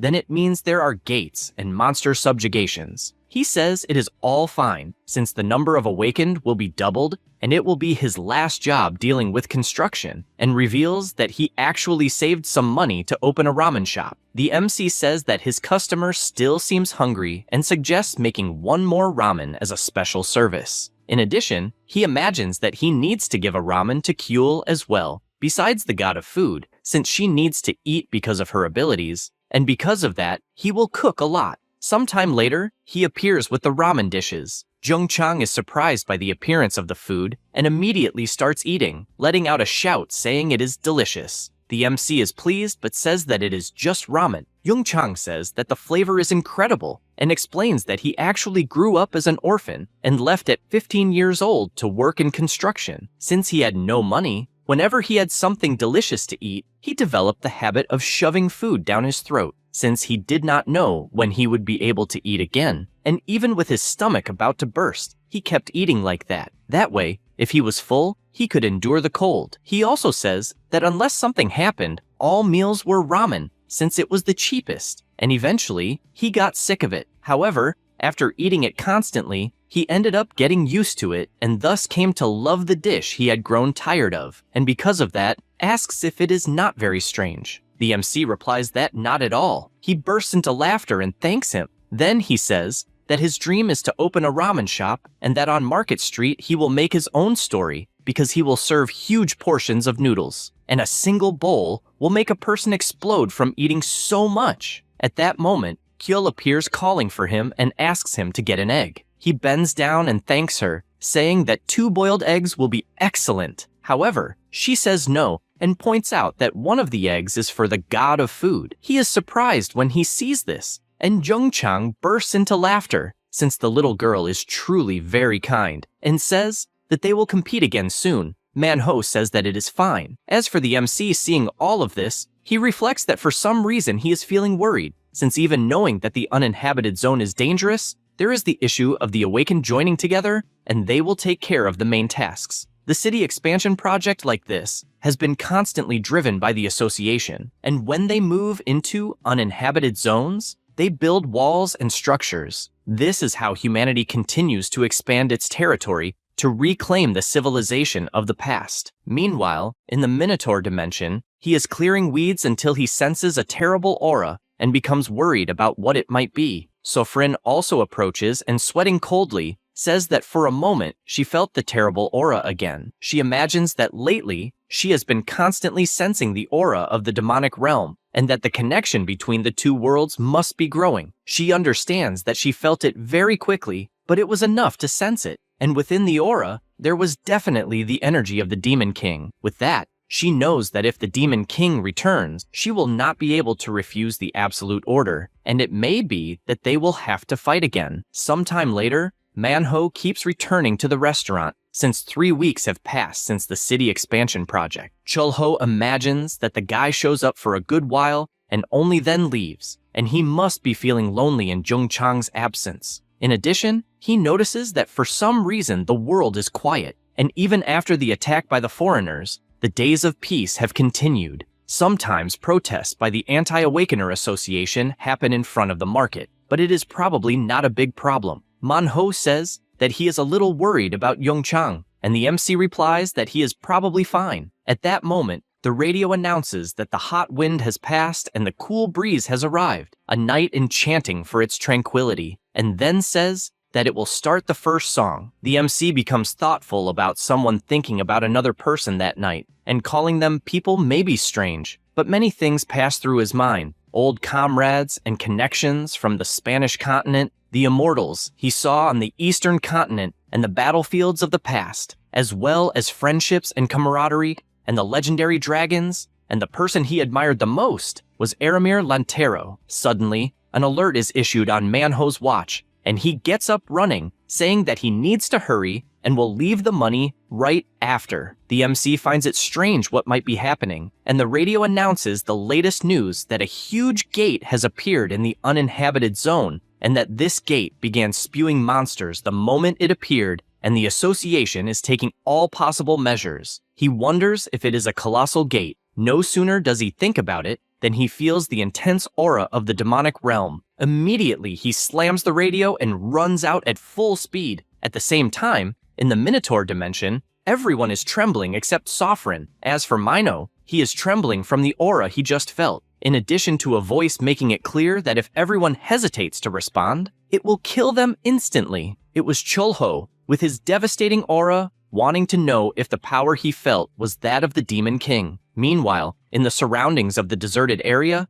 Gabby is running at full speed until she reaches the designated location and realizes that the gate is much larger than the last one she saw. She also realizes that even while running in a straight line, she ended up returning to the starting point and believes the cause is the purple fog in the area. At that moment, she feels a strong tremor, and the portal gate begins to open, releasing an incredibly dense aura that intrigues her, since the light emanating from it is purple. Suddenly, someone appears asking for help. It was Jungchang, shouting that there are injured people. She approaches, asking him to hand over who he is carrying, but at that instant, a huge dinosaur appears, and the glutton falls to the ground in fright. Gabby asks him to calmly run in the direction where the team is. However, she looks to the side and realizes they are completely surrounded by more monsters. Upon analyzing, she says there are 6 Tyrannosaurus Rexes, incredibly fast and cruel. She prepares herself, trying not to panic, and heads into battle, hoping Jungchang takes the opportunity to carry the injured civilian out. However, at that moment, a powerful flash of light appears and completely annihilates all the dinosaurs right before her eyes. In her eyes, she sees the silhouette of someone, but without giving any time, absolutely everything vanishes. Jungchang asks what happened, since a sudden light appeared and everything disappeared. She explains that all the boss-level monsters turned into ashes instantly, and that it is the same phenomenon as the secret power reported by the Lancer. Only then does she notice a strange smell and becomes worried, as it seems like poisonous gas. Meanwhile, in the demonic realm, all demons are on standby, as is the Demon King. He remembers that after the 4 lords who ruled the demonic realm disappeared to the Spanish continent, for some reason, all of them were summoned exclusively to Earth, and he himself, having fallen before, ended up losing most of his power. He knows that naturally this rumor spread quickly, and a war among those disputing the position of next Demon King broke out. But the biggest problem is the guy running toward them. This makes him remember 10 years ago, when a monstrous human appeared and swept through the central section of the demonic realm. He also realizes that apparently humans have become strong enough to enter that dimension. He thinks all of this is bullshit, since 3 lords surrendered far too early, in addition to Sophron being missing. And in his current state, there is no way to win, placing all the blame squarely on the MC. At that moment,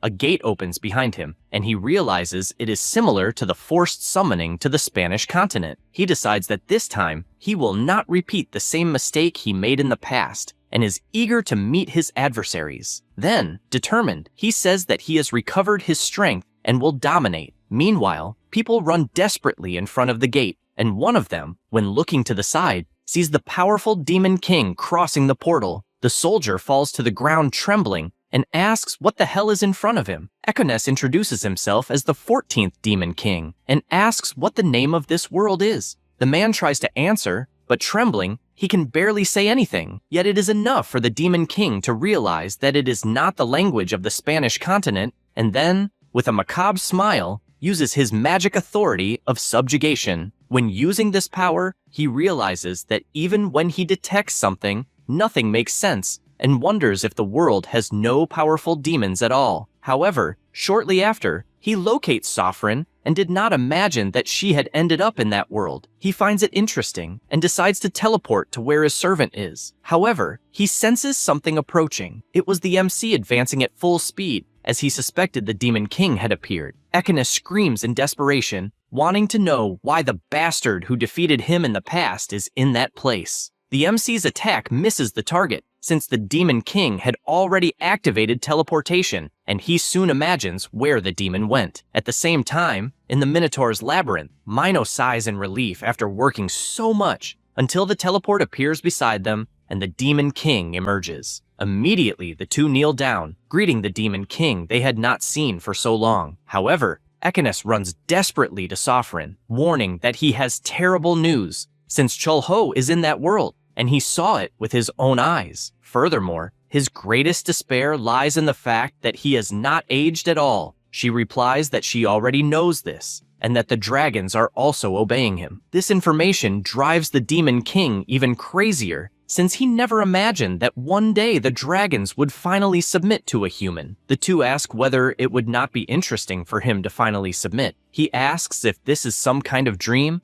and extremely furious, says that he is the 14th Demon King, guaranteeing that he would never submit to a mere human. While saying these words, he takes a full punch to the mouth that sends him crashing hard into the wall. The MC orders Sofrin to retrieve the body, and she obeys without thinking twice. Then, Chulho draws his attention and warns that in the past he had said for them to stop the wars in the demon realm, and that apparently the demon lost his position. The Demon King announces that his name is Ekenes Kartroxiv Rohanacha, and that he is the 14th Demon King. But before he can say everything, he takes another punch to the face. In addition, the MC makes it clear that if he recites his name again, he will be annihilated and orders him to choose a new short name, either Echo or Rohan. After that, at the association, they confirm that the enormous portal that appeared in the uninhabited zone resulted in 87 injured and no deaths. The secret power also appeared again and resolved the unprecedented situation. The power was not identified, but boss-class monsters of rank 1 and 2 were killed with a single blow, and it was confirmed that they were defeated not by magic, but by pure physical strength. Gabby, upon seeing this report, starts wondering whether it was an ally or an enemy who did this, and all she wants is to discover that person's identity. Meanwhile, at the restaurant, Kuehl is playing with her plush dinosaur, and she calls Echo to play as well, since that is now his new name by order of the MC. He does not like this at all, but he feels the frightening aura coming from Khan, and concludes that the two are definitely dragons. In addition, he knows there is not much he can do, since because of the ability prisoner of the restrictive band, that body cannot use strength, and even his power was sealed, turning him into a child, which drives him crazy, unable to believe that the MC truly conquered the entire world. Once again, Kuehl calls him to play, and he, seeing that expression, decides to go along with it, since he cannot believe that dragons are as cute as he thought. Khan then goes up to the MC and asks if the boy really is the Demon King and whether that is not dangerous. Chulho replies that for at least 10 years everything will be fine, so there is nothing to worry about. The dragon is still somewhat concerned, but the MC explains that what is on the Demon King's head is the prisoner's restraining band, and that if he has even the slightest thought of killing, it will cause extreme pain, hurting so much that he will not even be able to move. He says this, but knows that if the Demon King still had his original power, he would be able to break free from that band. But since he lost his powers, it is impossible, as it is a relic with the power to restrain even a Class 3 master. Khan asks how strong the Demon King is, and he replies that he is currently at the same level as Khan himself. The dragon gets excited upon hearing this, since he could beat up the demon, but Chulho says it is time to open the shop and calls Echo to wash the dishes. He becomes extremely furious, since he is the Demon King and is receiving orders, and because of these thoughts, the band on his head activates, making him roll on the floor in agony. At that moment, someone arrives at the shop. It was Gabby greeting Khan. She asks if she could order a salad, and he, dying of embarrassment, runs off to attend her. Echo soon realizes that she is an independent elf, as he can see, and cannot believe that this is not the Spanish continent, and to make matters worse, the MC already has dragons and elves in his possession. Chulho looks at him for a moment, and then takes the salad to Gabby, but when he reaches the counter, he realizes that she is already dozing off, believing that she must be extremely tired. The afternoon goes by, and at the hospital, Jung Chang is reading the newspaper, since he himself appeared in the news for having helped people. At that moment, Manhwa appears to visit him and asks if he is feeling better. He replies that yes, since he has an excellent person taking care of him. Then, Mijin appears calling for her father, and the glutton cannot believe that the girl is his friend's daughter. She says that she is surprised since she saw him entering the hospital and asks if the two of them know each other. Jung Chang bursts into laughter, saying that indeed, just as his friend said, he has a very beautiful daughter. In fact, the most beautiful person he has ever seen in his life. She becomes extremely embarrassed and says that she will leave, since she only stopped by to say hello. The glutton takes the opportunity to comment that thanks to his friend, he will be able to keep living, since life is very unpredictable. Manhwa asks what he means by that, and he replies that human life is like when he fought to survive, and everyone abandoned him. But at that moment, he is receiving donations and newspaper articles, and has gained much more than in his entire life. In addition, he points out that he did not save people, but rather some awakened ones, and that there was even a female awakened who fought against the giant monsters, and her name was Shadowcat. He also says that another awakened appeared and completely annihilated the monsters with a single attack, since in the blink of an eye, everyone died. Manhwa becomes thoughtful about this, takes his friend's hand, and thanks him for surviving. He laughs at that and thanks him as well. Back at the restaurant, Gabby finally wakes up and the MC asks if she slept well. She apologizes, but he tells her not to worry, since some people sometimes fall asleep and guests are always welcome. She laughs at that and sees the bowl of salad. When she tastes it, she comments that something seems different, and he explains that he used a special ingredient that will help with fatigue recovery. She thanks him, and Khan calls out to the MC, warning that he is finishing the frying. He turns to see if it is good and makes Gabby smell the different aroma of that frying, realizing that it was the same smell she felt when she was surrounded by Tyrannosaurus Rex. She stands up in desperation, and the MC asks if there is any problem. Not knowing what to say, she just replies that no and sits back down, believing that it must be nothing since she is tired from the week's meetings. After that, on the following day, everyone in the restaurant is sleeping until Echo wakes up, imagining that the place is very well lit, while in the demon realm, it is always purple. Then, when he turns around, he becomes furious that Khan is sleeping so peacefully, even though he is in front of the 14th Demon King. However, he knows that he needs to behave, otherwise he will get punched by Chulho. He then leaves the room and starts washing the dishes. Kyul also appears,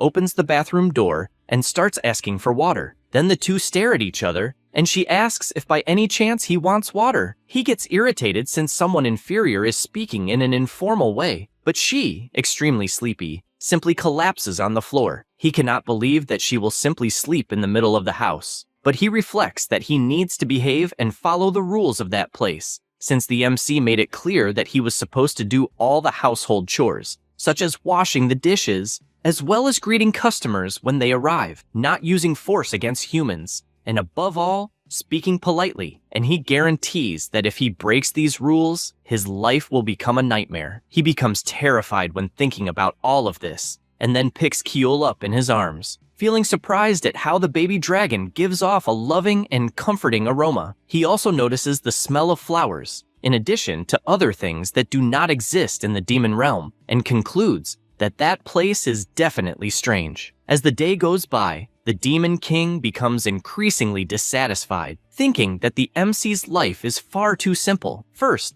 when he wakes up, he rubs his eyes and goes to smoke. Moreover, he learned that smoking is bad for health, and because of that, he wishes that he smokes a lot until he dies. Because of these bad thoughts, he feels an absurd pain coming from the band around his head. After that, he follows the MC's routine, since after smoking, he returned to the diner, did the cleaning, and went to read a newspaper. Sometime later, he went to the market to buy ingredients, and, lastly, went to the kitchen to prepare some dishes. His mouth waters, but he knows he cannot feel that way, since just because it smells delicious does not mean he wants to eat it. Soon after, other customers start to arrive, and each of them carries a pile of different worries. The Demon King knows they are nothing more than mere humans, and that at night, they all disappear, and when they are gone, he will drink with the Dragon Boy. He concludes that this is a completely different world from the demonic realm, since it is far too calm and peaceful compared to where he lived. He considers this tranquility, safety, and comfort to be weak feelings. Meanwhile, elsewhere, a citizen starts shouting at Choi, questioning what the awakened are doing, since their houses were completely destroyed. He tries to explain that the damage area was enormous, and that they have few awakened, and that they are, in fact, doing the best they can to resolve things as quickly as possible. The man keeps arguing with him, and this makes him reflect on what he is doing, since he gets grabbed and sometimes even beaten. And obviously, he could report the association and ask them to take action, but he has already done his best to help. However, at times he feels empty, and all important matters are handled by the awakened, so he does not know if he will die like this, working himself to death without anyone recognizing him. And even if he disappears one day, people will simply treat him like a dog that used to show up every day. Amid so many thoughts, he comes to the conclusion that he does not want to work. Soon, at night, he becomes excited since he is not working and runs happily to the restaurant. As he approaches, he tells the MC that he used his vacation for the first time in his entire professional life, and to celebrate, he really wanted to drink at that restaurant. So he asks if he could come in. Chul-ho answers yes, but Echo asks if they are not already cleaning to close. Choi asks if he is serious, and the Demon King asks what he is staring at, since it is rude. The MC apologizes and says that the boy is going through puberty and that he will even teach him a lesson, but still asks to enter the restaurant. While Choi turns around, Chul-ho takes the opportunity to quickly beat up the Demon King. Then he says that his nephew will apologize later, since he tried to discipline him but has not yet corrected this bad habit. Then he asks if he has eaten, and he replies that he could not swallow anything properly and therefore drank alcohol. As he says this, his stomach begins to growl, and the MC asks if he would like fermented seafood, since he made some new batches and he might like them. He says this and remembers that, in fact, there are certain people who hated it, like Echo. So he imagines that this time he made 2 types of fermented seafood. One is fermented draken, made with meat carefully cleaned from the body of the kraken. The other is fermented archer fish roe, made with sacks of archer fish eggs. Since kraken might sound a bit appetizing, he will serve it as fermented squid. He knows that the most important thing when making seafood is the quality of the ingredients, and since he used sea salt on that seafood, it will certainly have an incredible flavor. After thinking all this through, he finishes all the dishes, and Choi confesses that he has never seen those dishes before. Then, he pours a little sauce, and, after taking a bite, is simply amazed, since the tender texture of that meat was incredible. He even tries to imagine which is better, the alcohol or the meal, but concludes that the meal is definitely more delicious. He says he is starting to become more lucid as he is getting satisfied, and the MC comments that he had not appeared at the restaurant for quite some time and had even left him worried, imagining that he might be sick or something like that. Choi says that apparently the story will be long, and explains that his family had always been insignificant, and that his father came from a rural place to the city university, so he worked desperately to achieve something until he became established and entered a company in Seoul. Then, as his father always said, it is necessary to go to a good university to have a successful life, and since he was not good at studying, he ended up not being good at anything. The MC quickly realizes that this sounds familiar to him, since it was exactly like his own life. Choi continues by saying that he even managed to get into a university that was neither good nor bad, and was a place that a person had probably heard of at least once. And when his meaningless first year was passing, the world completely collapsed with the appearance of the monsters. In addition, the awakened appeared and the gates opened, and then a completely different world unfolded. Even in that new world, he was still a nobody, just a simple background-type citizen who was amazed at seeing a hero flying. The MC says he understands and inwardly imagines that listening to those worries is quite difficult, since 30 years ago he went through the same thing, so he believes he could pass on some words from that time. With that, he says that his father once said something like, "The path you will walk is the right one," that life is originally a thorny road, and that when good things happen, bad things will also happen. Living is like navigating a seasoned sea. No one can know how the world works, or when, and how things will happen. When you cannot see anything, you should tell yourself that the path you are on is the right one, and continuing along that path will be the answer, like a lighthouse, becoming a unique path even in a chaotic world. Choi is surprised by such words and thanks him for the attention. Then, he goes back to eating and says that, indeed, the archer fish roe has an incredible flavor, since it is not very salty and is very clean, in addition to having an amazing texture. The MC says that, in fact, for chefs, knowing how to use salt correctly is the most important thing. He cites as an example fermented seafood without salt, since that way it will spoil, because it is salt that preserves it for a time. So even if you eat it before it spoils, the salt would have an intense taste, and as trivial as it may seem, it is extremely essential in a dish. Choi is surprised hearing all this, since even something that seems insignificant can be precious. The MC is happy to see that his friend is more upbeat and thanks him for always showing up to help people. He is filled with emotion and thanks him for everything he is hearing. At that moment, the Demon King also approaches and apologizes for the lack of respect he showed earlier. Choi says that it is no problem, but thanks him anyway for the apology and warns that next time he will show up on patrol and leaves. Chul-ho reflects that Choi's mission is really important, since without the patrol unit, the Awakened Association would be in disarray, and they are the bridge between citizens and Awakened. Meanwhile, outside, someone watches the restaurant in secret until they turn and leave, leaving a sinister aura behind. The next day, at the association's blacksmith workshop, Smith asks the spearmaster what the length of the spear blade should be. He replies that the length he used was comfortable, so it could be the same. The blacksmith also says that this time he is incorporating a level 1 magic stone, so the resonance will be incredibly high. The Awakened notices that the blacksmith is excited, and he explains that it is a miracle that the corpses of high-level monsters were preserved so perfectly, and confesses that he was surprised, since from what he saw, the monsters were all defeated with a single blow, struck precisely in their vital points and, moreover, probably died without any pain. Thanks to this, they obtained a huge amount of magic stones, but he still wants to know who did that work. The spearman says he also wants to know, since they still have not found out. The bearded man comments that someone so skilled like that is already a level 0 awakened, the highest of all, with mastery over 3 classes. Sang-hoo thinks the same, since the association's speculation is similar.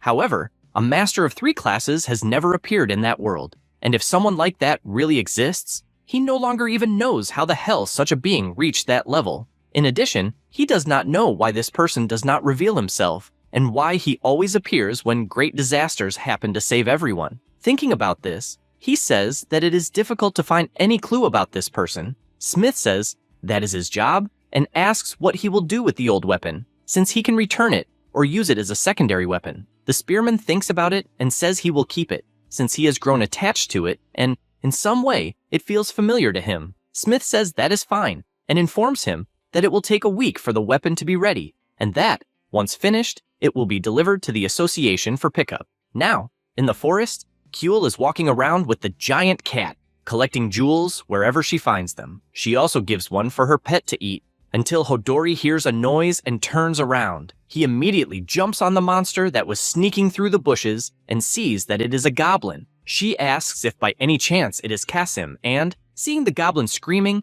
remembers when Chul-ho said that one cannot simply ignore someone who needs help. Because of that, she grabs the monster with her hand and places it on top of the cat to take it to the restaurant. Upon arriving, Echo feels disgusted by that goblin, and Khan says he does not understand the problem. The Demon King, irritated, says that he hates goblins for being skinny, dirty, and disgusting, especially the one with Kyul, since by its appearance it is a treasure goblin. He explains that these specific goblins have a bad habit of stealing and storing rare treasures in their bags and sacks, but that monster seems to have lost its own. Because of this, the Demon King feels an absurd pain, since he wants to beat the monster to death and cannot.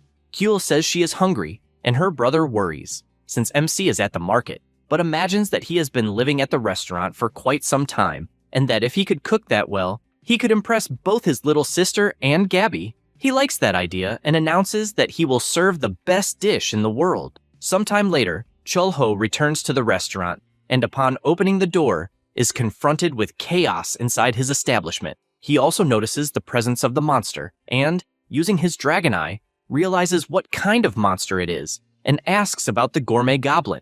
The Demon King is confused and questions whether it is not a treasure goblin. MC imagines that this type of monster evolves in a unique way in several directions, and that, even being born weak, it eventually uses every possible trick to survive. By the way, have you heard of gourmet goblins? Since they are famous for never touching food unless it is delicious, and if something they like is served, they will give an equivalent reward. Kyul says that she found a little monster, and he says she did a good job and asks the MC to give it some food. This makes her brother upset, since it means his food was a failure. Chul-ho offers his fruit jelly, and the little girl thanks him, saying it is delicious. The MC opens his subspace, since he wants to hear what the gourmet goblin has to say, and asks Kasim to try talking to the other goblin. After talking, his servant explains that the gourmet goblin wants a delicious meal and will give a treasure in exchange. Chul-ho asks what exactly the monster wants to eat. He explains that originally, the gourmet goblin lived on a very high mountain where a huge bird lived,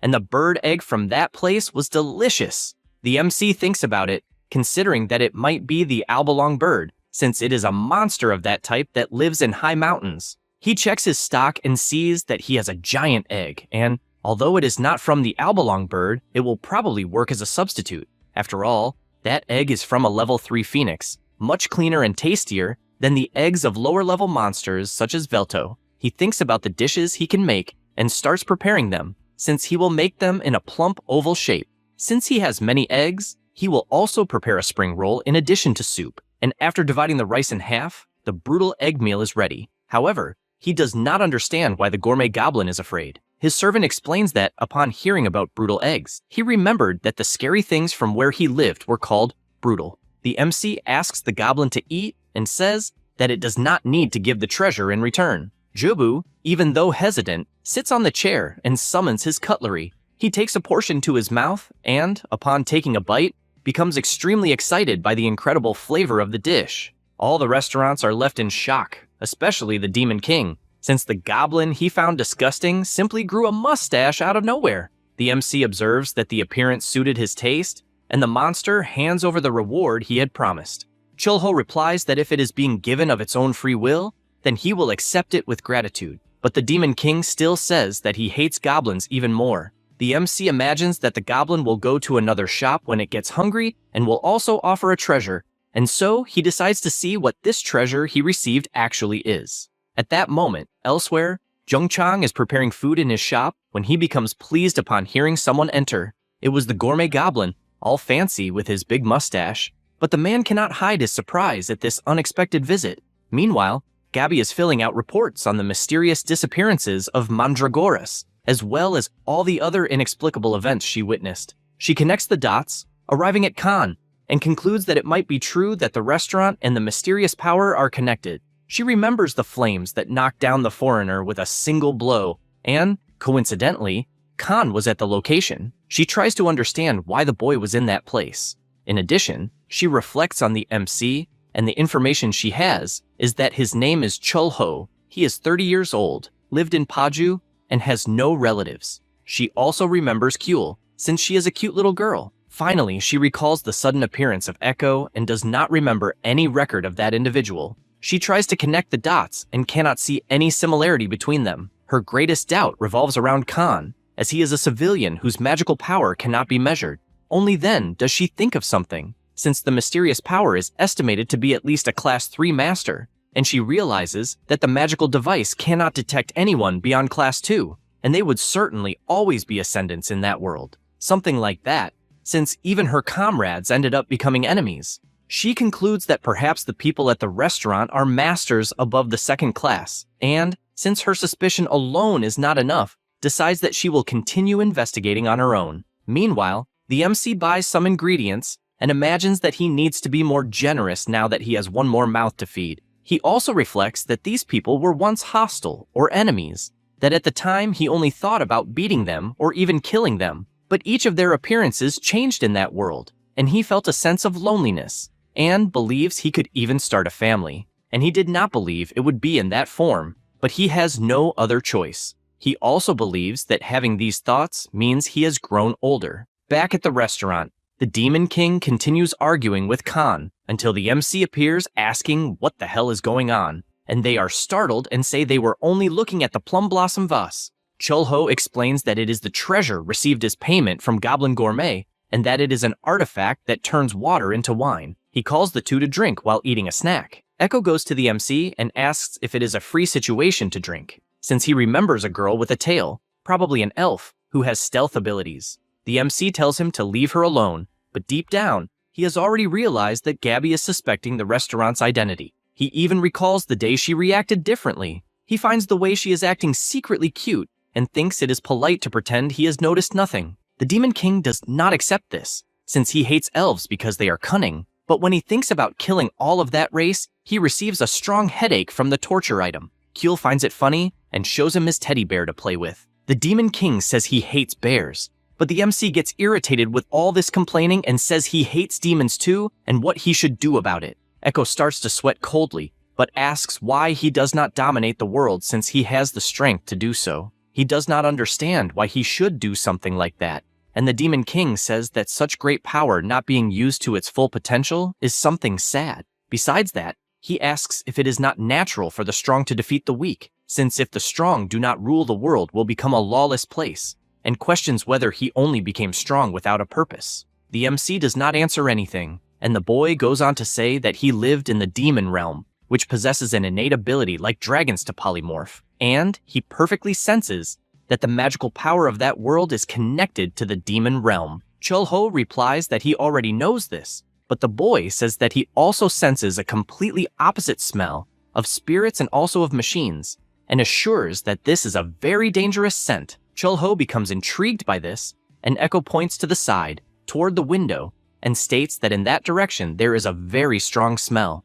The MC reflects that that is the uninhabited zone, and that there are countless portals. Because of that, he asks if perhaps the smell is from demons. Echo answers that it is not, since his authority of subjugation would have detected it immediately, and he believes that this distinct smell is from the magical power of black magic. The MC does not like this at all, especially with Echo thinking that the strong smell is also of blood. The boy does not understand how humans obtained black magic, but knows that something interesting will happen much sooner than he imagined.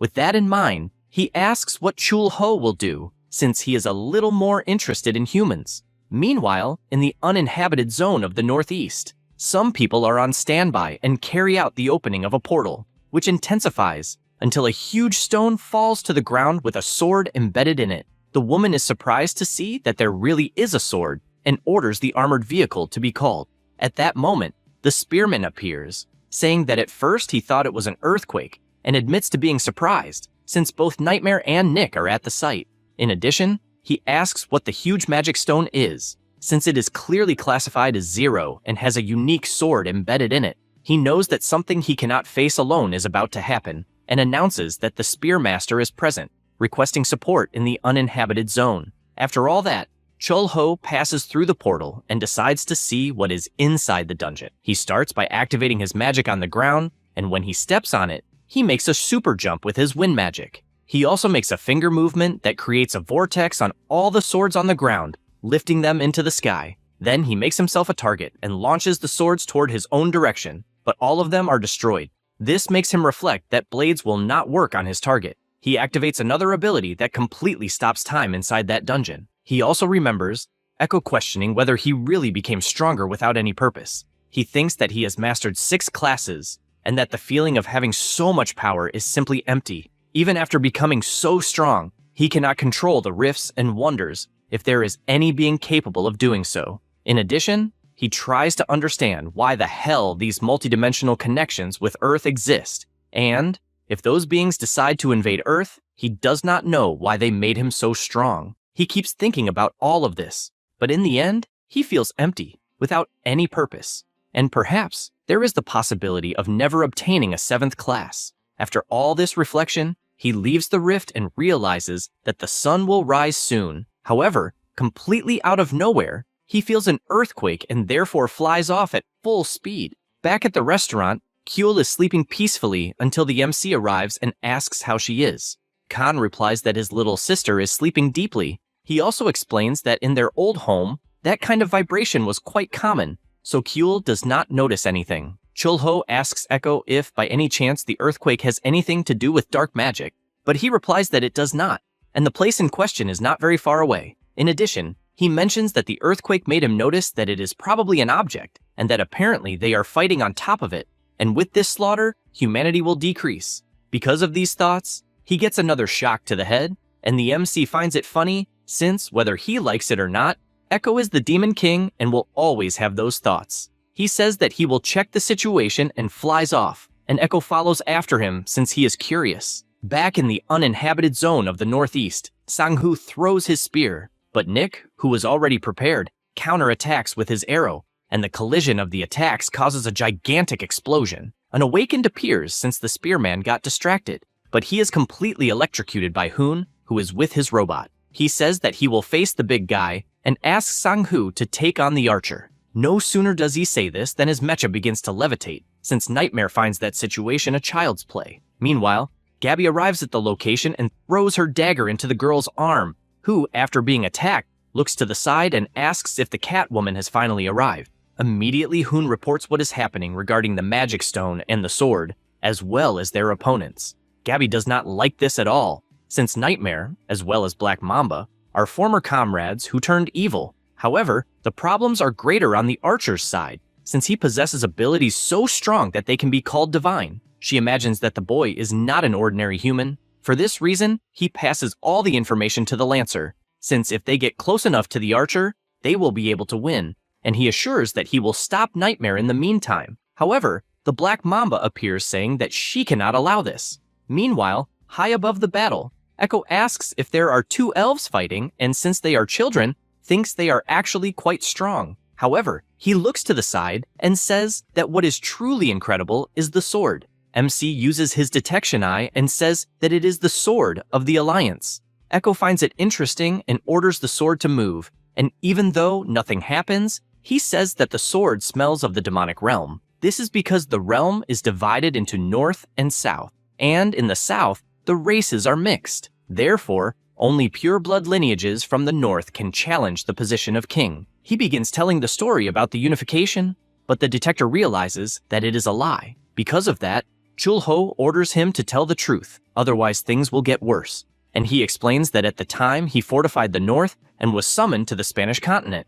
As a result, the demons of the south became hybrids and lived fighting recklessly. However, the four lords, including himself, were defeated by Chul-ho himself and were unable to use all their power, and a human named Jaeger entered the demonic realm, forcing him to flee. MC thanks him for his honesty and asks what advancing to the south has to do with the Sword of the Alliance. He explains that at the center of the demonic realm, there is a sanctuary that only the one who unified the realm and the Sword of the Alliance can access. Chul-ho asks whether that human Jaeger became the new Demon King. Echo replies that obviously, there is no human strong enough for that, except for MC himself. He also reinforces that humans cannot handle objects from the demonic realm, and that Jaeger has probably already become corrupted, and if he pulls the sword, he could erase the entire world. Chul-ho uses his power toward the fight to make everyone unable to see. He descends to the stone, and the Demon King asks if he really thinks he can resist demonic energy, since if he goes mad, there is no one who can stop him. He pays no attention to that and grabs the sword anyway. The flash is very intense, and the Awakened speculate whether it is the mysterious power. However, the flash is overtaken by a malignant energy, and this leaves Gabby worried, since at first she imagined that the mysterious power was on their side, but what she is feeling is an intense killing intent. The Lancer says that it is not a power that knocks down monsters, but rather an overwhelming horde of a colossal predator, and if they remain where they are, they will be struck. Because of this, they shout to retreat, but Nightmare, looking at the aura, begins to tremble in fear and asks if the association really created a zero-grade awakening, and they can only think that they must run.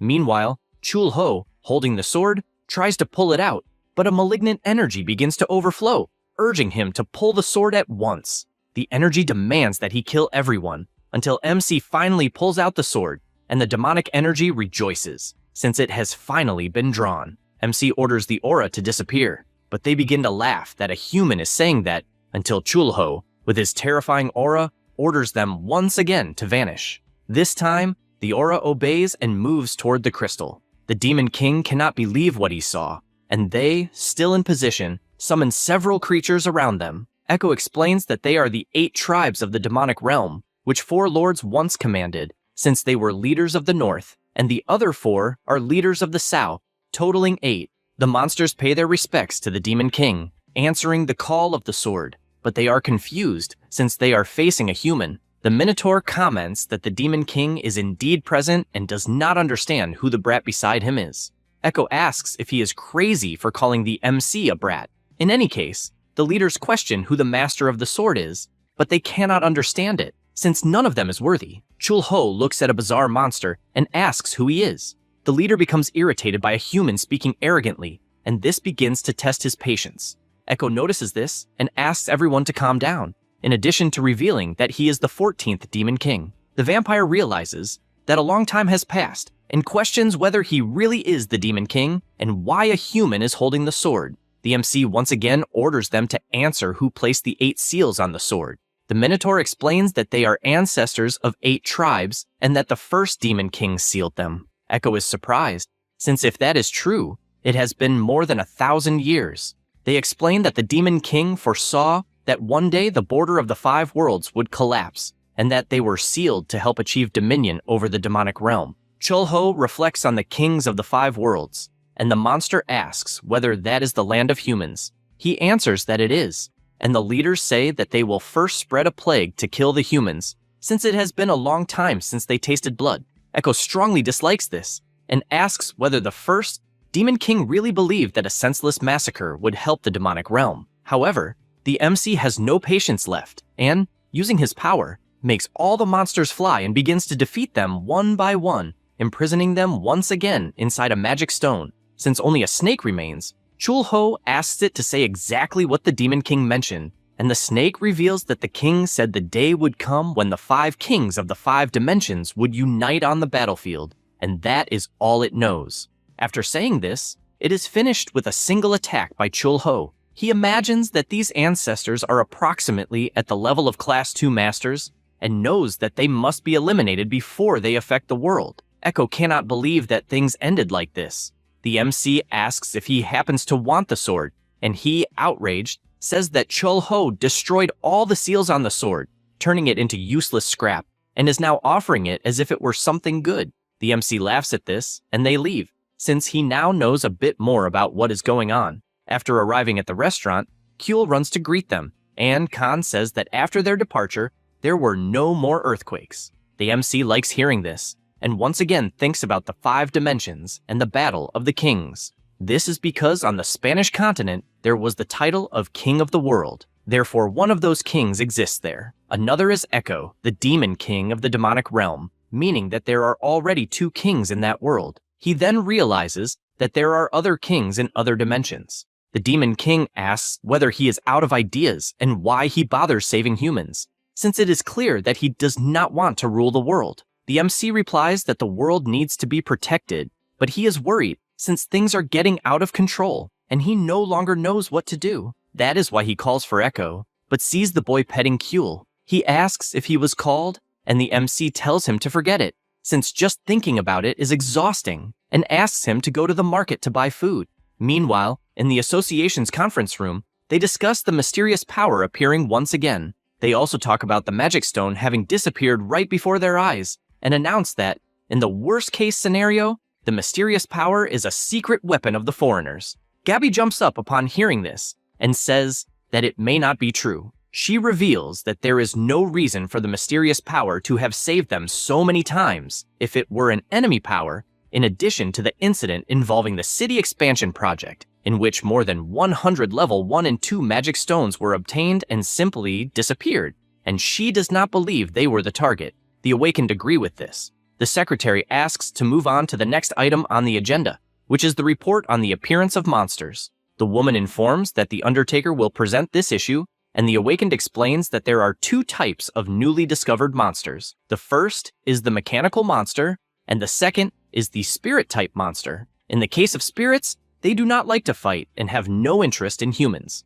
The conference continues while Gabby remains thoughtful. Later in the afternoon, in the city, Echo goes after the ingredients that the MC requested and senses a strange smell. He soon points out that it is different from the demonic energy of the sword, so he concludes that it is black magic. However, it smells like a more complex and dangerous type of magic, but in any case, he gets excited, since in the end, it is a human problem that will make them kill each other for thinking bad thoughts. The item on his head gives him a powerful shock, and he becomes increasingly irritated at not being able to think malicious things. At that moment, he notices a candy snack shop beside him and decides to see what good things it has. Back at the restaurant, Kyul is playing with her kitten when a shadow with a macabre smile appears, saying that he has finally found the baby dragon. It was Echo, who, with his mysterious air, shows that he bought a chocolate for her. Kyul is happy since she loves sweets, and the Demon King, knowing this, shows that he also bought some candies, but before handing them over, says that he wants his usual payment.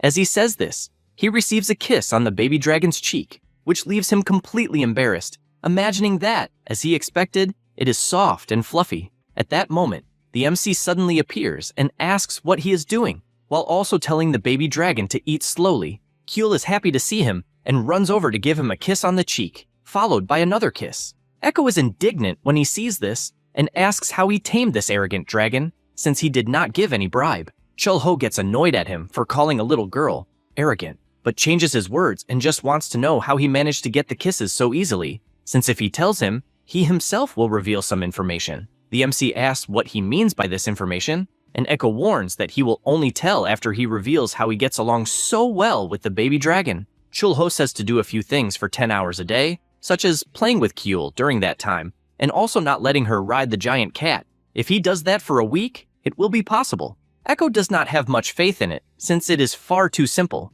but Chul-ho says that children are just like that. The Demon King accepts this and begins to talk about the information he obtained. He says that apparently the humans did something using black magic and that there is a strong smell of blood in the uninhabited zone, as if they were experimenting with something. The MC thinks that it might be the foreigners once again and wonders whether the association knows about this, since they seem worried about the disappearance of the sword. He feels bad for having simply stolen the sword and believes that he should offer something for free to the Awakened the next time they visit the restaurant. He calls Kyul to eat, but notices that somehow she looks chubbier. Because of that, he asks Khan whether dragons can develop lifestyle-related diseases. He replies that probably not, since he has never seen an obese dragon or anything like that. The MC thinks about it, and, when he pulls the baby dragon's cheeks, realizes that she is indeed heavier and does not believe that this will work out. Because of that, he calls Echo, since the boy likes the baby dragon, and informs him that he will be responsible for exercising Kyul. He simply does not believe in something like that. Meanwhile, inside a cave in the uninhabited zone, they are carrying out a treatment, and the woman injects a serum directly into Yanwu's vein. His veins begin to bulge, and he screams in pain.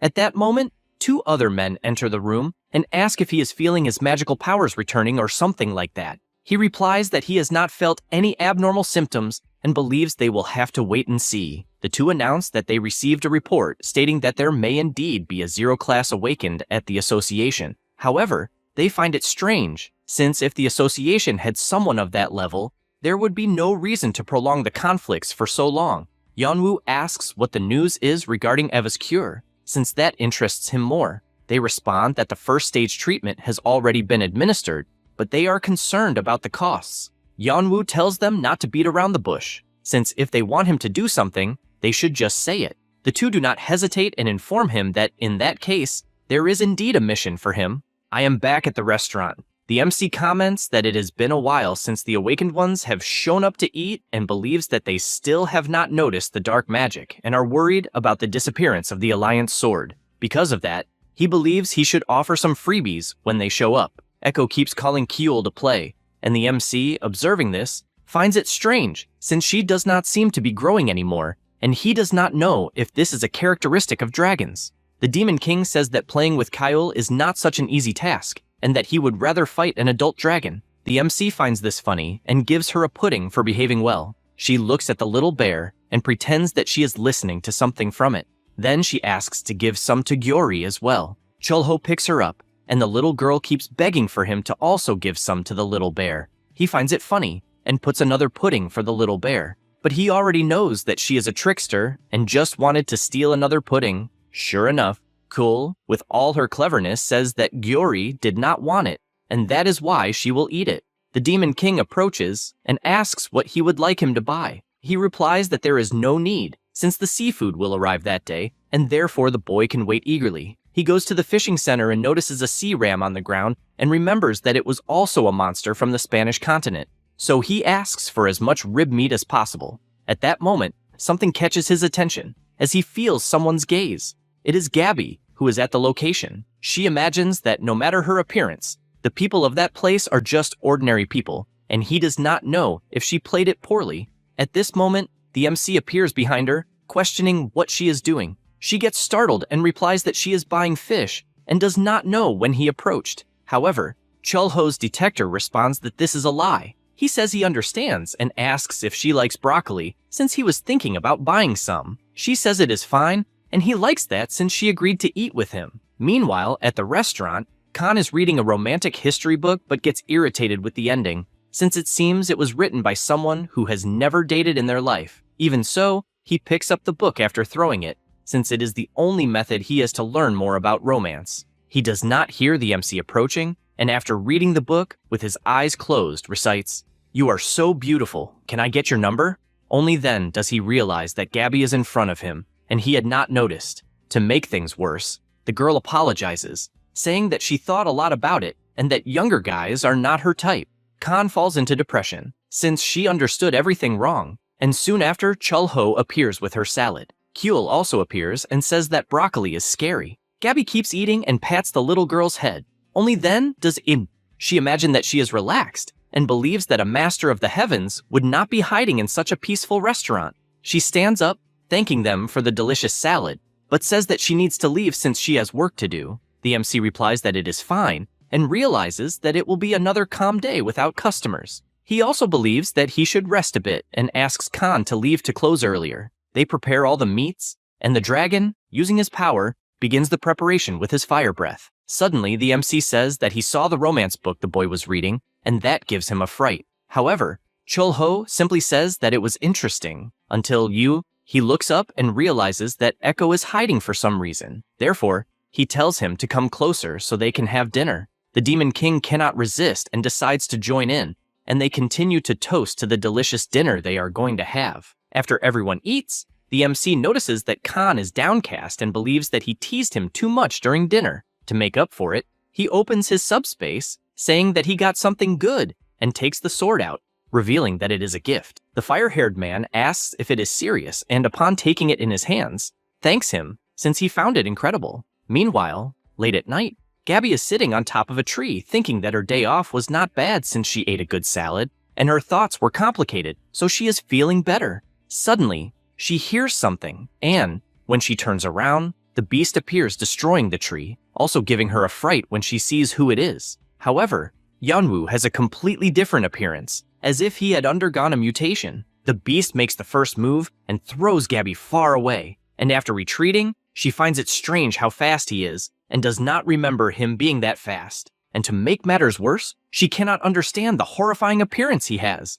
She believes she should call for reinforcements first, but realizes that the attack she took destroyed her communicator watch. Because of this distraction, Yanwu advances and lands a blow to her ribs that is strong enough for her to feel it and run up a tree, fleeing immediately afterward. The beast prepares to move, but the drug in his body grows more and more intense until he starts coughing up a green slime and then falls to the ground, lying there without moving. A bat, observing this, reports that the beast survived for 13 hours and 21 minutes, and therefore, the new drug needs improvements, since the guy failed to eliminate the shadow cat. While conducting his analysis, the bat is struck by Hodori and falls to the ground. The cat grabs the bat in his mouth, and when he looks back, sees the giant tiger licking Yanwu's lifeless body, and when he stares with that brutal face, it leaves Hodori scared to death, and he runs away without thinking twice. Back at the restaurant, the MC goes out to take out the trash, and sees the giant cat carrying the bat. However, this time, Hodori tries to get his attention, and Chulho realizes that something is wrong, and asks the cat to lead the way. They arrive at the forest in moments, and the MC looks at the giant tiger protecting the body on the ground with all his fury. However, this quickly changes, as the tiger, who was furious, turns into an innocent kitten before the MC's murderous gaze, who states that he will not do anything to harm the man on the ground. He approaches the body and does not understand what the beast is doing in that place, and whether he perhaps lost a fight against someone. He notices that there are no injuries, and even believes that it was an overwhelming victory on his side. He carefully analyzes the green slime and believes it is something from the dark mages he met on the Spanish continent, since if it is injected into the body, physical ability increases fourfold. However, in exchange for this brief power, the user's life is taken. Nevertheless, he also notices that Yanwu did not actually die since he is still breathing, and when he uses his gaze to obtain more information, it seems that his disposition was neutral, so he was not fighting to kill. The MC notices a bottle by his side and believes that it is enough. At that moment, the beast asks if he is there to kill him, but he replies that no, since his life is about to end anyway. Yeonwoo says that he understands, since apparently this will be his death. The MC denies it, and using his ability, sucks all that dark magic out of the body and throws it into the bottle. Then he says that this is all he can do, since he never had any healing classes, and tells him to survive on his own. The Awakened One slowly closes his eyes, as he no longer has any strength. Sometime later, the Awakened Ones arrive on an eagle and jump in front of the beast. The Lancer says that it takes great courage to go to the city center alone. The giant tiger becomes enraged, but Yeonwoo asks him to calm down and says that he has no intention of fighting and therefore surrenders. Gabby, injured, watches from afar, and the moment he looks at her, the memory of when he landed that powerful attack comes back, and this makes him feel awkward since he had lost control, and he simply accepts his imprisonment of his own free will. Back at the restaurant, the Demon King observes the green slime and confirms that it is a steam package. The MC does not understand what that is, and he explains that it is something rarely used in the Demon Kingdom and has insane side effects. He also explains that there are several different types of dark magic, and that one is from the Curse Branch, which assassins usually use, including on himself, but it was always useless. The MC realizes that apparently the foreigners are playing with a forbidden power, and while holding that dark magic, it explodes in his hand. He drinks his beer, and Kyul imitates him by eating her apple, and they continue talking all night. Meanwhile, at the foreigners' base, they receive the information that communication with the bat has disappeared, and as far as they know, the beast was killed. His colleague asks if it was not something useless, since the guy was extremely useful. Dan disagrees, since the Awakened One was only useful to improve Eva's illness. They head toward the girl and say that they are responsible for laying a hand on her, which she does not like hearing at all. After that, during the interrogation, Yeonwoo says that he does not know where the main base of the foreigners is, nor who is giving the orders. The Lancer then questions what the foreigners actually know, but he remains silent. Sang-hoo realizes he will not get much information, so he asks why he took Eve away. He replies that he had no choice, since the foreigners were developing a specific treatment for special cases like hers. The Lancer says that 10 years ago, the foreigners stole most of the talent in magic stone engineering and finds it unbelievable that this was the reason. Then he asks if he is trying to become a successor. The beast replies that he gave up a long time ago. The Lancer asks if at least the girl is alive, and he answers yes, but says nothing about the medicine. Sang-hoo knows that special bodies like Eve's cause the body to grow every time they use an ability, and that at some point it will go out of control. This also happens when a human awakens, and they still have not been able to create a cure of that level. And honestly, he believes not even the foreigners have achieved something like that, and that he was probably just being used. Yeonwoo laughs at this and tells him to get straight to the point. He says the world is in chaos and powerful awakened people are needed at any moment. And from what the Shadowcat said, the beast was holding back in the fight since he had the chance to defeat her and did not do it. Because of that, he wants to know if he wants a new life, and that is the offer he is making. Yeonwoo is surprised by this offer. Meanwhile, at the restaurant, the MC is reading the newspapers and reflects that the same girl as always is singing the song, "See You Again." At that moment, Kyul approaches and asks for crystals since Hodori wants to eat. He thinks about it, since in fact, whenever the giant cat returned from the hills, she brought magic stones with her. So if the little girl can detect magic stones to the point of going to them, then he should learn more about it. Suddenly, Kyul points at the newspaper and calls it Mom. He becomes puzzled by this and imagines that children miss their mother and also need one. At that moment, he looks to the side and realizes that Hodori is extremely large for a cat and that he will have to do something about it. Because of that, he summons his dimensional space and asks the goblin to get some low-quality magic stones. After receiving the stone, he throws it for Hodori to eat and notices that the cat is getting even bigger with extreme ease. Kyul also gives him a magic stone to eat, and this makes the cat shine once again to the point of going through another growth phase. But in the next second, it changes its size and form a bit. The two are surprised by the new appearance, and Chul-ho knows that this is the stage before becoming a spiritual beast. But in any case, he is happy to see the baby dragon happy with Hodori. Meanwhile, elsewhere, several awakened individuals move toward a portal. The Lancer, after passing through, is surprised since the place is a completely different world. However, he senses something is wrong. His colleague asks what he is doing. He asks for silence since a low-rank wind spirit is approaching. That is Sylph, who upon seeing the Awakened, takes his hand and starts playing. Marana asks what they should do, and he simply says they should not touch the drinks and that they will return soon. He knows this is the captain's will, and that lately the gates where spirits live have been increasing a lot. After that, in another restaurant,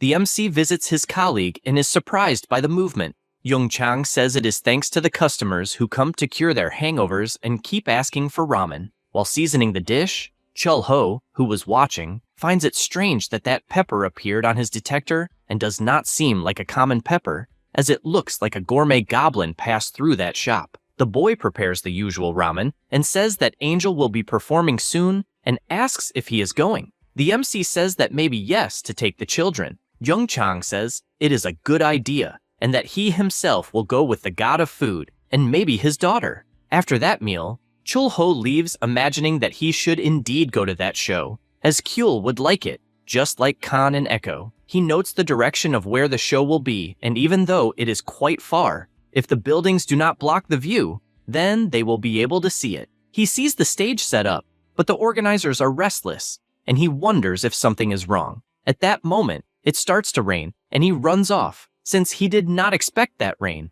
which in fact had not happened for quite some time. There was a superstition that if you split the raindrops in half with your sword, you would survive on the battlefield. His friends, who laughed loudly while cutting raindrops, are already gone. Suddenly, someone approaches asking for permission. The MC feels that that person is familiar from somewhere, and the girl says that she is very hungry and therefore wants to know if there is somewhere to eat nearby. Only then does she remove her hood and says that she wants to eat somewhere that is not crowded. Only then does Chul Ho realize that she is the famous singer called Angel and, because of that, asks if she should not be singing at that moment. She says yes, but it rained and on top of that she is hungry. He says he understands and invites her to eat.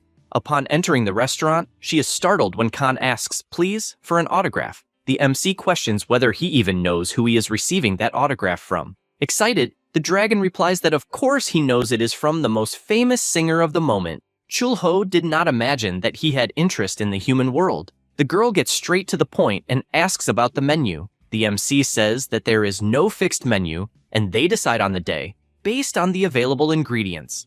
But he will make an exception for her, so she can order whatever she wants. Angel gets excited and says she wants grilled mushrooms. Khan thinks it is absurd that someone likes that, but still goes to the kitchen to prepare it. They will use a giant mushroom that even has legs. The MC knows that if it is pine mushroom, grilling is the best way to preserve the fragrance. Then, after preparation, the giant grilled mushroom is ready. She smells the dish and shouts that it is delicious. The MC finds it strange, since she only smelled it and still thought it was delicious, and because of that, decides to use his detection eye. Her alignment is good. Her class is Wind Spirit Arts. Her class achievement is the highest, as well as the acquired skills. He realizes that the girl is a spirit, and apparently there are many non-human beings in that world. In addition, she is a max-level wind spirit, something that not even Kyul would be able to summon, like she did with the water spirit. At that moment,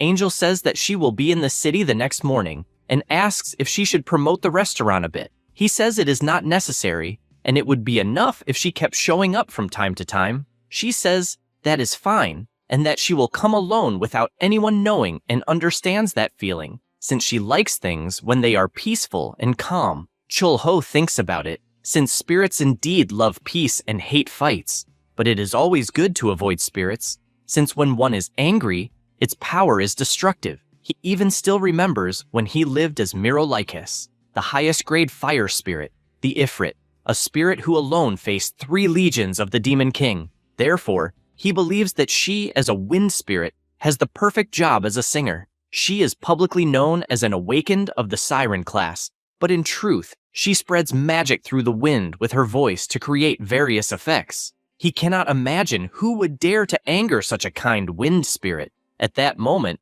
a boy is taking his morning walk until he takes a deep breath, since he has finally completed 10 laps and believes that at this pace he will gain the Spear Master's attention. He looks down and finds it strange to see a baby without parents nearby. At that moment, Kyul, who was having fun, jumps into the water and the boy gets startled and immediately jumps in to save her. However, Kyul, who was having fun, looks to the side and sees the boy in the water as well. But he, unable to breathe, realizes that he cannot swim. She laughs, saying that he is swimming well, until she notices that he is not breathing, and remembers when Chul-ho said that humans are different from her since they cannot breathe underwater, and that if she ever sees someone falling in, she should save them. Because of that, she uses her water spirit and saves the boy. The MC hears everything that happened, even though he does not know if it is entirely true, and asks where her shoes are. Only then does she realize they are gone and becomes depressed since she lost her precious shoe. The MC tells her not to worry since they will look for it, and after going outside, he notices that both Hodori and the boy are unconscious from drowning. Kyul once again says that he is the boy she saved, and the MC, seeing that it is true, thanks her for doing such a good job. After some time, the water spirit removes all the water from the boy's body, and the MC notices an identification on him. When he picks it up, he realizes it is a student ID, and that he is a student from Cipher School. At that moment, he wakes up and asks if he is in paradise, since he remembers jumping in to save a child who fell into the water and then does not remember anything else. The MC says that they are in a restaurant and thanks him for saving his daughter. The boy says that he did nothing since he cannot even swim, and says that he is a student with his graduation scheduled for next semester. The MC decides to use his detection eye and notices that the boy has a good alignment, is of the fire class, has a low class achievement, and his abilities are average. Therefore, he believes that for his age he must be behind his classmates, but will definitely achieve greatness one day. Hyuk-jun says things went badly since he needs to practice for the demonstration. Chul-ho asks what he means, and he explains that future graduates perform a demonstration in front of the guardians. Normally, it is necessary to register in advance, and students with excellent grades are the first to apply to the field they want. Then each guardian selects the talent they need. He knows he is not the most talented of all, and that to join a guardian's team, he will need excellent grades and exceptional skills. Chul-ho asks what happens if he cannot join a guardian's team. Hyuk-jun replies that there are usually two options: administrative jobs in the association or the public response team, and he does not mind working anywhere even though he prefers the field. The MC realizes that he is very brave, just like when he tried to save Kyul without even knowing how to swim, so he asks if the field is not dangerous. The boy knows there are many casualties, and even so wants to work there. In addition, he says that his greatest desire is to join the Spearmaster to become a cool guy like him. While he was saying this, the Spearmaster himself arrives at the restaurant hearing everything, and the boy, upon seeing that his idol has just arrived, he immediately introduces himself as a student from Cipher School and says he respects the Awakened One very much, as he is a big fan, and that he is even cooler in person, so he would like an autograph and a handshake. He asks for all that and runs off in excitement. The MC asks him to stay at least for lunch, but it is too late, as Hyuk-jun has already left. Sang-hoo says it is graduation season, and in any case, it is cruel for the children, since they need to learn how to kill monsters efficiently, and that is why he cannot treat the students carelessly. Chul-ho sees that he is a nice guy and tells him to wait, as he will serve a meal. Before that, the Lancer calls the MC and asks if he would like to take a vacation the next day, and, if possible, stay as far away as possible from Angel's concert that will take place in the square. The MC does not like that at all. The night of the concert arrives, and the Lancer is already in position. That is because a few days earlier, in the interrogation room of the Awakened Association, Sang-hoo asks Farah if he has changed his mind. He replies that he has not, but he still needs to do some things before starting his new life, as he has done things he regrets. In addition, he says he called for a different reason, as there is something everyone needs to know, such as the foreigners' plan to attack that city. The Spearmaster, remembering this, imagines that the foreigners believe Farah is dead, so they do not know that the surprise operation has been exposed, and he has already discussed this with Angel, since in order to defeat them, they will need to use the girl as bait. She says that the final song of the performance has arrived, and that it is called "See You Next Time." At that moment, a shadow appears at the top of a building, and the foreigners show up, questioning whether the girl is that angel. Pesadelo says that although she is a girl, she is also a high-level spirit pretending to be a singer. Black Mamba tells the sniper to get into position, as they will observe the next point. The purple-haired girl picks up her rifle, as well as her ammunition, and gets ready, while Black Mamba tells her to wait. Meanwhile, he notices the restaurant named Bap Jip, Rice House, and thinks it is a boring name, but he is concerned about how everything is so quiet and has a bad feeling, so he orders them to start at once. The girl, after aiming for a while, fires her shot with special ammunition, which hits Angel squarely in the chest. At that moment, Sang-hoo shouts to initiate Formation F, and all the awakened shout that they are in position. Gabby says she found the sniper at the top of a building. Hoon also performed a sweep as a precaution, and tells the Spearmaster to move to the next point. He starts moving at high speed and jumps toward the building until he comes face to face with the foreigners. Without thinking twice, he prepares his spear, as he knew they would appear near the restaurant alley, and strikes with all his strength. However, Pesadelo simply creates a shield around them and questions why the association suddenly appeared. Sang-hoo arrives at the building and says the two of them are trapped. No sooner does he say that than he is attacked by Black Mamba, who questions how they found out about the plan, since they responded very quickly. Sang-hoo says that is nonsense, as they will always know about evil plans. Suddenly, the sniper fires her shot,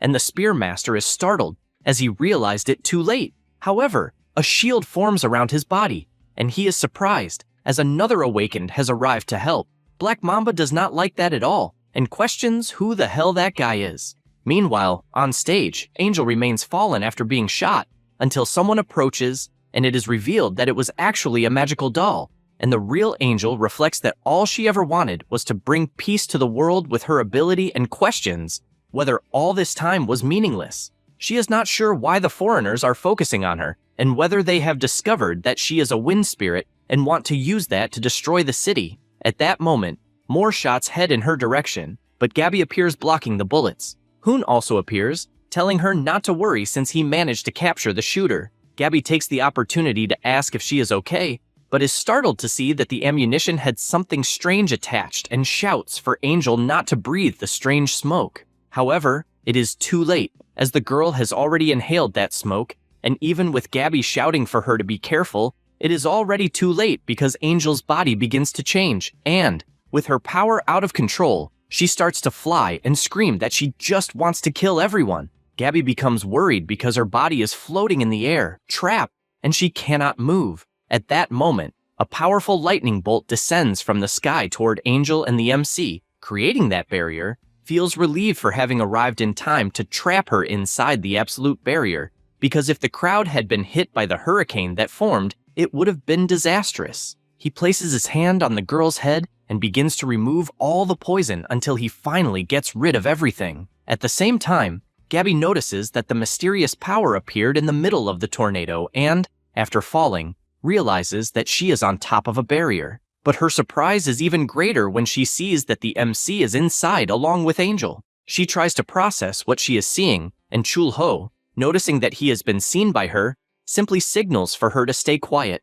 Then he dispels his barrier and disappears, leaving Gabby to take back Angel, now cured of the poison. She feels relieved to see the singer well, but is still in shock from what she just witnessed. The next day, the news is already in the newspapers that the association captured 2 people responsible for the attack in the city center. The captured foreigners were the elite sniper and the awakened archer. Hoon calls Yuna to see something, since the newspaper says there was a brilliant performance by the Shadow Cat, as she alone protected Angel from the attacks. This makes him depressed, since it makes it seem like he himself did nothing. She tells him to go complain to the newspaper's editorial office. He asks if she is still upset about it, and the girl, embarrassed, picks up the newspaper, since her anger toward Gabby has not disappeared, and goes back to reading what was reported about the previous night. Meanwhile, at the restaurant, the MC is preparing a dish, and knows that, with kimchi stew, especially in Korea, every family has its own recipe. He prefers to throw everything in at once and cook it, since that way the flavor usually turns out good and uniform. He also knows that if a person is lazy, they can just add a packet of ramen soup, and since the restaurant is quiet, he will leave it on low heat. In addition, there is a lot of leftover pork belly, and he believes he should cook some. Since he knows that cooked kimchi goes well with drinks, he shouts to Kan that they will open the jar of plum wine. But as he says this, he remembers that Kan, Kyul, and Echo are on vacation, and that is why he is alone in the restaurant. Then he remembers the Spear Master's suggestion to stay as far away as possible from Angel's show, and, because of that suggestion, he sent the three of them on vacation to the sea. On the way, they really wanted to watch the show, and he even let them watch the first songs. But since he did not want Kyul to see the singer out of control, he asked them to leave before it ended. They were upset about it, but in the end, they accepted it. The MC decides that it is time to clean the front of the restaurant, and, while doing that, something catches his attention as Gabby appears not knowing what to say. Because of this, she simply asks if she can eat, and he, upon going inside, asks if he should prepare the usual salad. Before answering this, the Shadow Cat cannot hold back and asks if he is the same one responsible for the mysterious powers. The MC simply turns his face away without saying anything, and she, unconvinced, asks what exactly he is. This is because she believes he masters at least 3 classes, and since he is so strong to the point that the magic detector cannot identify anything, she believes he is even stronger. Chulho replies that he just wants to live a normal life. She is surprised by this, and says that she has not told this secret to anyone, even though he might not trust her. He says that he trusts her, because elves cannot lie to their friends. She is startled, since she did not imagine that he knew her true race. This makes him remember his teammates, who used to say that they trusted him and that he should always protect his own blood. This makes him feel a bit more encouraged, even with so many problems. Meanwhile, Gabby, realizing that she can no longer hide it from him, simply releases her magic and reveals her elf ears. Then, she removes her gloves, makes a cut on her finger using the tiara, and, with the blood on her finger, says that she is making an elven promise that she will never disrespect him and will forever keep that secret. The MC touches the blood, since he knows that elves risk their own lives to fulfill their vows. He always finds that vow power incredible, and, because of that, says that he accepts this promise. She thanks him and asks what pleasant fragrance that is from the pot. He says it is plum wine and asks if she wants some. She gets excited as she finds it interesting to drink at least 1 cup before leaving. At that moment, in the East Sea, a shark was swimming when it spots 2 prey floating in the water. Because of that, it tries to bite and misses the target, which in this case was Kyul, playing with the turtle. The baby dragon gets excited, thinking the animal wants to play, and because of that, traps it in a bubble and asks what that is. The turtle, frightened, says that it is a Methidos, and that it is a creature that eats turtles like herself. Kyul says she understands and tells the shark to go away, as she does not want to see her friend hurt. The turtle finds it incredible how such a monster fled without thinking twice, and realizes that, while the 2 men stayed lying on the sand, he went to the sea with the child, who floated happily, and before they noticed, they had reached the middle of the sea. At that moment, he notices something and shouts to Kyul that a huge storm is approaching. In addition, a wave approaches and engulfs them, and the turtle notices that, while she is drowning, the child does not stop playing, and all she asks is to be reborn as a sea beast in the next life. After some time, the turtle who had drowned finally spits the water out, and Kyul says that he has finally woken up. However, the turtle does not understand anything and, frightened, transforms into a human and runs away, since he is seeing mermaids. The girls start pulling his cheeks. At the same moment, a giant shadow appears and a colossal dragon emerges. With his imposing aura, he leaves Math completely terrified. Then, Echo appears on his back, saying that they have finally found the child. They ask why she is so far away, and the baby dragon, always having fun, says that she caught a wave. Math does not understand what is happening and asks who the dragon is. Echo finds this question strange and says that he is Kyul's older brother. He is completely shocked to learn that the simple human lying down was in fact a colossal dragon. Kyul says that she also wants to fly, but her brother says that she needs to wait until the next growth. While Math watches this in surprise, A mermaid calls out to him and hands him a shell with her beautiful smile, which leaves the boy extremely embarrassed. Meanwhile, Echo shouts for them to leave quickly, and they return flying on the dragon. The turtle, on the other hand, keeps admiring the beautiful shell it received from the mermaid. Meanwhile, at the restaurant, the MC continues washing the dishes until everyone finally arrives. Echo, furious, shouts that Chulho knew how relentless Kyul was, and that is why he only sent the 3 of them. He says that he stayed awake for 3 days watching over her, and when he dozed off for a moment, the baby dragon had disappeared.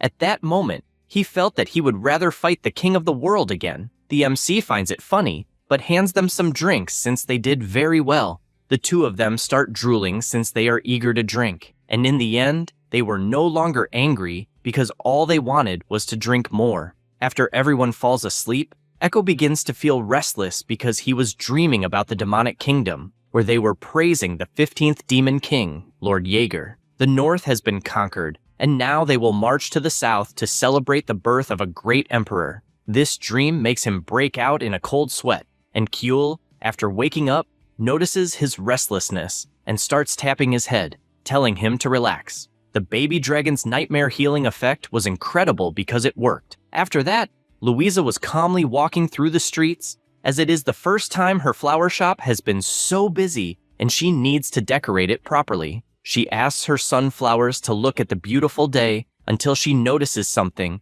and asks if the little girl in front of the shop is not Kyul. She picks the girl up and asks where her father is and if she came out alone. Kyul replies that her father is sleeping, just like her older brother. Louisa asks if she is talking about Echo, but before she can answer, someone else arrives at the flower shop. It was Choi greeting both of them. Louisa notices how cute Kyul is and even thinks that one day she also wants to have a daughter after meeting a great husband, a man with black hair, cold, and with a wild and rough charm on the outside. At that moment, Kyul gets down since she needs to leave, but before that, Louisa gives her some flowers as a gift, and the little girl thanks her before saying goodbye. Louisa finds it very cute, and the knight asks what she is doing at the flower shop so early. She replies that she finally managed to get 2 consecutive days off and that she should go to the association, but her master told her to rest. She thinks it is a great opportunity because she can properly decorate the shop.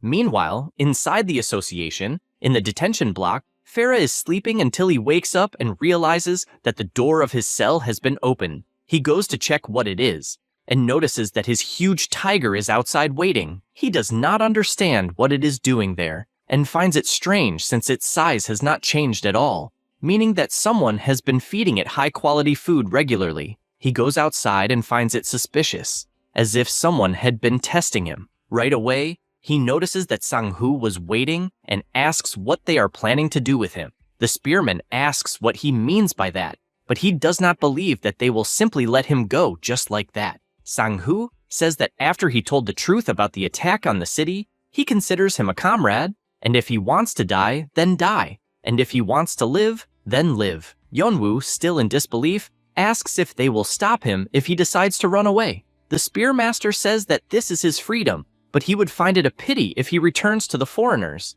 and that next time they will fight to the death if that happens. Farah asks if it would not be better to kill him while he is still weak. He replies that no, because as he said, he considers him a comrade. Farah becomes emotional upon hearing that. Then he gets on his tiger and leaves. The director, through the communicator, asks if he is sure about this decision. He replies that Yeonwoo is from the same department and it is not a problem to let him go. The president agrees, but is worried that he might hurt civilians. Sang-hoo thinks that is impossible, since if he really wanted to, the guy could have turned the city upside down a long time ago and never did that. He knows that Farah must have gone to retrieve something he wants to protect, even if it costs his own life, and if he returns, he is guaranteeing that he will become a force for good. Farah runs through the city until the tiger stops upon sensing a smell. Yeonwoo decides to check what it is, and notices that the smell is coming from a restaurant. Inside, Echo finally wakes up and thinks that he usually does not have nightmares, but dreaming that Jaeger became a demon king is very prophetic. This guy is heading south, and if he succeeds, the entire demon kingdom will be his. He sees the MC sleeping peacefully and becomes furious, since he is in deep trouble because of him,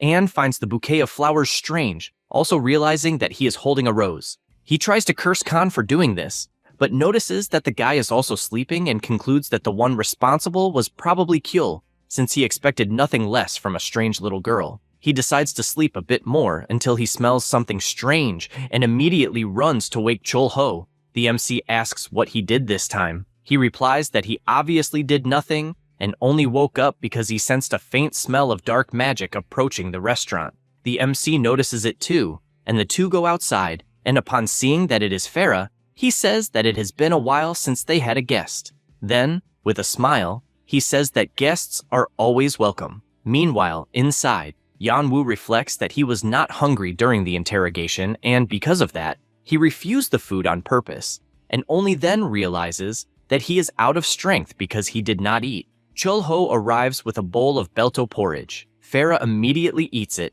and finds the taste comforting as well as warm. Then another dish arrives at the table, this time a hamburger steak, which was the dish of the day. Yeonwoo says he will have to refuse, since he does not have enough money to pay for the meal. But the MC tells him not to worry, since for the first guest, the meal is free. Those words make him emotional as he remembers an old friend who used to say the same thing about helping those who do not have money. The MC is happy to see that the guy regained a good expression. However, his doubt is about the tiger, since at first he thought the animal had not seen his face. But in fact, the monster is a spiritual beast. Spiritual beasts of the tiger type are rare and highly intelligent, especially because they are loyal and do not follow evil people. This makes him conclude that Farah is going through complicated circumstances, and he cannot ignore him. He also remembers the expression the guy made when he saw him, and he has seen those expressions many times before, of someone ready to die, and in the end,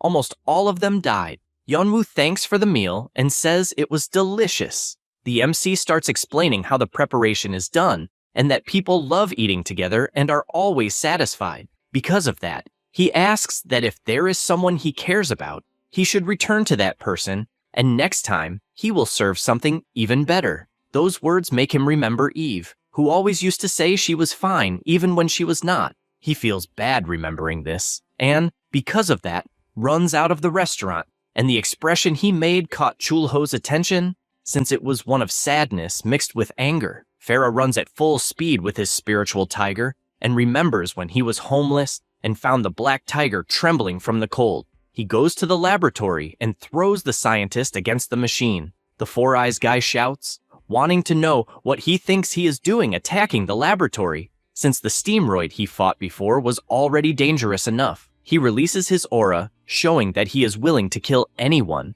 because he is determined to free Eve even if it costs his life. When he was a child, Eve found him since he seemed to be hungry and offered him food before they left that place.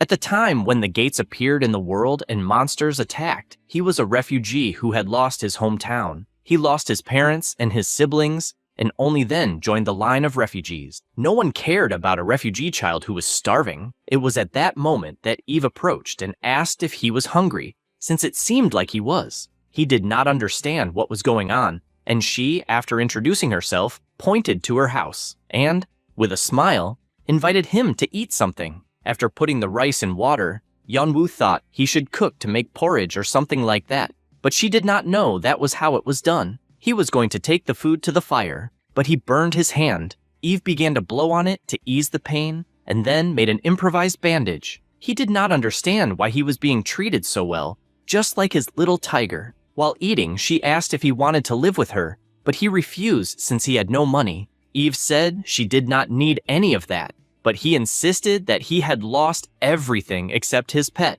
Then, determined, he says that he entrusts his life to her. Back in the present, he returns to the foreigner's base, and the guards say they are surprised to see him alive. He realizes that Eve has lost consciousness again because of using mana, since unlike common abilities that consume mana, the inevitable precognition causes the awakened mana to become unstable. This makes him furious that they are using her as a test subject. The guards prepare themselves upon seeing the threat, and, after grabbing their swords, are shocked as Farah instantly appears behind them and, with an attack, sends them flying. Then, he drives his knife into one's back, and when he was about to finish the other, Black Mamba appears blocking the attack and counterattacking, slamming Farah to the ground.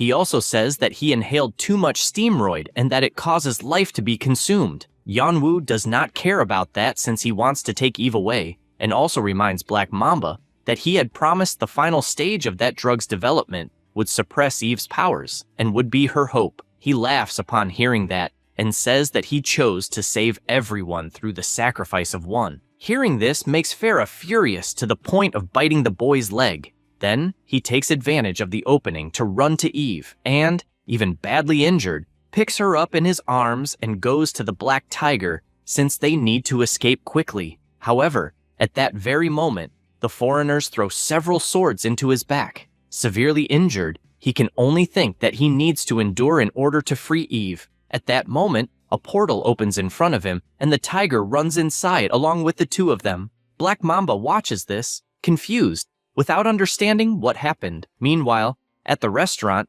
everyone is eating fried chicken at the table until they notice someone arriving. And Echo is startled and, upon seeing Farah completely injured, asks what the hell he did to want to die like that. The MC realizes that it is not just that, but that there is someone else with him, and believes that Farah risked his own life to save the woman. In addition, the Black Tiger, crying, had a sad expression, clearly begging to save his unconscious master. The MC, with a smile, says that visitors are always welcome. However, he becomes concerned since the injuries are severe, even after removing the dark magic. Echo asks if he did not have a healing ability. He replies that he used a dragon relic while fighting someone who was just eating chicken and worries, since even Khan cannot help because he specializes in attack. Echo asks if he really didn't know, since the demon Sofrin is a healing specialist. MC can't believe he didn't know that, and immediately they go to the subspace, where the demon heals Yanwoo with her magic.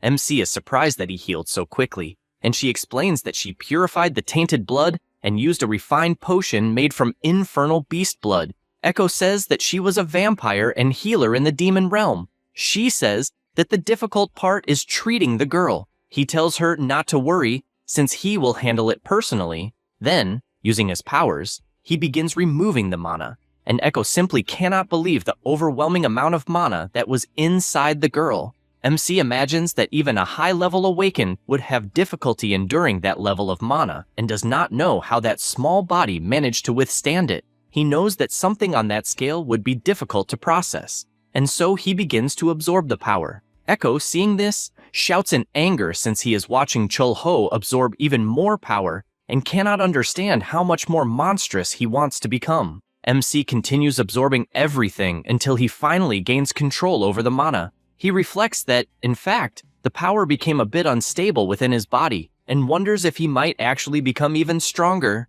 Still in Yanwoo's memories, he told Eve that he would give his life for her. With a smile, the girl refused, since, in truth, she wanted them to be friends, and friends cannot die. When she got sick, it was reported that it was a magic wave, and he kept insisting the whole time that she had to get better, since friends cannot die, and promised that he would not let that happen. From that day on, he took Eve and left the association to join the foreigners. He realizes that his life is flashing before his eyes, like the day he betrayed the heroes, and when he was also betrayed.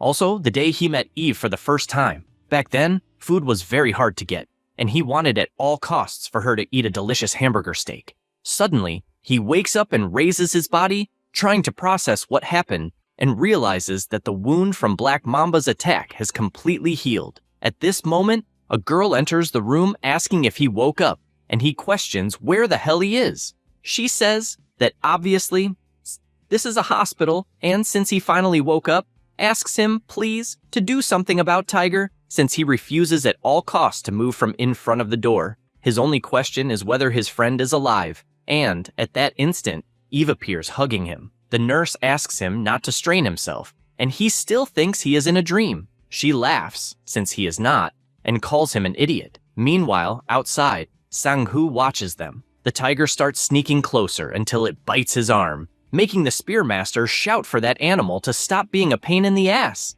And then he points out to Beast whether he is crazy for invading enemy territory alone, and if he was trying to get himself killed, because that is reckless even at his age. He admits that he has no idea what happened, and it is explained to him that the tiger appeared with the two of them in front of the association building and he even found it strange because he appeared asleep without a single injury. He wonders what it could be and knows that Eve's magic was at its absolute limit, and even so, she is completely unharmed. She says that in fact, she was at her limit even before Yanwu appeared and even thought it would be her end. But when she realized it, all the rising magic had completely disappeared. The spearman thinks about this, since it was magic that had been growing for 20 years and simply disappeared out of nowhere, and asks if her prediction ability also disappeared. She answers that it did not, since apparently she still has that ability. He begins to believe that it is the mysterious power again,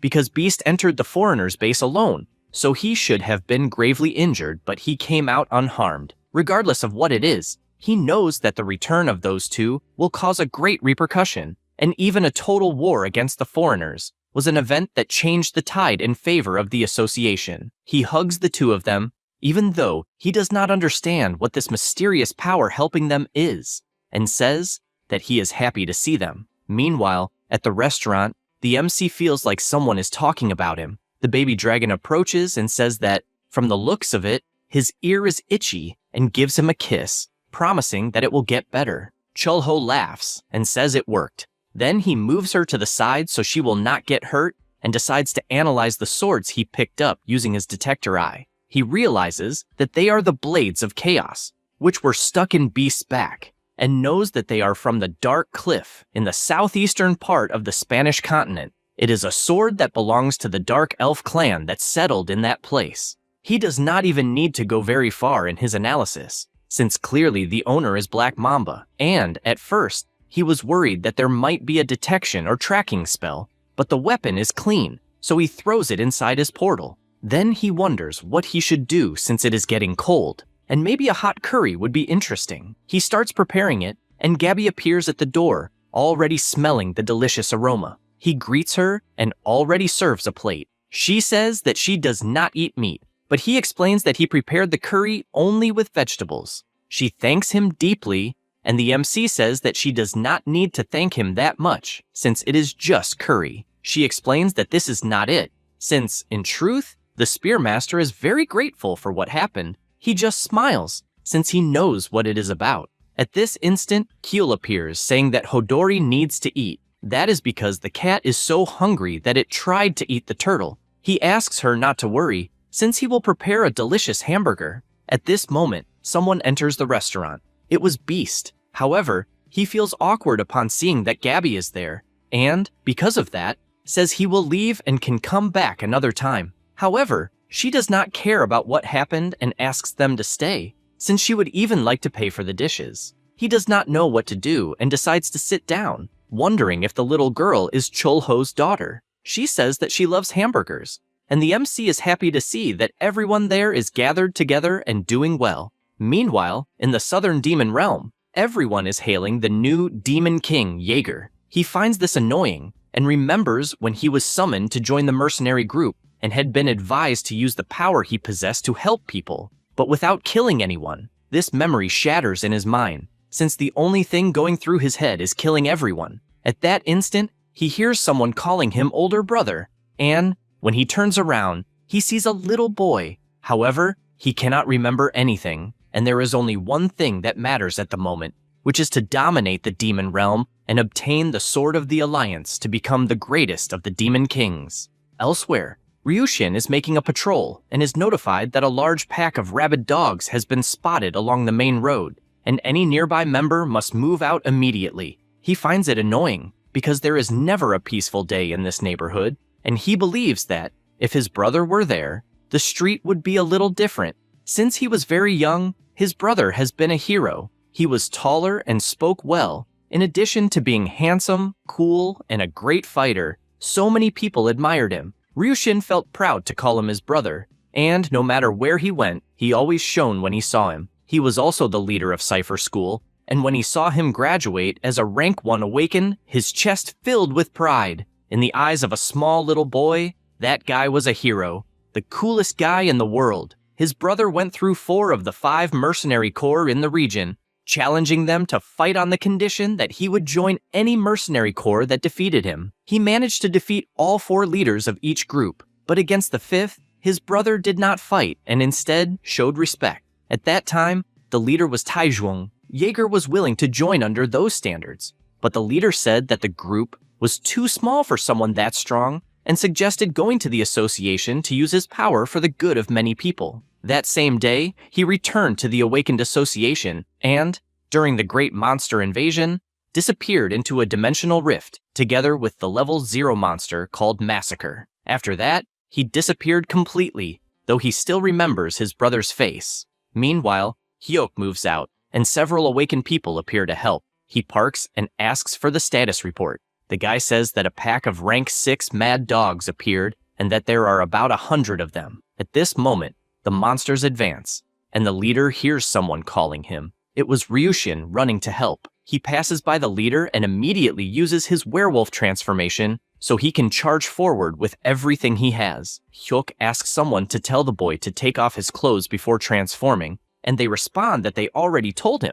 But the guy does not think it is cool to undress before transforming. He finds that annoying, since he knows the brat only cares about looking cool on the outside. Either way, he orders the entire squad to advance and reflects that Ryushin has been very aggressive lately, and the hunger for strength leads to impatience, which consequently brings disaster. He believes he should call the boy someday to have a serious talk. Sometime later, after the restaurant, Chulho starts wondering what he should make for dinner, since he knows the meat tastes better after spending a day in the fridge, and he can use that to make a luxurious meal. Besides that, he has some king pig shoulder in the freezer, which he will use to make the cutlets. He starts frying the breaded meat to make a very thick cutlet. Then, he cuts the breaded steak and places it over hot white rice. He goes to Ryushin and asks whether he would like the curry poured over the rice or served on the side. He shouts that he wants both together and immediately starts eating, but soon shouts that it is too hot. Because of that,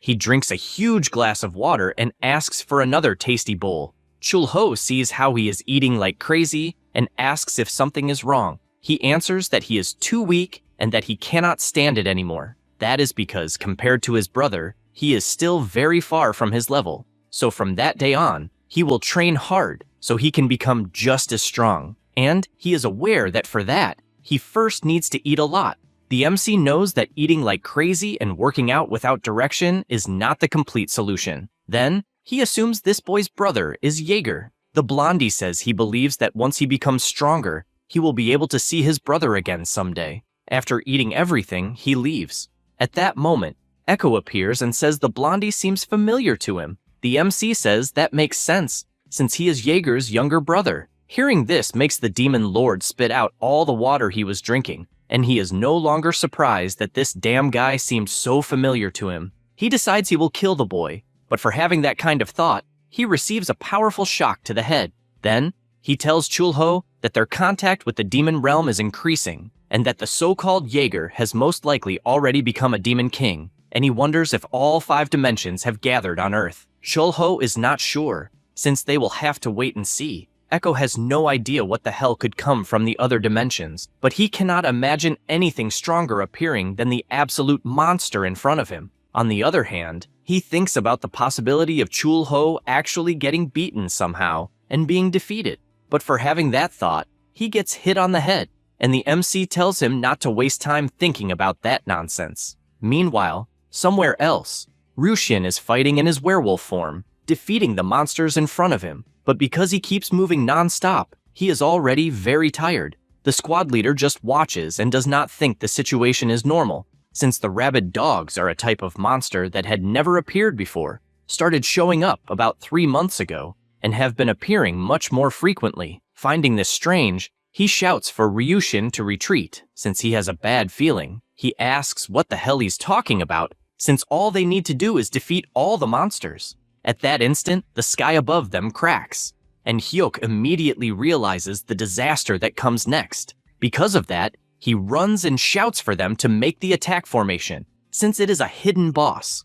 Ryushin does not have much time to think and is thrown into the air by the impact of the giant boss that appeared. The captain shouts for him, but soon grows worried, since an enormous 3-headed dog has just appeared before them. He shouts that it is a hellhound and that they must make defense formation too. His concern increases absurdly, since hellhounds are classified as rank 1 monsters, and even a scratch from this monster's fangs causes a fatal wound because of the venom, in addition to the claws carrying a lethal paralytic toxin. The blondie falls to the ground without his transformation and realizes that his body is not moving. To make matters worse, when he looks to the side, he sees that the boss is about to attack him. He does not know how to react to this, and neither does Hyuk, who runs with everything he has to do something. The dog keeps applying force, and Ryushin tries to process what happened, since the leader is in front of him, holding back that enormous paw with his sword. The blondie knows that the captain is a rank 3 awakened from the association,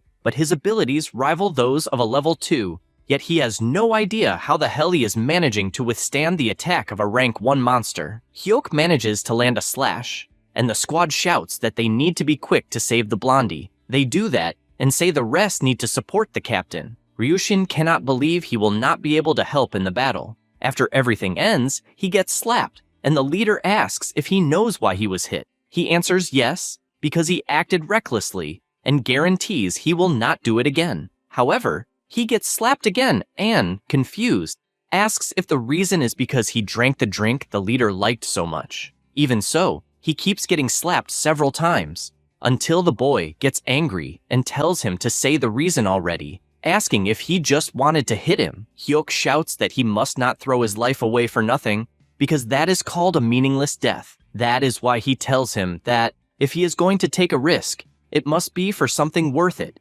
because acting like that without a reason and dying is truly an unnecessary death. He is aware that the boy acts on his own, but he is human, and there will be moments when he will not get angry seeing those things. Besides, ignoring good manners and drinking a lot does not make him angry, since that does not make him a worse person. However, the matter of life is different, because there is only one, and he is angry because his precious youngest son almost died over something stupid.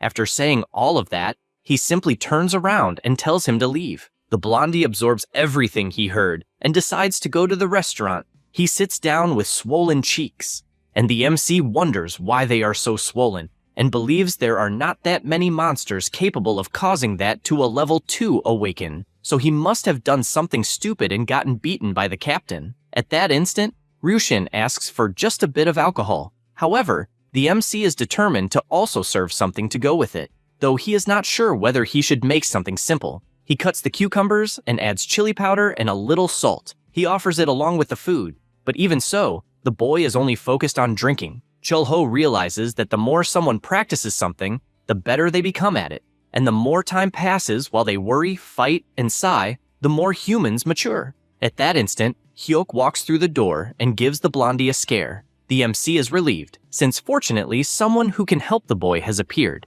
Besides, seeing them sitting like that reminds him of the first time the two of them appeared at the restaurant. So, he decides that the menu of the day will be spicy pork, which was the same menu from when the two of them met. He uses the same seasoning, but this time he will use king pig belly instead of a regular pig. The food is ready with a delicious appearance, and the two simply stare at it with their mouths open. At that instant, Kyul appears calling for the MC, and Khan appears asking her not to bother the MC since he is working. Ryushin watches this and calls the captain's attention to ask what something of value is and whether there is something truly great, because, in the end, risking one's life would be a waste, at least theoretically. Hyuk agrees, since, as one lives, these things eventually appear. The blondie cannot accept it and asks why the hell the captain insists on risking his life. He answers that he does it so that precious people do not die in vain, and even points to the boy as one of those people.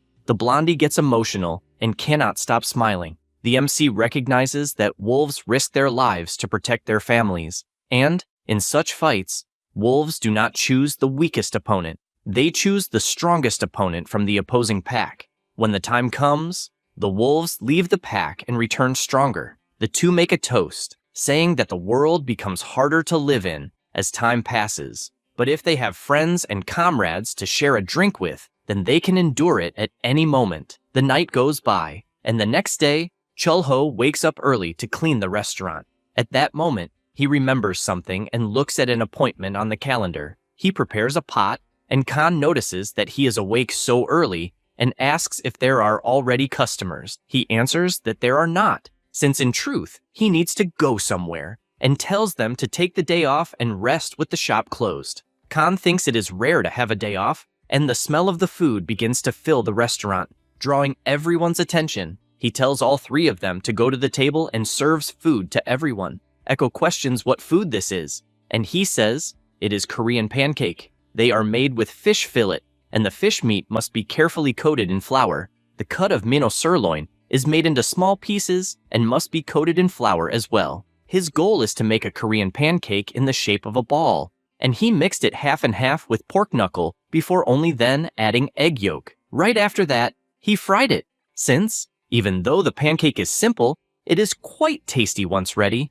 They admit that the pancake is delicious, but ask if he happens to be going on a picnic or something like that. Chul-ho says no, since he just needs to go to a certain place. Khan stares intently, since he could not figure anything out, and after they close the restaurant, he asks Echo if he thinks he can handle the job. The Demon King does not understand what he means by that. Khan says he has decided, since he is going to take down that closed shop notice. Echo asks if this is some kind of joke, and he says it is not, because he will prepare wonderful dishes and serve the customers even without the MC, since it will certainly be fun. He grabs his notes, because he knew this day would come, so he wrote down the entire recipe. Khan says that the menu for that day will be spicy pork. Echo thinks this is a problem, because just having notes does not make the guy a cook. The dragon tells him to just watch, and in the next second, he blasts an absurd amount of fire into the pan. Kyul appears screaming, and the Demon Lord reflects that the kitchen has suddenly turned into a battlefield. After some time, the food is ready, and he asks them to try it. The two are impressed because its appearance is in fact very good. Khan starts by asking Kyul to try a piece, and after the little girl eats it, she chews a little and makes a disgusted face because it is horrible. She starts crying, and her brother cannot believe she is crying because it tastes that bad. Echo tells him to learn properly and says he will give a demonstration since he has seen Chul-ho cooking countless times. He barely starts and already sets the kitchen on fire. Gets completely charred. He knows this is bad, because if the MC finds out what they are doing, there will be trouble. At that moment, Choi appears at the door and gives his greetings. Khan greets him back, and the guy asks where Chul-ho is. Khan says he went somewhere, and Echo realizes that the damn dragon cannot manage a restaurant and knows that at this rate, the two of them will be beaten to death by the MC, so he starts thinking about what he should do. Meanwhile, in the dimensional space, Sofran calls everyone so they can eat, and at that moment, the Demon Lord appears beside her. She notices who it is, and asks what he is doing in this dimension. He, sweating like crazy, asks if she happens to know how to cook. She says she knows a little, and with that answer alone, Echo already pulls her desperately, because he needs help. She does not understand where they are going, and he answers that they are going to the restaurant. She panics upon hearing this, because if they leave this dimension, everyone will die. He says there is no problem, especially because he is already half dead. Sofran simply does not understand what is going on. Sometime later, they arrive at the restaurant, and the Demon Lord says he is counting on her, because she is their last hope. She gets emotional, since it is the first time she is being treated well by a Demon King. Echo announces that the girl will be in charge of cooking, and Khan says there is no problem, and tells her she can choose the best dish on the menu, because he will take responsibility. She still does not understand what is happening, and he shows her the recipe notes he prepared. She pretends that she looked at the notes and says she will go to the kitchen to check what they have first. Right away, she is pleased because there are noodles, and that will be enough to prepare something. She knows she must cook them lightly, and only then add soy sauce, sesame oil, and salt. Then, she stir-fries them with vegetables, and during that time, must cook a Belto egg separately. With that, she finally prepares fried noodles. Choi thinks the food is wonderful, and even asks for another bowl, and only then realizes that the girl is new to the place. She does not really know what to say, and Khan is shocked, because he had forgotten that she could not appear in front of anyone. To make things worse, the guy starts hitting on her, saying she is truly beautiful, and she remains embarrassed. Meanwhile, in a destroyed place in the city, the MC goes to a grave and places some plates of food there. He asks if everything is okay, and says he has done well lately managing a restaurant, and continues chatting for a while. Then, he says goodbye and says he will return soon. At night, he heads back to the restaurant and finds it strange that the restaurant lights are on. Upon entering, he notices that there are many awakened people talking and comes face to face with the master of the spear. Sang-hoo says he held a small gathering with his teammates so they could have dinner and admits that the young lady in charge of the cooking has exceptional skills. Chul-ho has no idea what he is talking about, and at that moment, Echo appears completely frozen upon seeing Chul-ho, to the point of dropping the food on the floor, and inside, he is certain that he will be killed instantly. The MC finds this funny, since this restaurant never has a peaceful day. Meanwhile, somewhere else, Gabby walks through the portal of the machines and imagines that, thanks to Eve's rescue by the beast, one of her missions has been completed. But because of this, the security of the foreigners has become very strict, and she knows that proceeding with the other missions will be difficult at the moment. Only then does she remember when the MC said he only wanted to live a normal life and starts wondering how old he must be, because no matter how much she looks at him, he seems to be between 20 and 30 years old, but has the wisdom of someone much older. Besides that, he conveys a deep loneliness that, somehow, makes her feel sorry for him and continues to bother her. While thinking about these things, a machine appears, attacking from behind, but she simply turns around, counterattacks, and tears the monster to pieces, while her thoughts keep trying the whole time to understand whether the MC lived so intensely that he could emit such a powerful aura. She can't hold herself back, because she wants at all costs to know more about him. Sometime later, back at the base, Hoon calls Gabby ma'am and asks if she has heard. She gets irritated at being called that and grabs him by the neck, since she doesn't know what he is talking about. He talks about the restaurant they usually go to, since he heard from the Spearmaster that the owner's wife is incredibly beautiful and also apparently cooks extremely well. Gabby doesn't know how to react to that. Then Sang-hoo appears, calls her an old lady, and asks if she heard the good news about the restaurant. She doesn't let him finish speaking, punches him in the stomach, and leaves, leaving him confused as to whether something is wrong. She leans against the door, irritated with them, notices a mark on her finger, and thinks about it.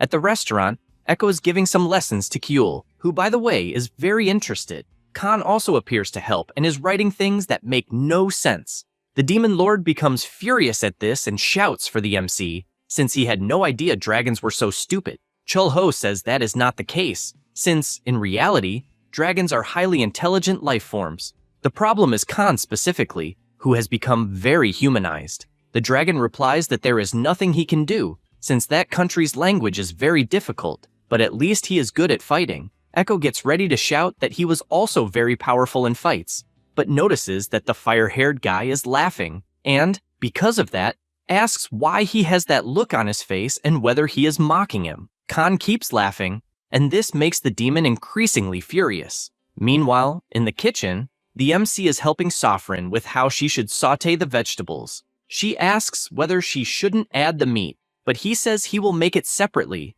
since the recipe has no meat. She finds that incredible, since the smell is delicious. He continues his explanation, saying she must mix the vegetables with the pre-cooked noodles, and only then use the seasoning with soy sauce, adding a little sesame oil. Sometime later, the japchae is ready. She thanks him for teaching her another dish. In recognition of the contribution she gave to protecting the restaurant, Chul-ho gave her permission to visit the restaurant whenever she wants. As for the other two, who were guilty of putting the place in danger, he warned them severely, since they almost ruined the customer's precious mealtime, which happens only 3 times a day. Besides that, he had been thinking that most demons were fierce and dangerous, but lately, he has felt that they are not as dangerous as he thought. It turns out that Sofrin seems to be a surprisingly good cook, and she is even thinking about cooking as a pastime. She says she finds it fun, and he asks whether she happened to cook before. The vampire explains that she had grown tired of only drinking blood, so sometimes she cooked, since they can eat anything, even though blood still tastes better and is the necessary source for them to become stronger. Even so, she is curious about why he is not adding meat. The MC says that from time to time, someone who does not eat that shows up. At that moment, the door opens and Gabby enters the restaurant. The MC welcomes her and asks if she is okay with eating japchae. She says yes,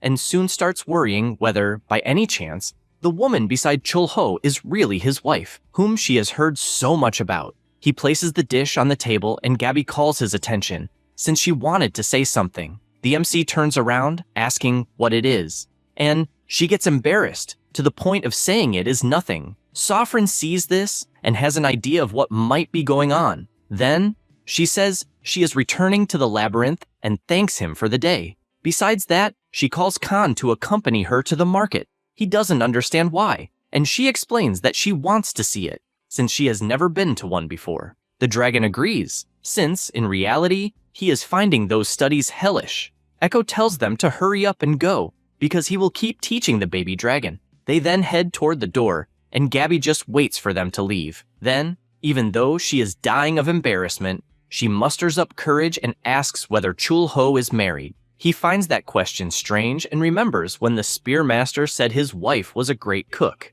Then, he explains that there was probably a misunderstanding. She gets excited since, from what she understood, he has never been married, and he confirms it, since he has not had time to think about that kind of thing so far. Gabby is happy to know that, and, after eating, says goodbye while singing with joy, while Chul-ho tries to understand what is happening for her mood to have improved so much. Now, a memory from the past, when the monster invasion destroyed a large part of the city. Chaos had taken over everything, and a man said he couldn't take it anymore, and, because of that, he was leaving. His colleague asks where, and his friend only wanted to go somewhere where they would not need to lose any comrades. A world just for them. That was because thousands of their comrades died protecting the city, and nothing was left. So, the only way to survive in this kind of world is with power, because it is the only answer to overcoming the monsters and creating a new civilization.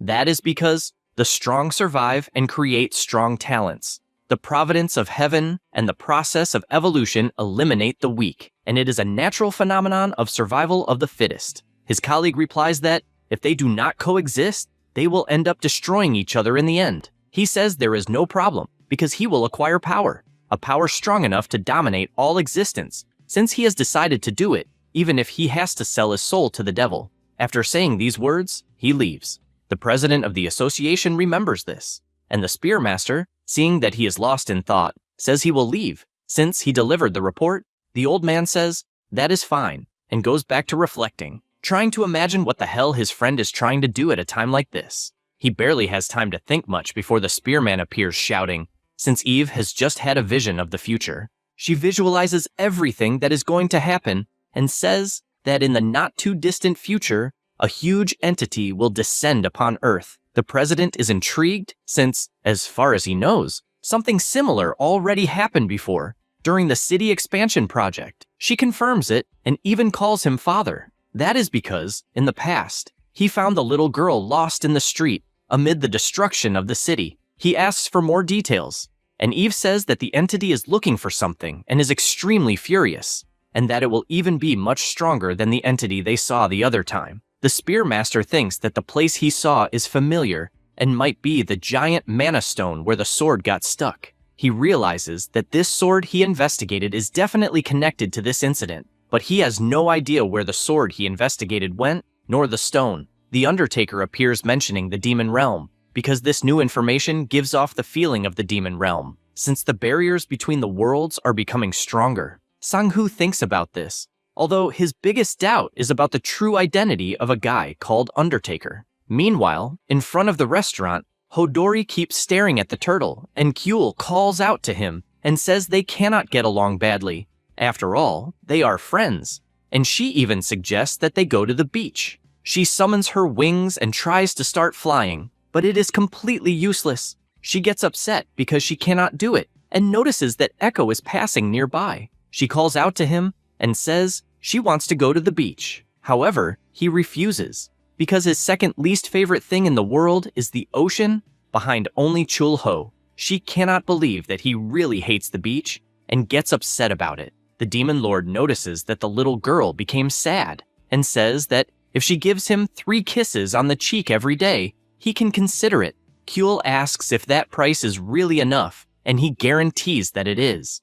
Then he sees a glow in his direction, and asks what the hell the animals are doing with those pitiful faces. Going inside the restaurant, The animals offer some attributes, but Echo has no idea what he is supposed to do with them. The MC finds this strange and asks since when he became so close to them. The Demon Lord answers that he has no idea, besides his whole body hurting. At that moment, Keel appears, and he immediately panics. But she gives him a little kiss on the cheek, leaving the boy completely happy. As for Chulho, he does not understand what the hell is going on. At that instant, Khan appears shouting that he has a problem and tells them to look closely at the letter, which has some pranks.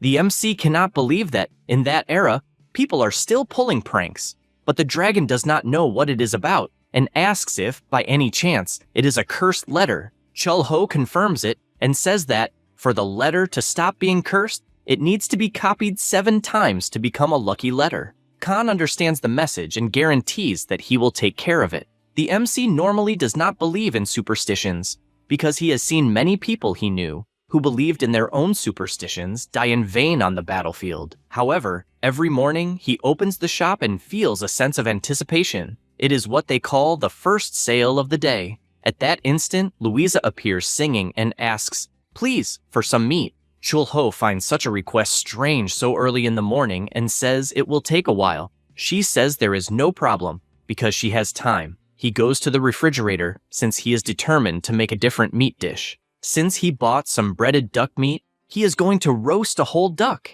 He has the bread duck, characterized by a large, round head like a steamed bun. They say it devours everything in its path with its huge beak. He starts seasoning the meat after leaving it to soak in cold water, and salt and pepper are enough to season it. Then, it goes into the oven to roast for 20 minutes. And since the heat is strong, he needs to wrap it in aluminum foil so it does not burn. After some time, he takes it out to season it with salt and pepper and puts it back to roast for another 5 minutes. And, with that, the roasted duck is ready. He thanks her for waiting, but finds it strange that she disappeared until he looks to the side and sees her asking Khan who gave him that paper. That is because that letter also arrived at the association, and the handwriting looks exactly the same. She mentions that, whoever it is, it brings back memories. Chulho asks what those memories would be. Louisa says that, even when she attended cipher school, this kind of thing was popular, but while speaking, she is startled when she sees that a whole duck has been prepared. She immediately starts eating and finds it crispy, since it crackles with every bite, and the pure flavor of the white meat with the fat is delicious. The MC is happy to see that she liked it, and with that, the first sale of the day was a success. Now, his doubt is another one, since he is curious to know who is responsible for the letter. Khan appears with the 7 copies finished, and the MC says he did a good job, since the handwriting is legible. However, the dragon had barely left and already came back depressed, because another letter arrived. They hear a noise and go outside to see, until they find Hodori with something. Khan asks if it is a dragon, but Chulho says no, since it is actually a goblin. He uses his detector eye and notices that it is a lucky goblin, and apparently, the messages were created by her. These creatures do not seem to be evil, only their actions are eccentric. But in every action, he can feel her obsession with bringing luck to everyone. Knowing this, the MC approaches and offers her a meal. Since she worked hard and should eat before leaving, he moves his finger and opens his dimension to use Kasim as a translator. The two start talking, and the immortal goblin reports that the girl originally lived in the Highlands, but got separated from her destined connection. They whispered love to each other while working and eating for 120 years, and since then, she has been distributing letters, hoping that luck is with him. Soon after, Echo appears. Thinking it sucks that another goblin appeared, Chulho asks if, by any chance, he can track the scent of the gourmet goblin who appeared at the restaurant last time. The Demon Lord sees that it may be useful, and answers that something like that is very easy. The MC tells him to find him, since apparently the two goblins know each other, but he gets irritated because he sees no point in following the scent of such an inferior creature. Chulho says that, as a reward for succeeding, he will give him a whole roasted duck. He thinks about it, since the breast is the largest part of a chicken, the one with the most meat and the one that makes him happiest.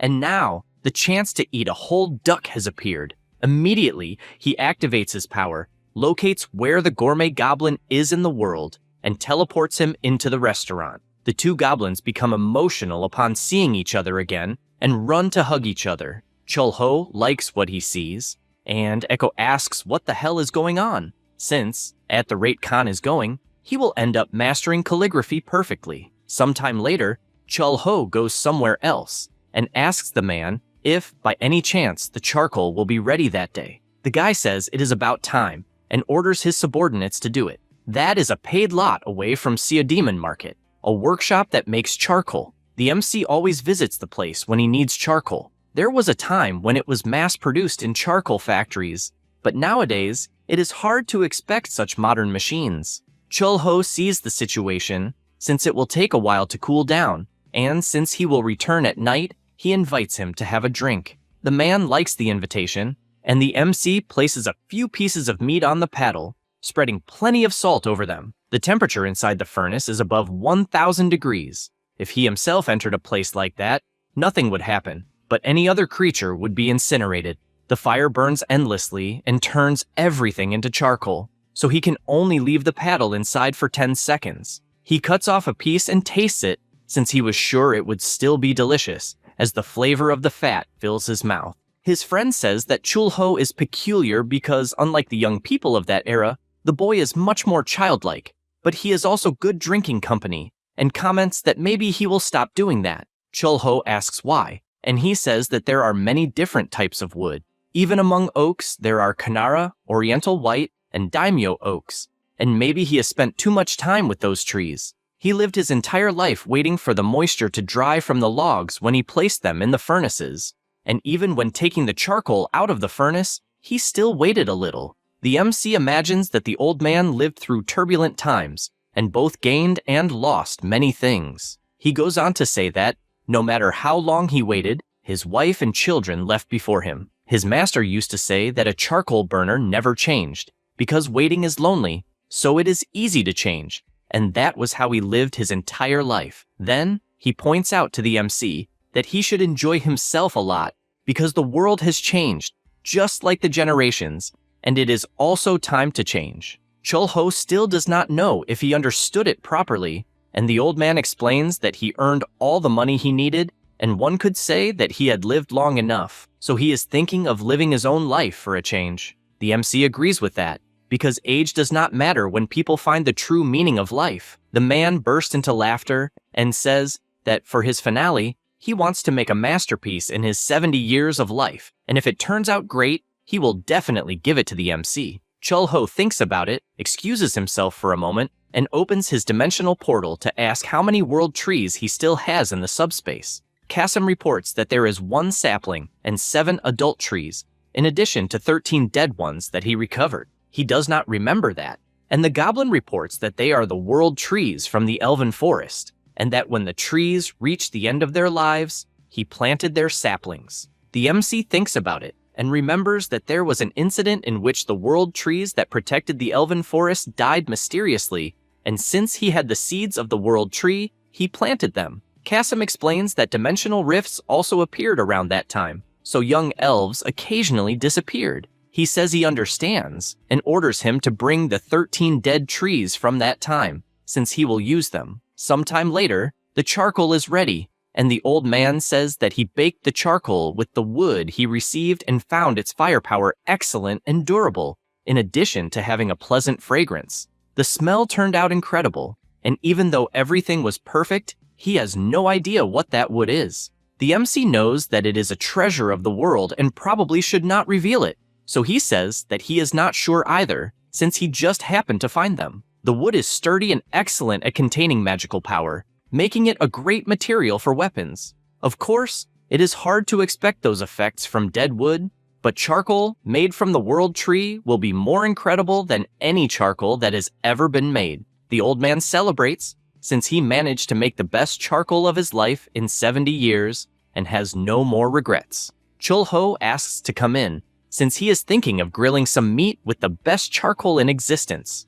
At that same moment, Gabby arrives near the restaurant and soon feels that, for some reason, she is smelling a nostalgic scent. The charcoal was ready, and the MC imagines that the greatest masterpiece of the old man's life ended up reflecting him perfectly. people inevitably end up resembling the work to which they dedicate their entire lives. His heart burns to the limit, like glowing charcoal, but once a flame is lit, it will burn intensely again in an instant. That dish is his sincere way of cheering on someone who spent his entire life making charcoal. He is even using cuts from an ivory buffalo. They are monsters that live in hills full of barley. They also live in symbiosis with a monster called the beer monkey, which, in an unexpected twist, produces a fermented drink. Basically, they produce beer. The meat of an ivory buffalo that grew up eating barley and drinking beer is of a completely different quality from monster meat. It is too expensive to be served as a regular menu item at the restaurant, but that day, he will serve the best steak he can. With intense and direct heat, he quickly sears the outside of the meat so the fat does not fall onto the embers. By doing that, the smoke does not rise and there is no bad smell. Finally, he completes his best meat dish, and the old man, seeing how beautiful it is, believes it must be extremely expensive and that a simple pork belly would have been enough for him. The MC tells him that this cut suits him better, and, on top of that, it is on the house, so he can eat as much as he wants. In addition, he brings some beer for them to drink together. The man takes a piece and is amazed by the taste, since he had never felt anything so incredible, with such a wonderful texture, almost as if it were magical. He thanks him, saying that this banquet is worthy of the name. Sometime later, Gabby enters the restaurant, and Chul-ho welcomes her. She keeps thinking about the fragrance she smelled and whether it really came from the restaurant, but she only orders a salad. The MC thinks about it since he has just obtained excellent charcoal, and maybe he should try making a different kind of salad. There is a small fruit the size of a walnut with a concentrated apple flavor, as well as a pineapple the size of a fist that can be eaten with its peel. When these fruits are heated, they become intensely sweet and develop a very rich flavor. For the main salad, he will use lettuce, tomato, and sliced cucumber, and with that, the salad with grilled fruits is ready. The MC brings it to the table and notices that she has an intense glow and is quite beautiful. He stops for a moment to think, hands her the salad, but before that, asks if by any chance she is from the Spanish continent, the southern elven forest, or perhaps the northern infinite canyon. She is surprised that he knows that, and answers that she is from the elven forest. He imagines that Gabby must know nothing about Miro Lycas, his former identity, and that she probably crossed over to Earth sometime later. After she takes a bite of the food, she feels an incredible energy, as if it came from the world tree,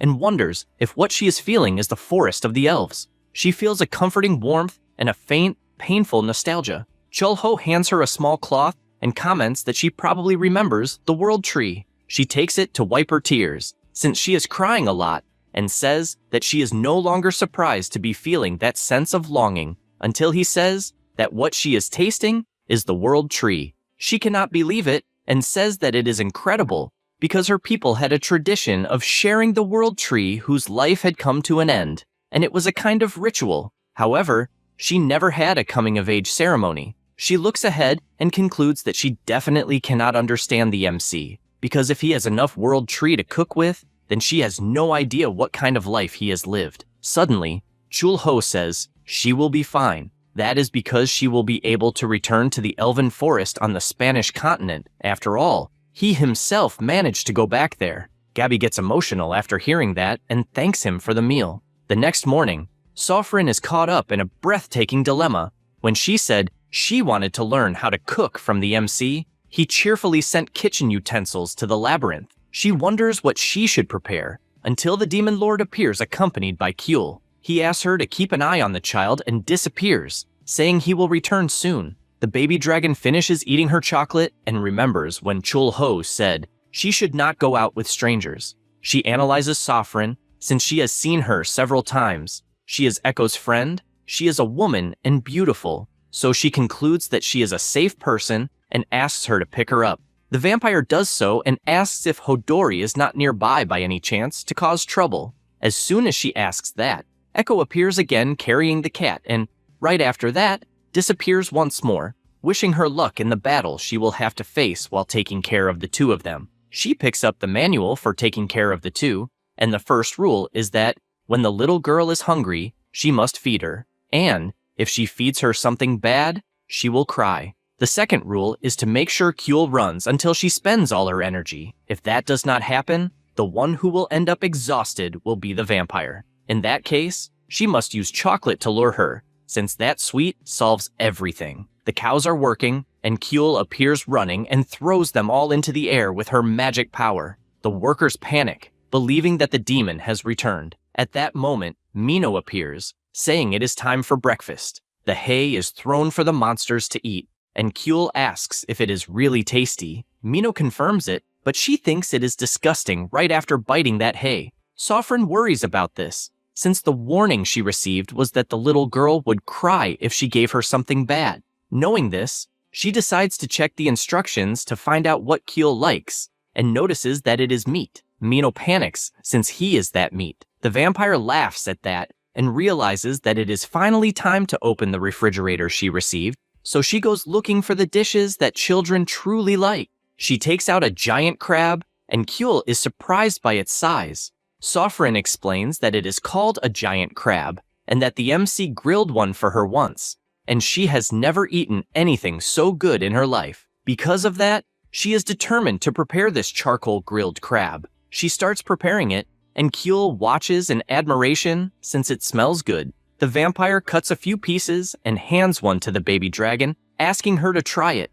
Immediately, she bites the meat and is amazed by how good it is. Sofrin becomes calmer, since the little girl liked it a lot. But after taking another bite, Kyul says that 2 of her teeth fell out. They panic, since if the MC finds out something like that, they are screwed. Because of that, she goes closer to check and realizes that it was a baby tooth that fell out, so it is a relief either way. Kyul remembers when Chulho said to repay someone when they offer help. Because of that, she offers the 2 teeth that fell out as a gift, and the vampire thanks her, thinking it is very cute. They return to the grill since the meat is almost ready. Sofrin knows that after carefully removing the crab's innards, she must pour rice, water, and salt into the remaining shell to finish the giant crab porridge at the end. And so everyone continues having fun and eating until late afternoon.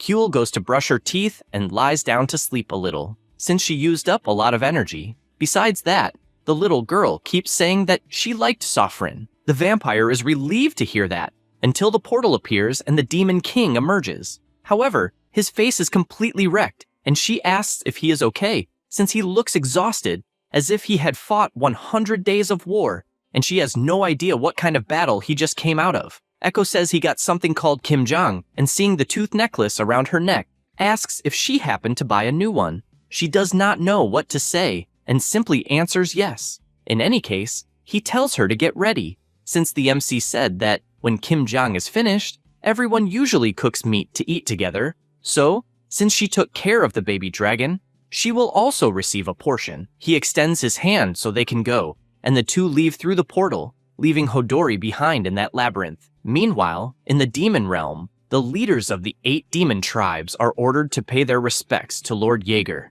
They believe that he will be the strongest demon king in history. The subordinates of the previous king transform into a single flow of mana that streams into Jaeger's body so that no one can touch him. This king grows stronger with every second. The demons of the south and the demons of the north have already been gathered, and all that remains is the symbol of ruling the entire demon realm, the Sword of Alliance. The Temple of Alliance is located at the center of the realm and was sealed by the first Demon King. This temple can only be entered by a Demon King who has perfectly unified the kingdoms of the north and south.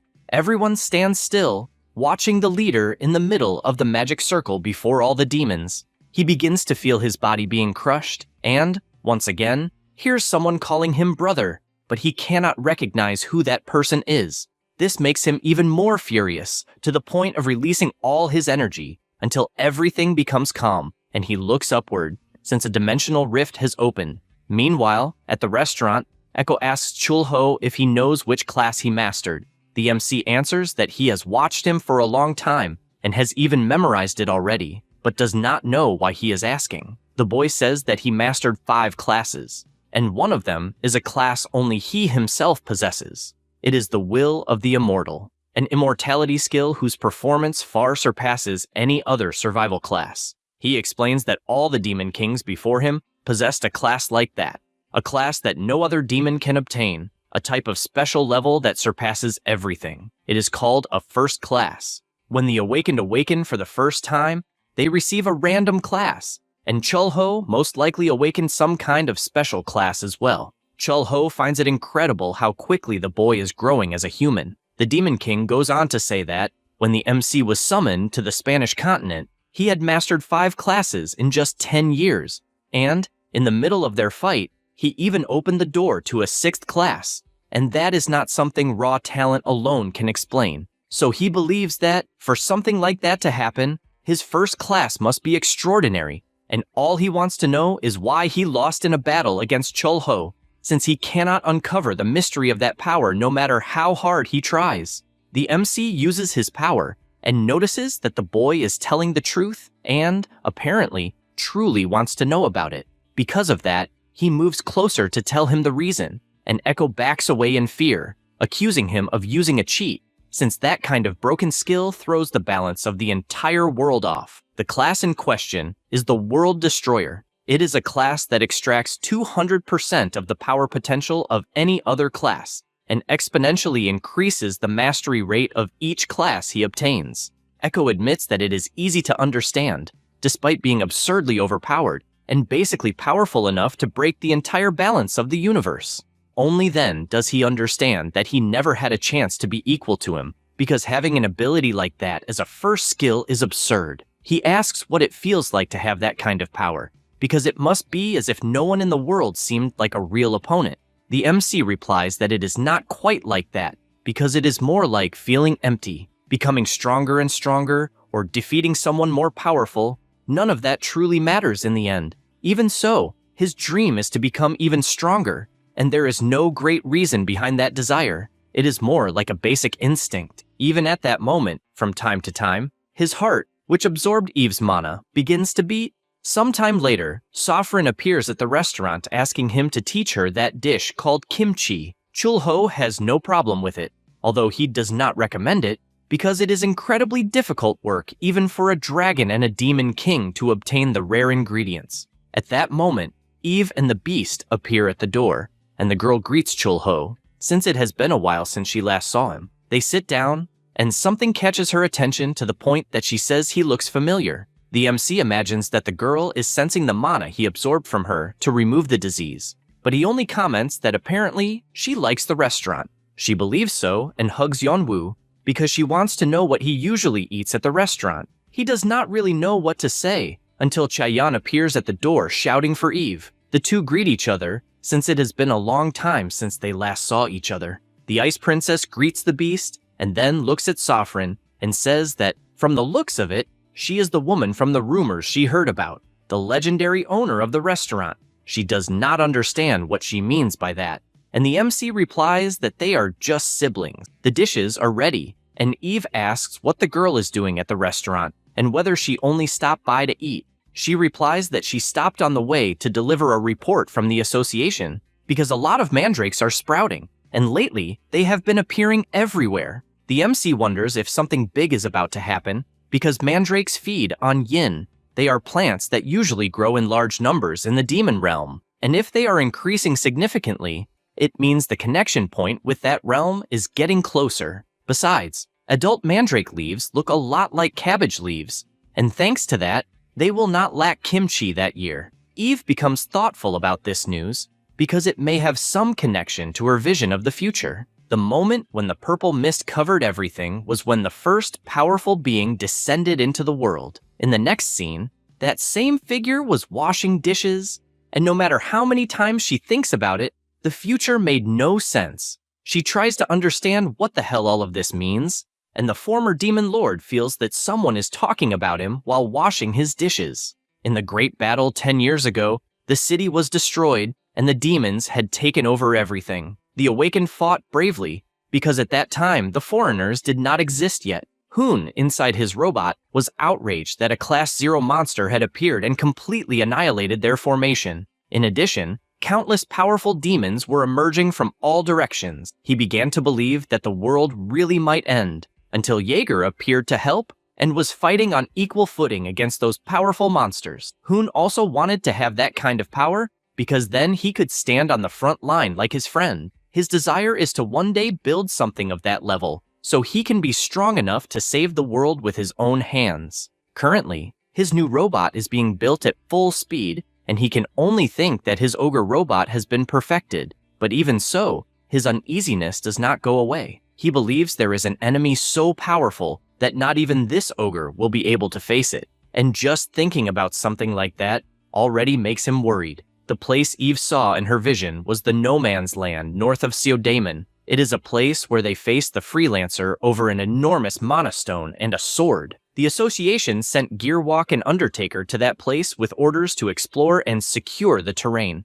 The president of the association is also worried and for some reason assumes that Jaeger disappeared a long time ago and may return through the rift if it really appears and, to make matters worse, may no longer be an ally. Hoon does not want to think about that possibility because Jaeger has to be the same as before, an incredibly cool and righteous figure. At that moment, Echo wakes up and senses an incredibly intense smell from the demon realm. He checks whether Kuel is alright and runs while calling the MC, asking if he also felt it, since the scent is definitely Jaeger's. Chul-ho only says yes, and the boy is surprised by how he can be so calm. Khan asks how strong Jaeger was back when Echo was still a demon king. He replies that he had approximately 3 mastered classes and 1 advanced level class, and judging by how far he got, it must have taken him only 10 years to reach that point. The MC asks if he at least knows what his first class is, but the Demon King cannot answer.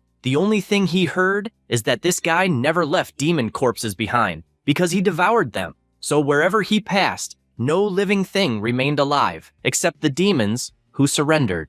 Chul-ho finds it interesting, because turning corpses into mana to devour is similar to the gourmet class, but at a higher level. He suggests that perhaps it is the infinite devourer class, a class that turns those weaker than him into mana, and then absorbs that mana to make his class more powerful. Only that would make sense of Jaeger becoming so powerful so quickly. Echo believes that if the guy unified the South and the North, it can only mean that he is marching to war. The MC knows that his growth increased drastically after the conquest of the North, and with the appearance of these demons, he knows he will only be certain after they meet. That's all, folks. If you enjoy the video, subscribe and hit the bell. Thanks.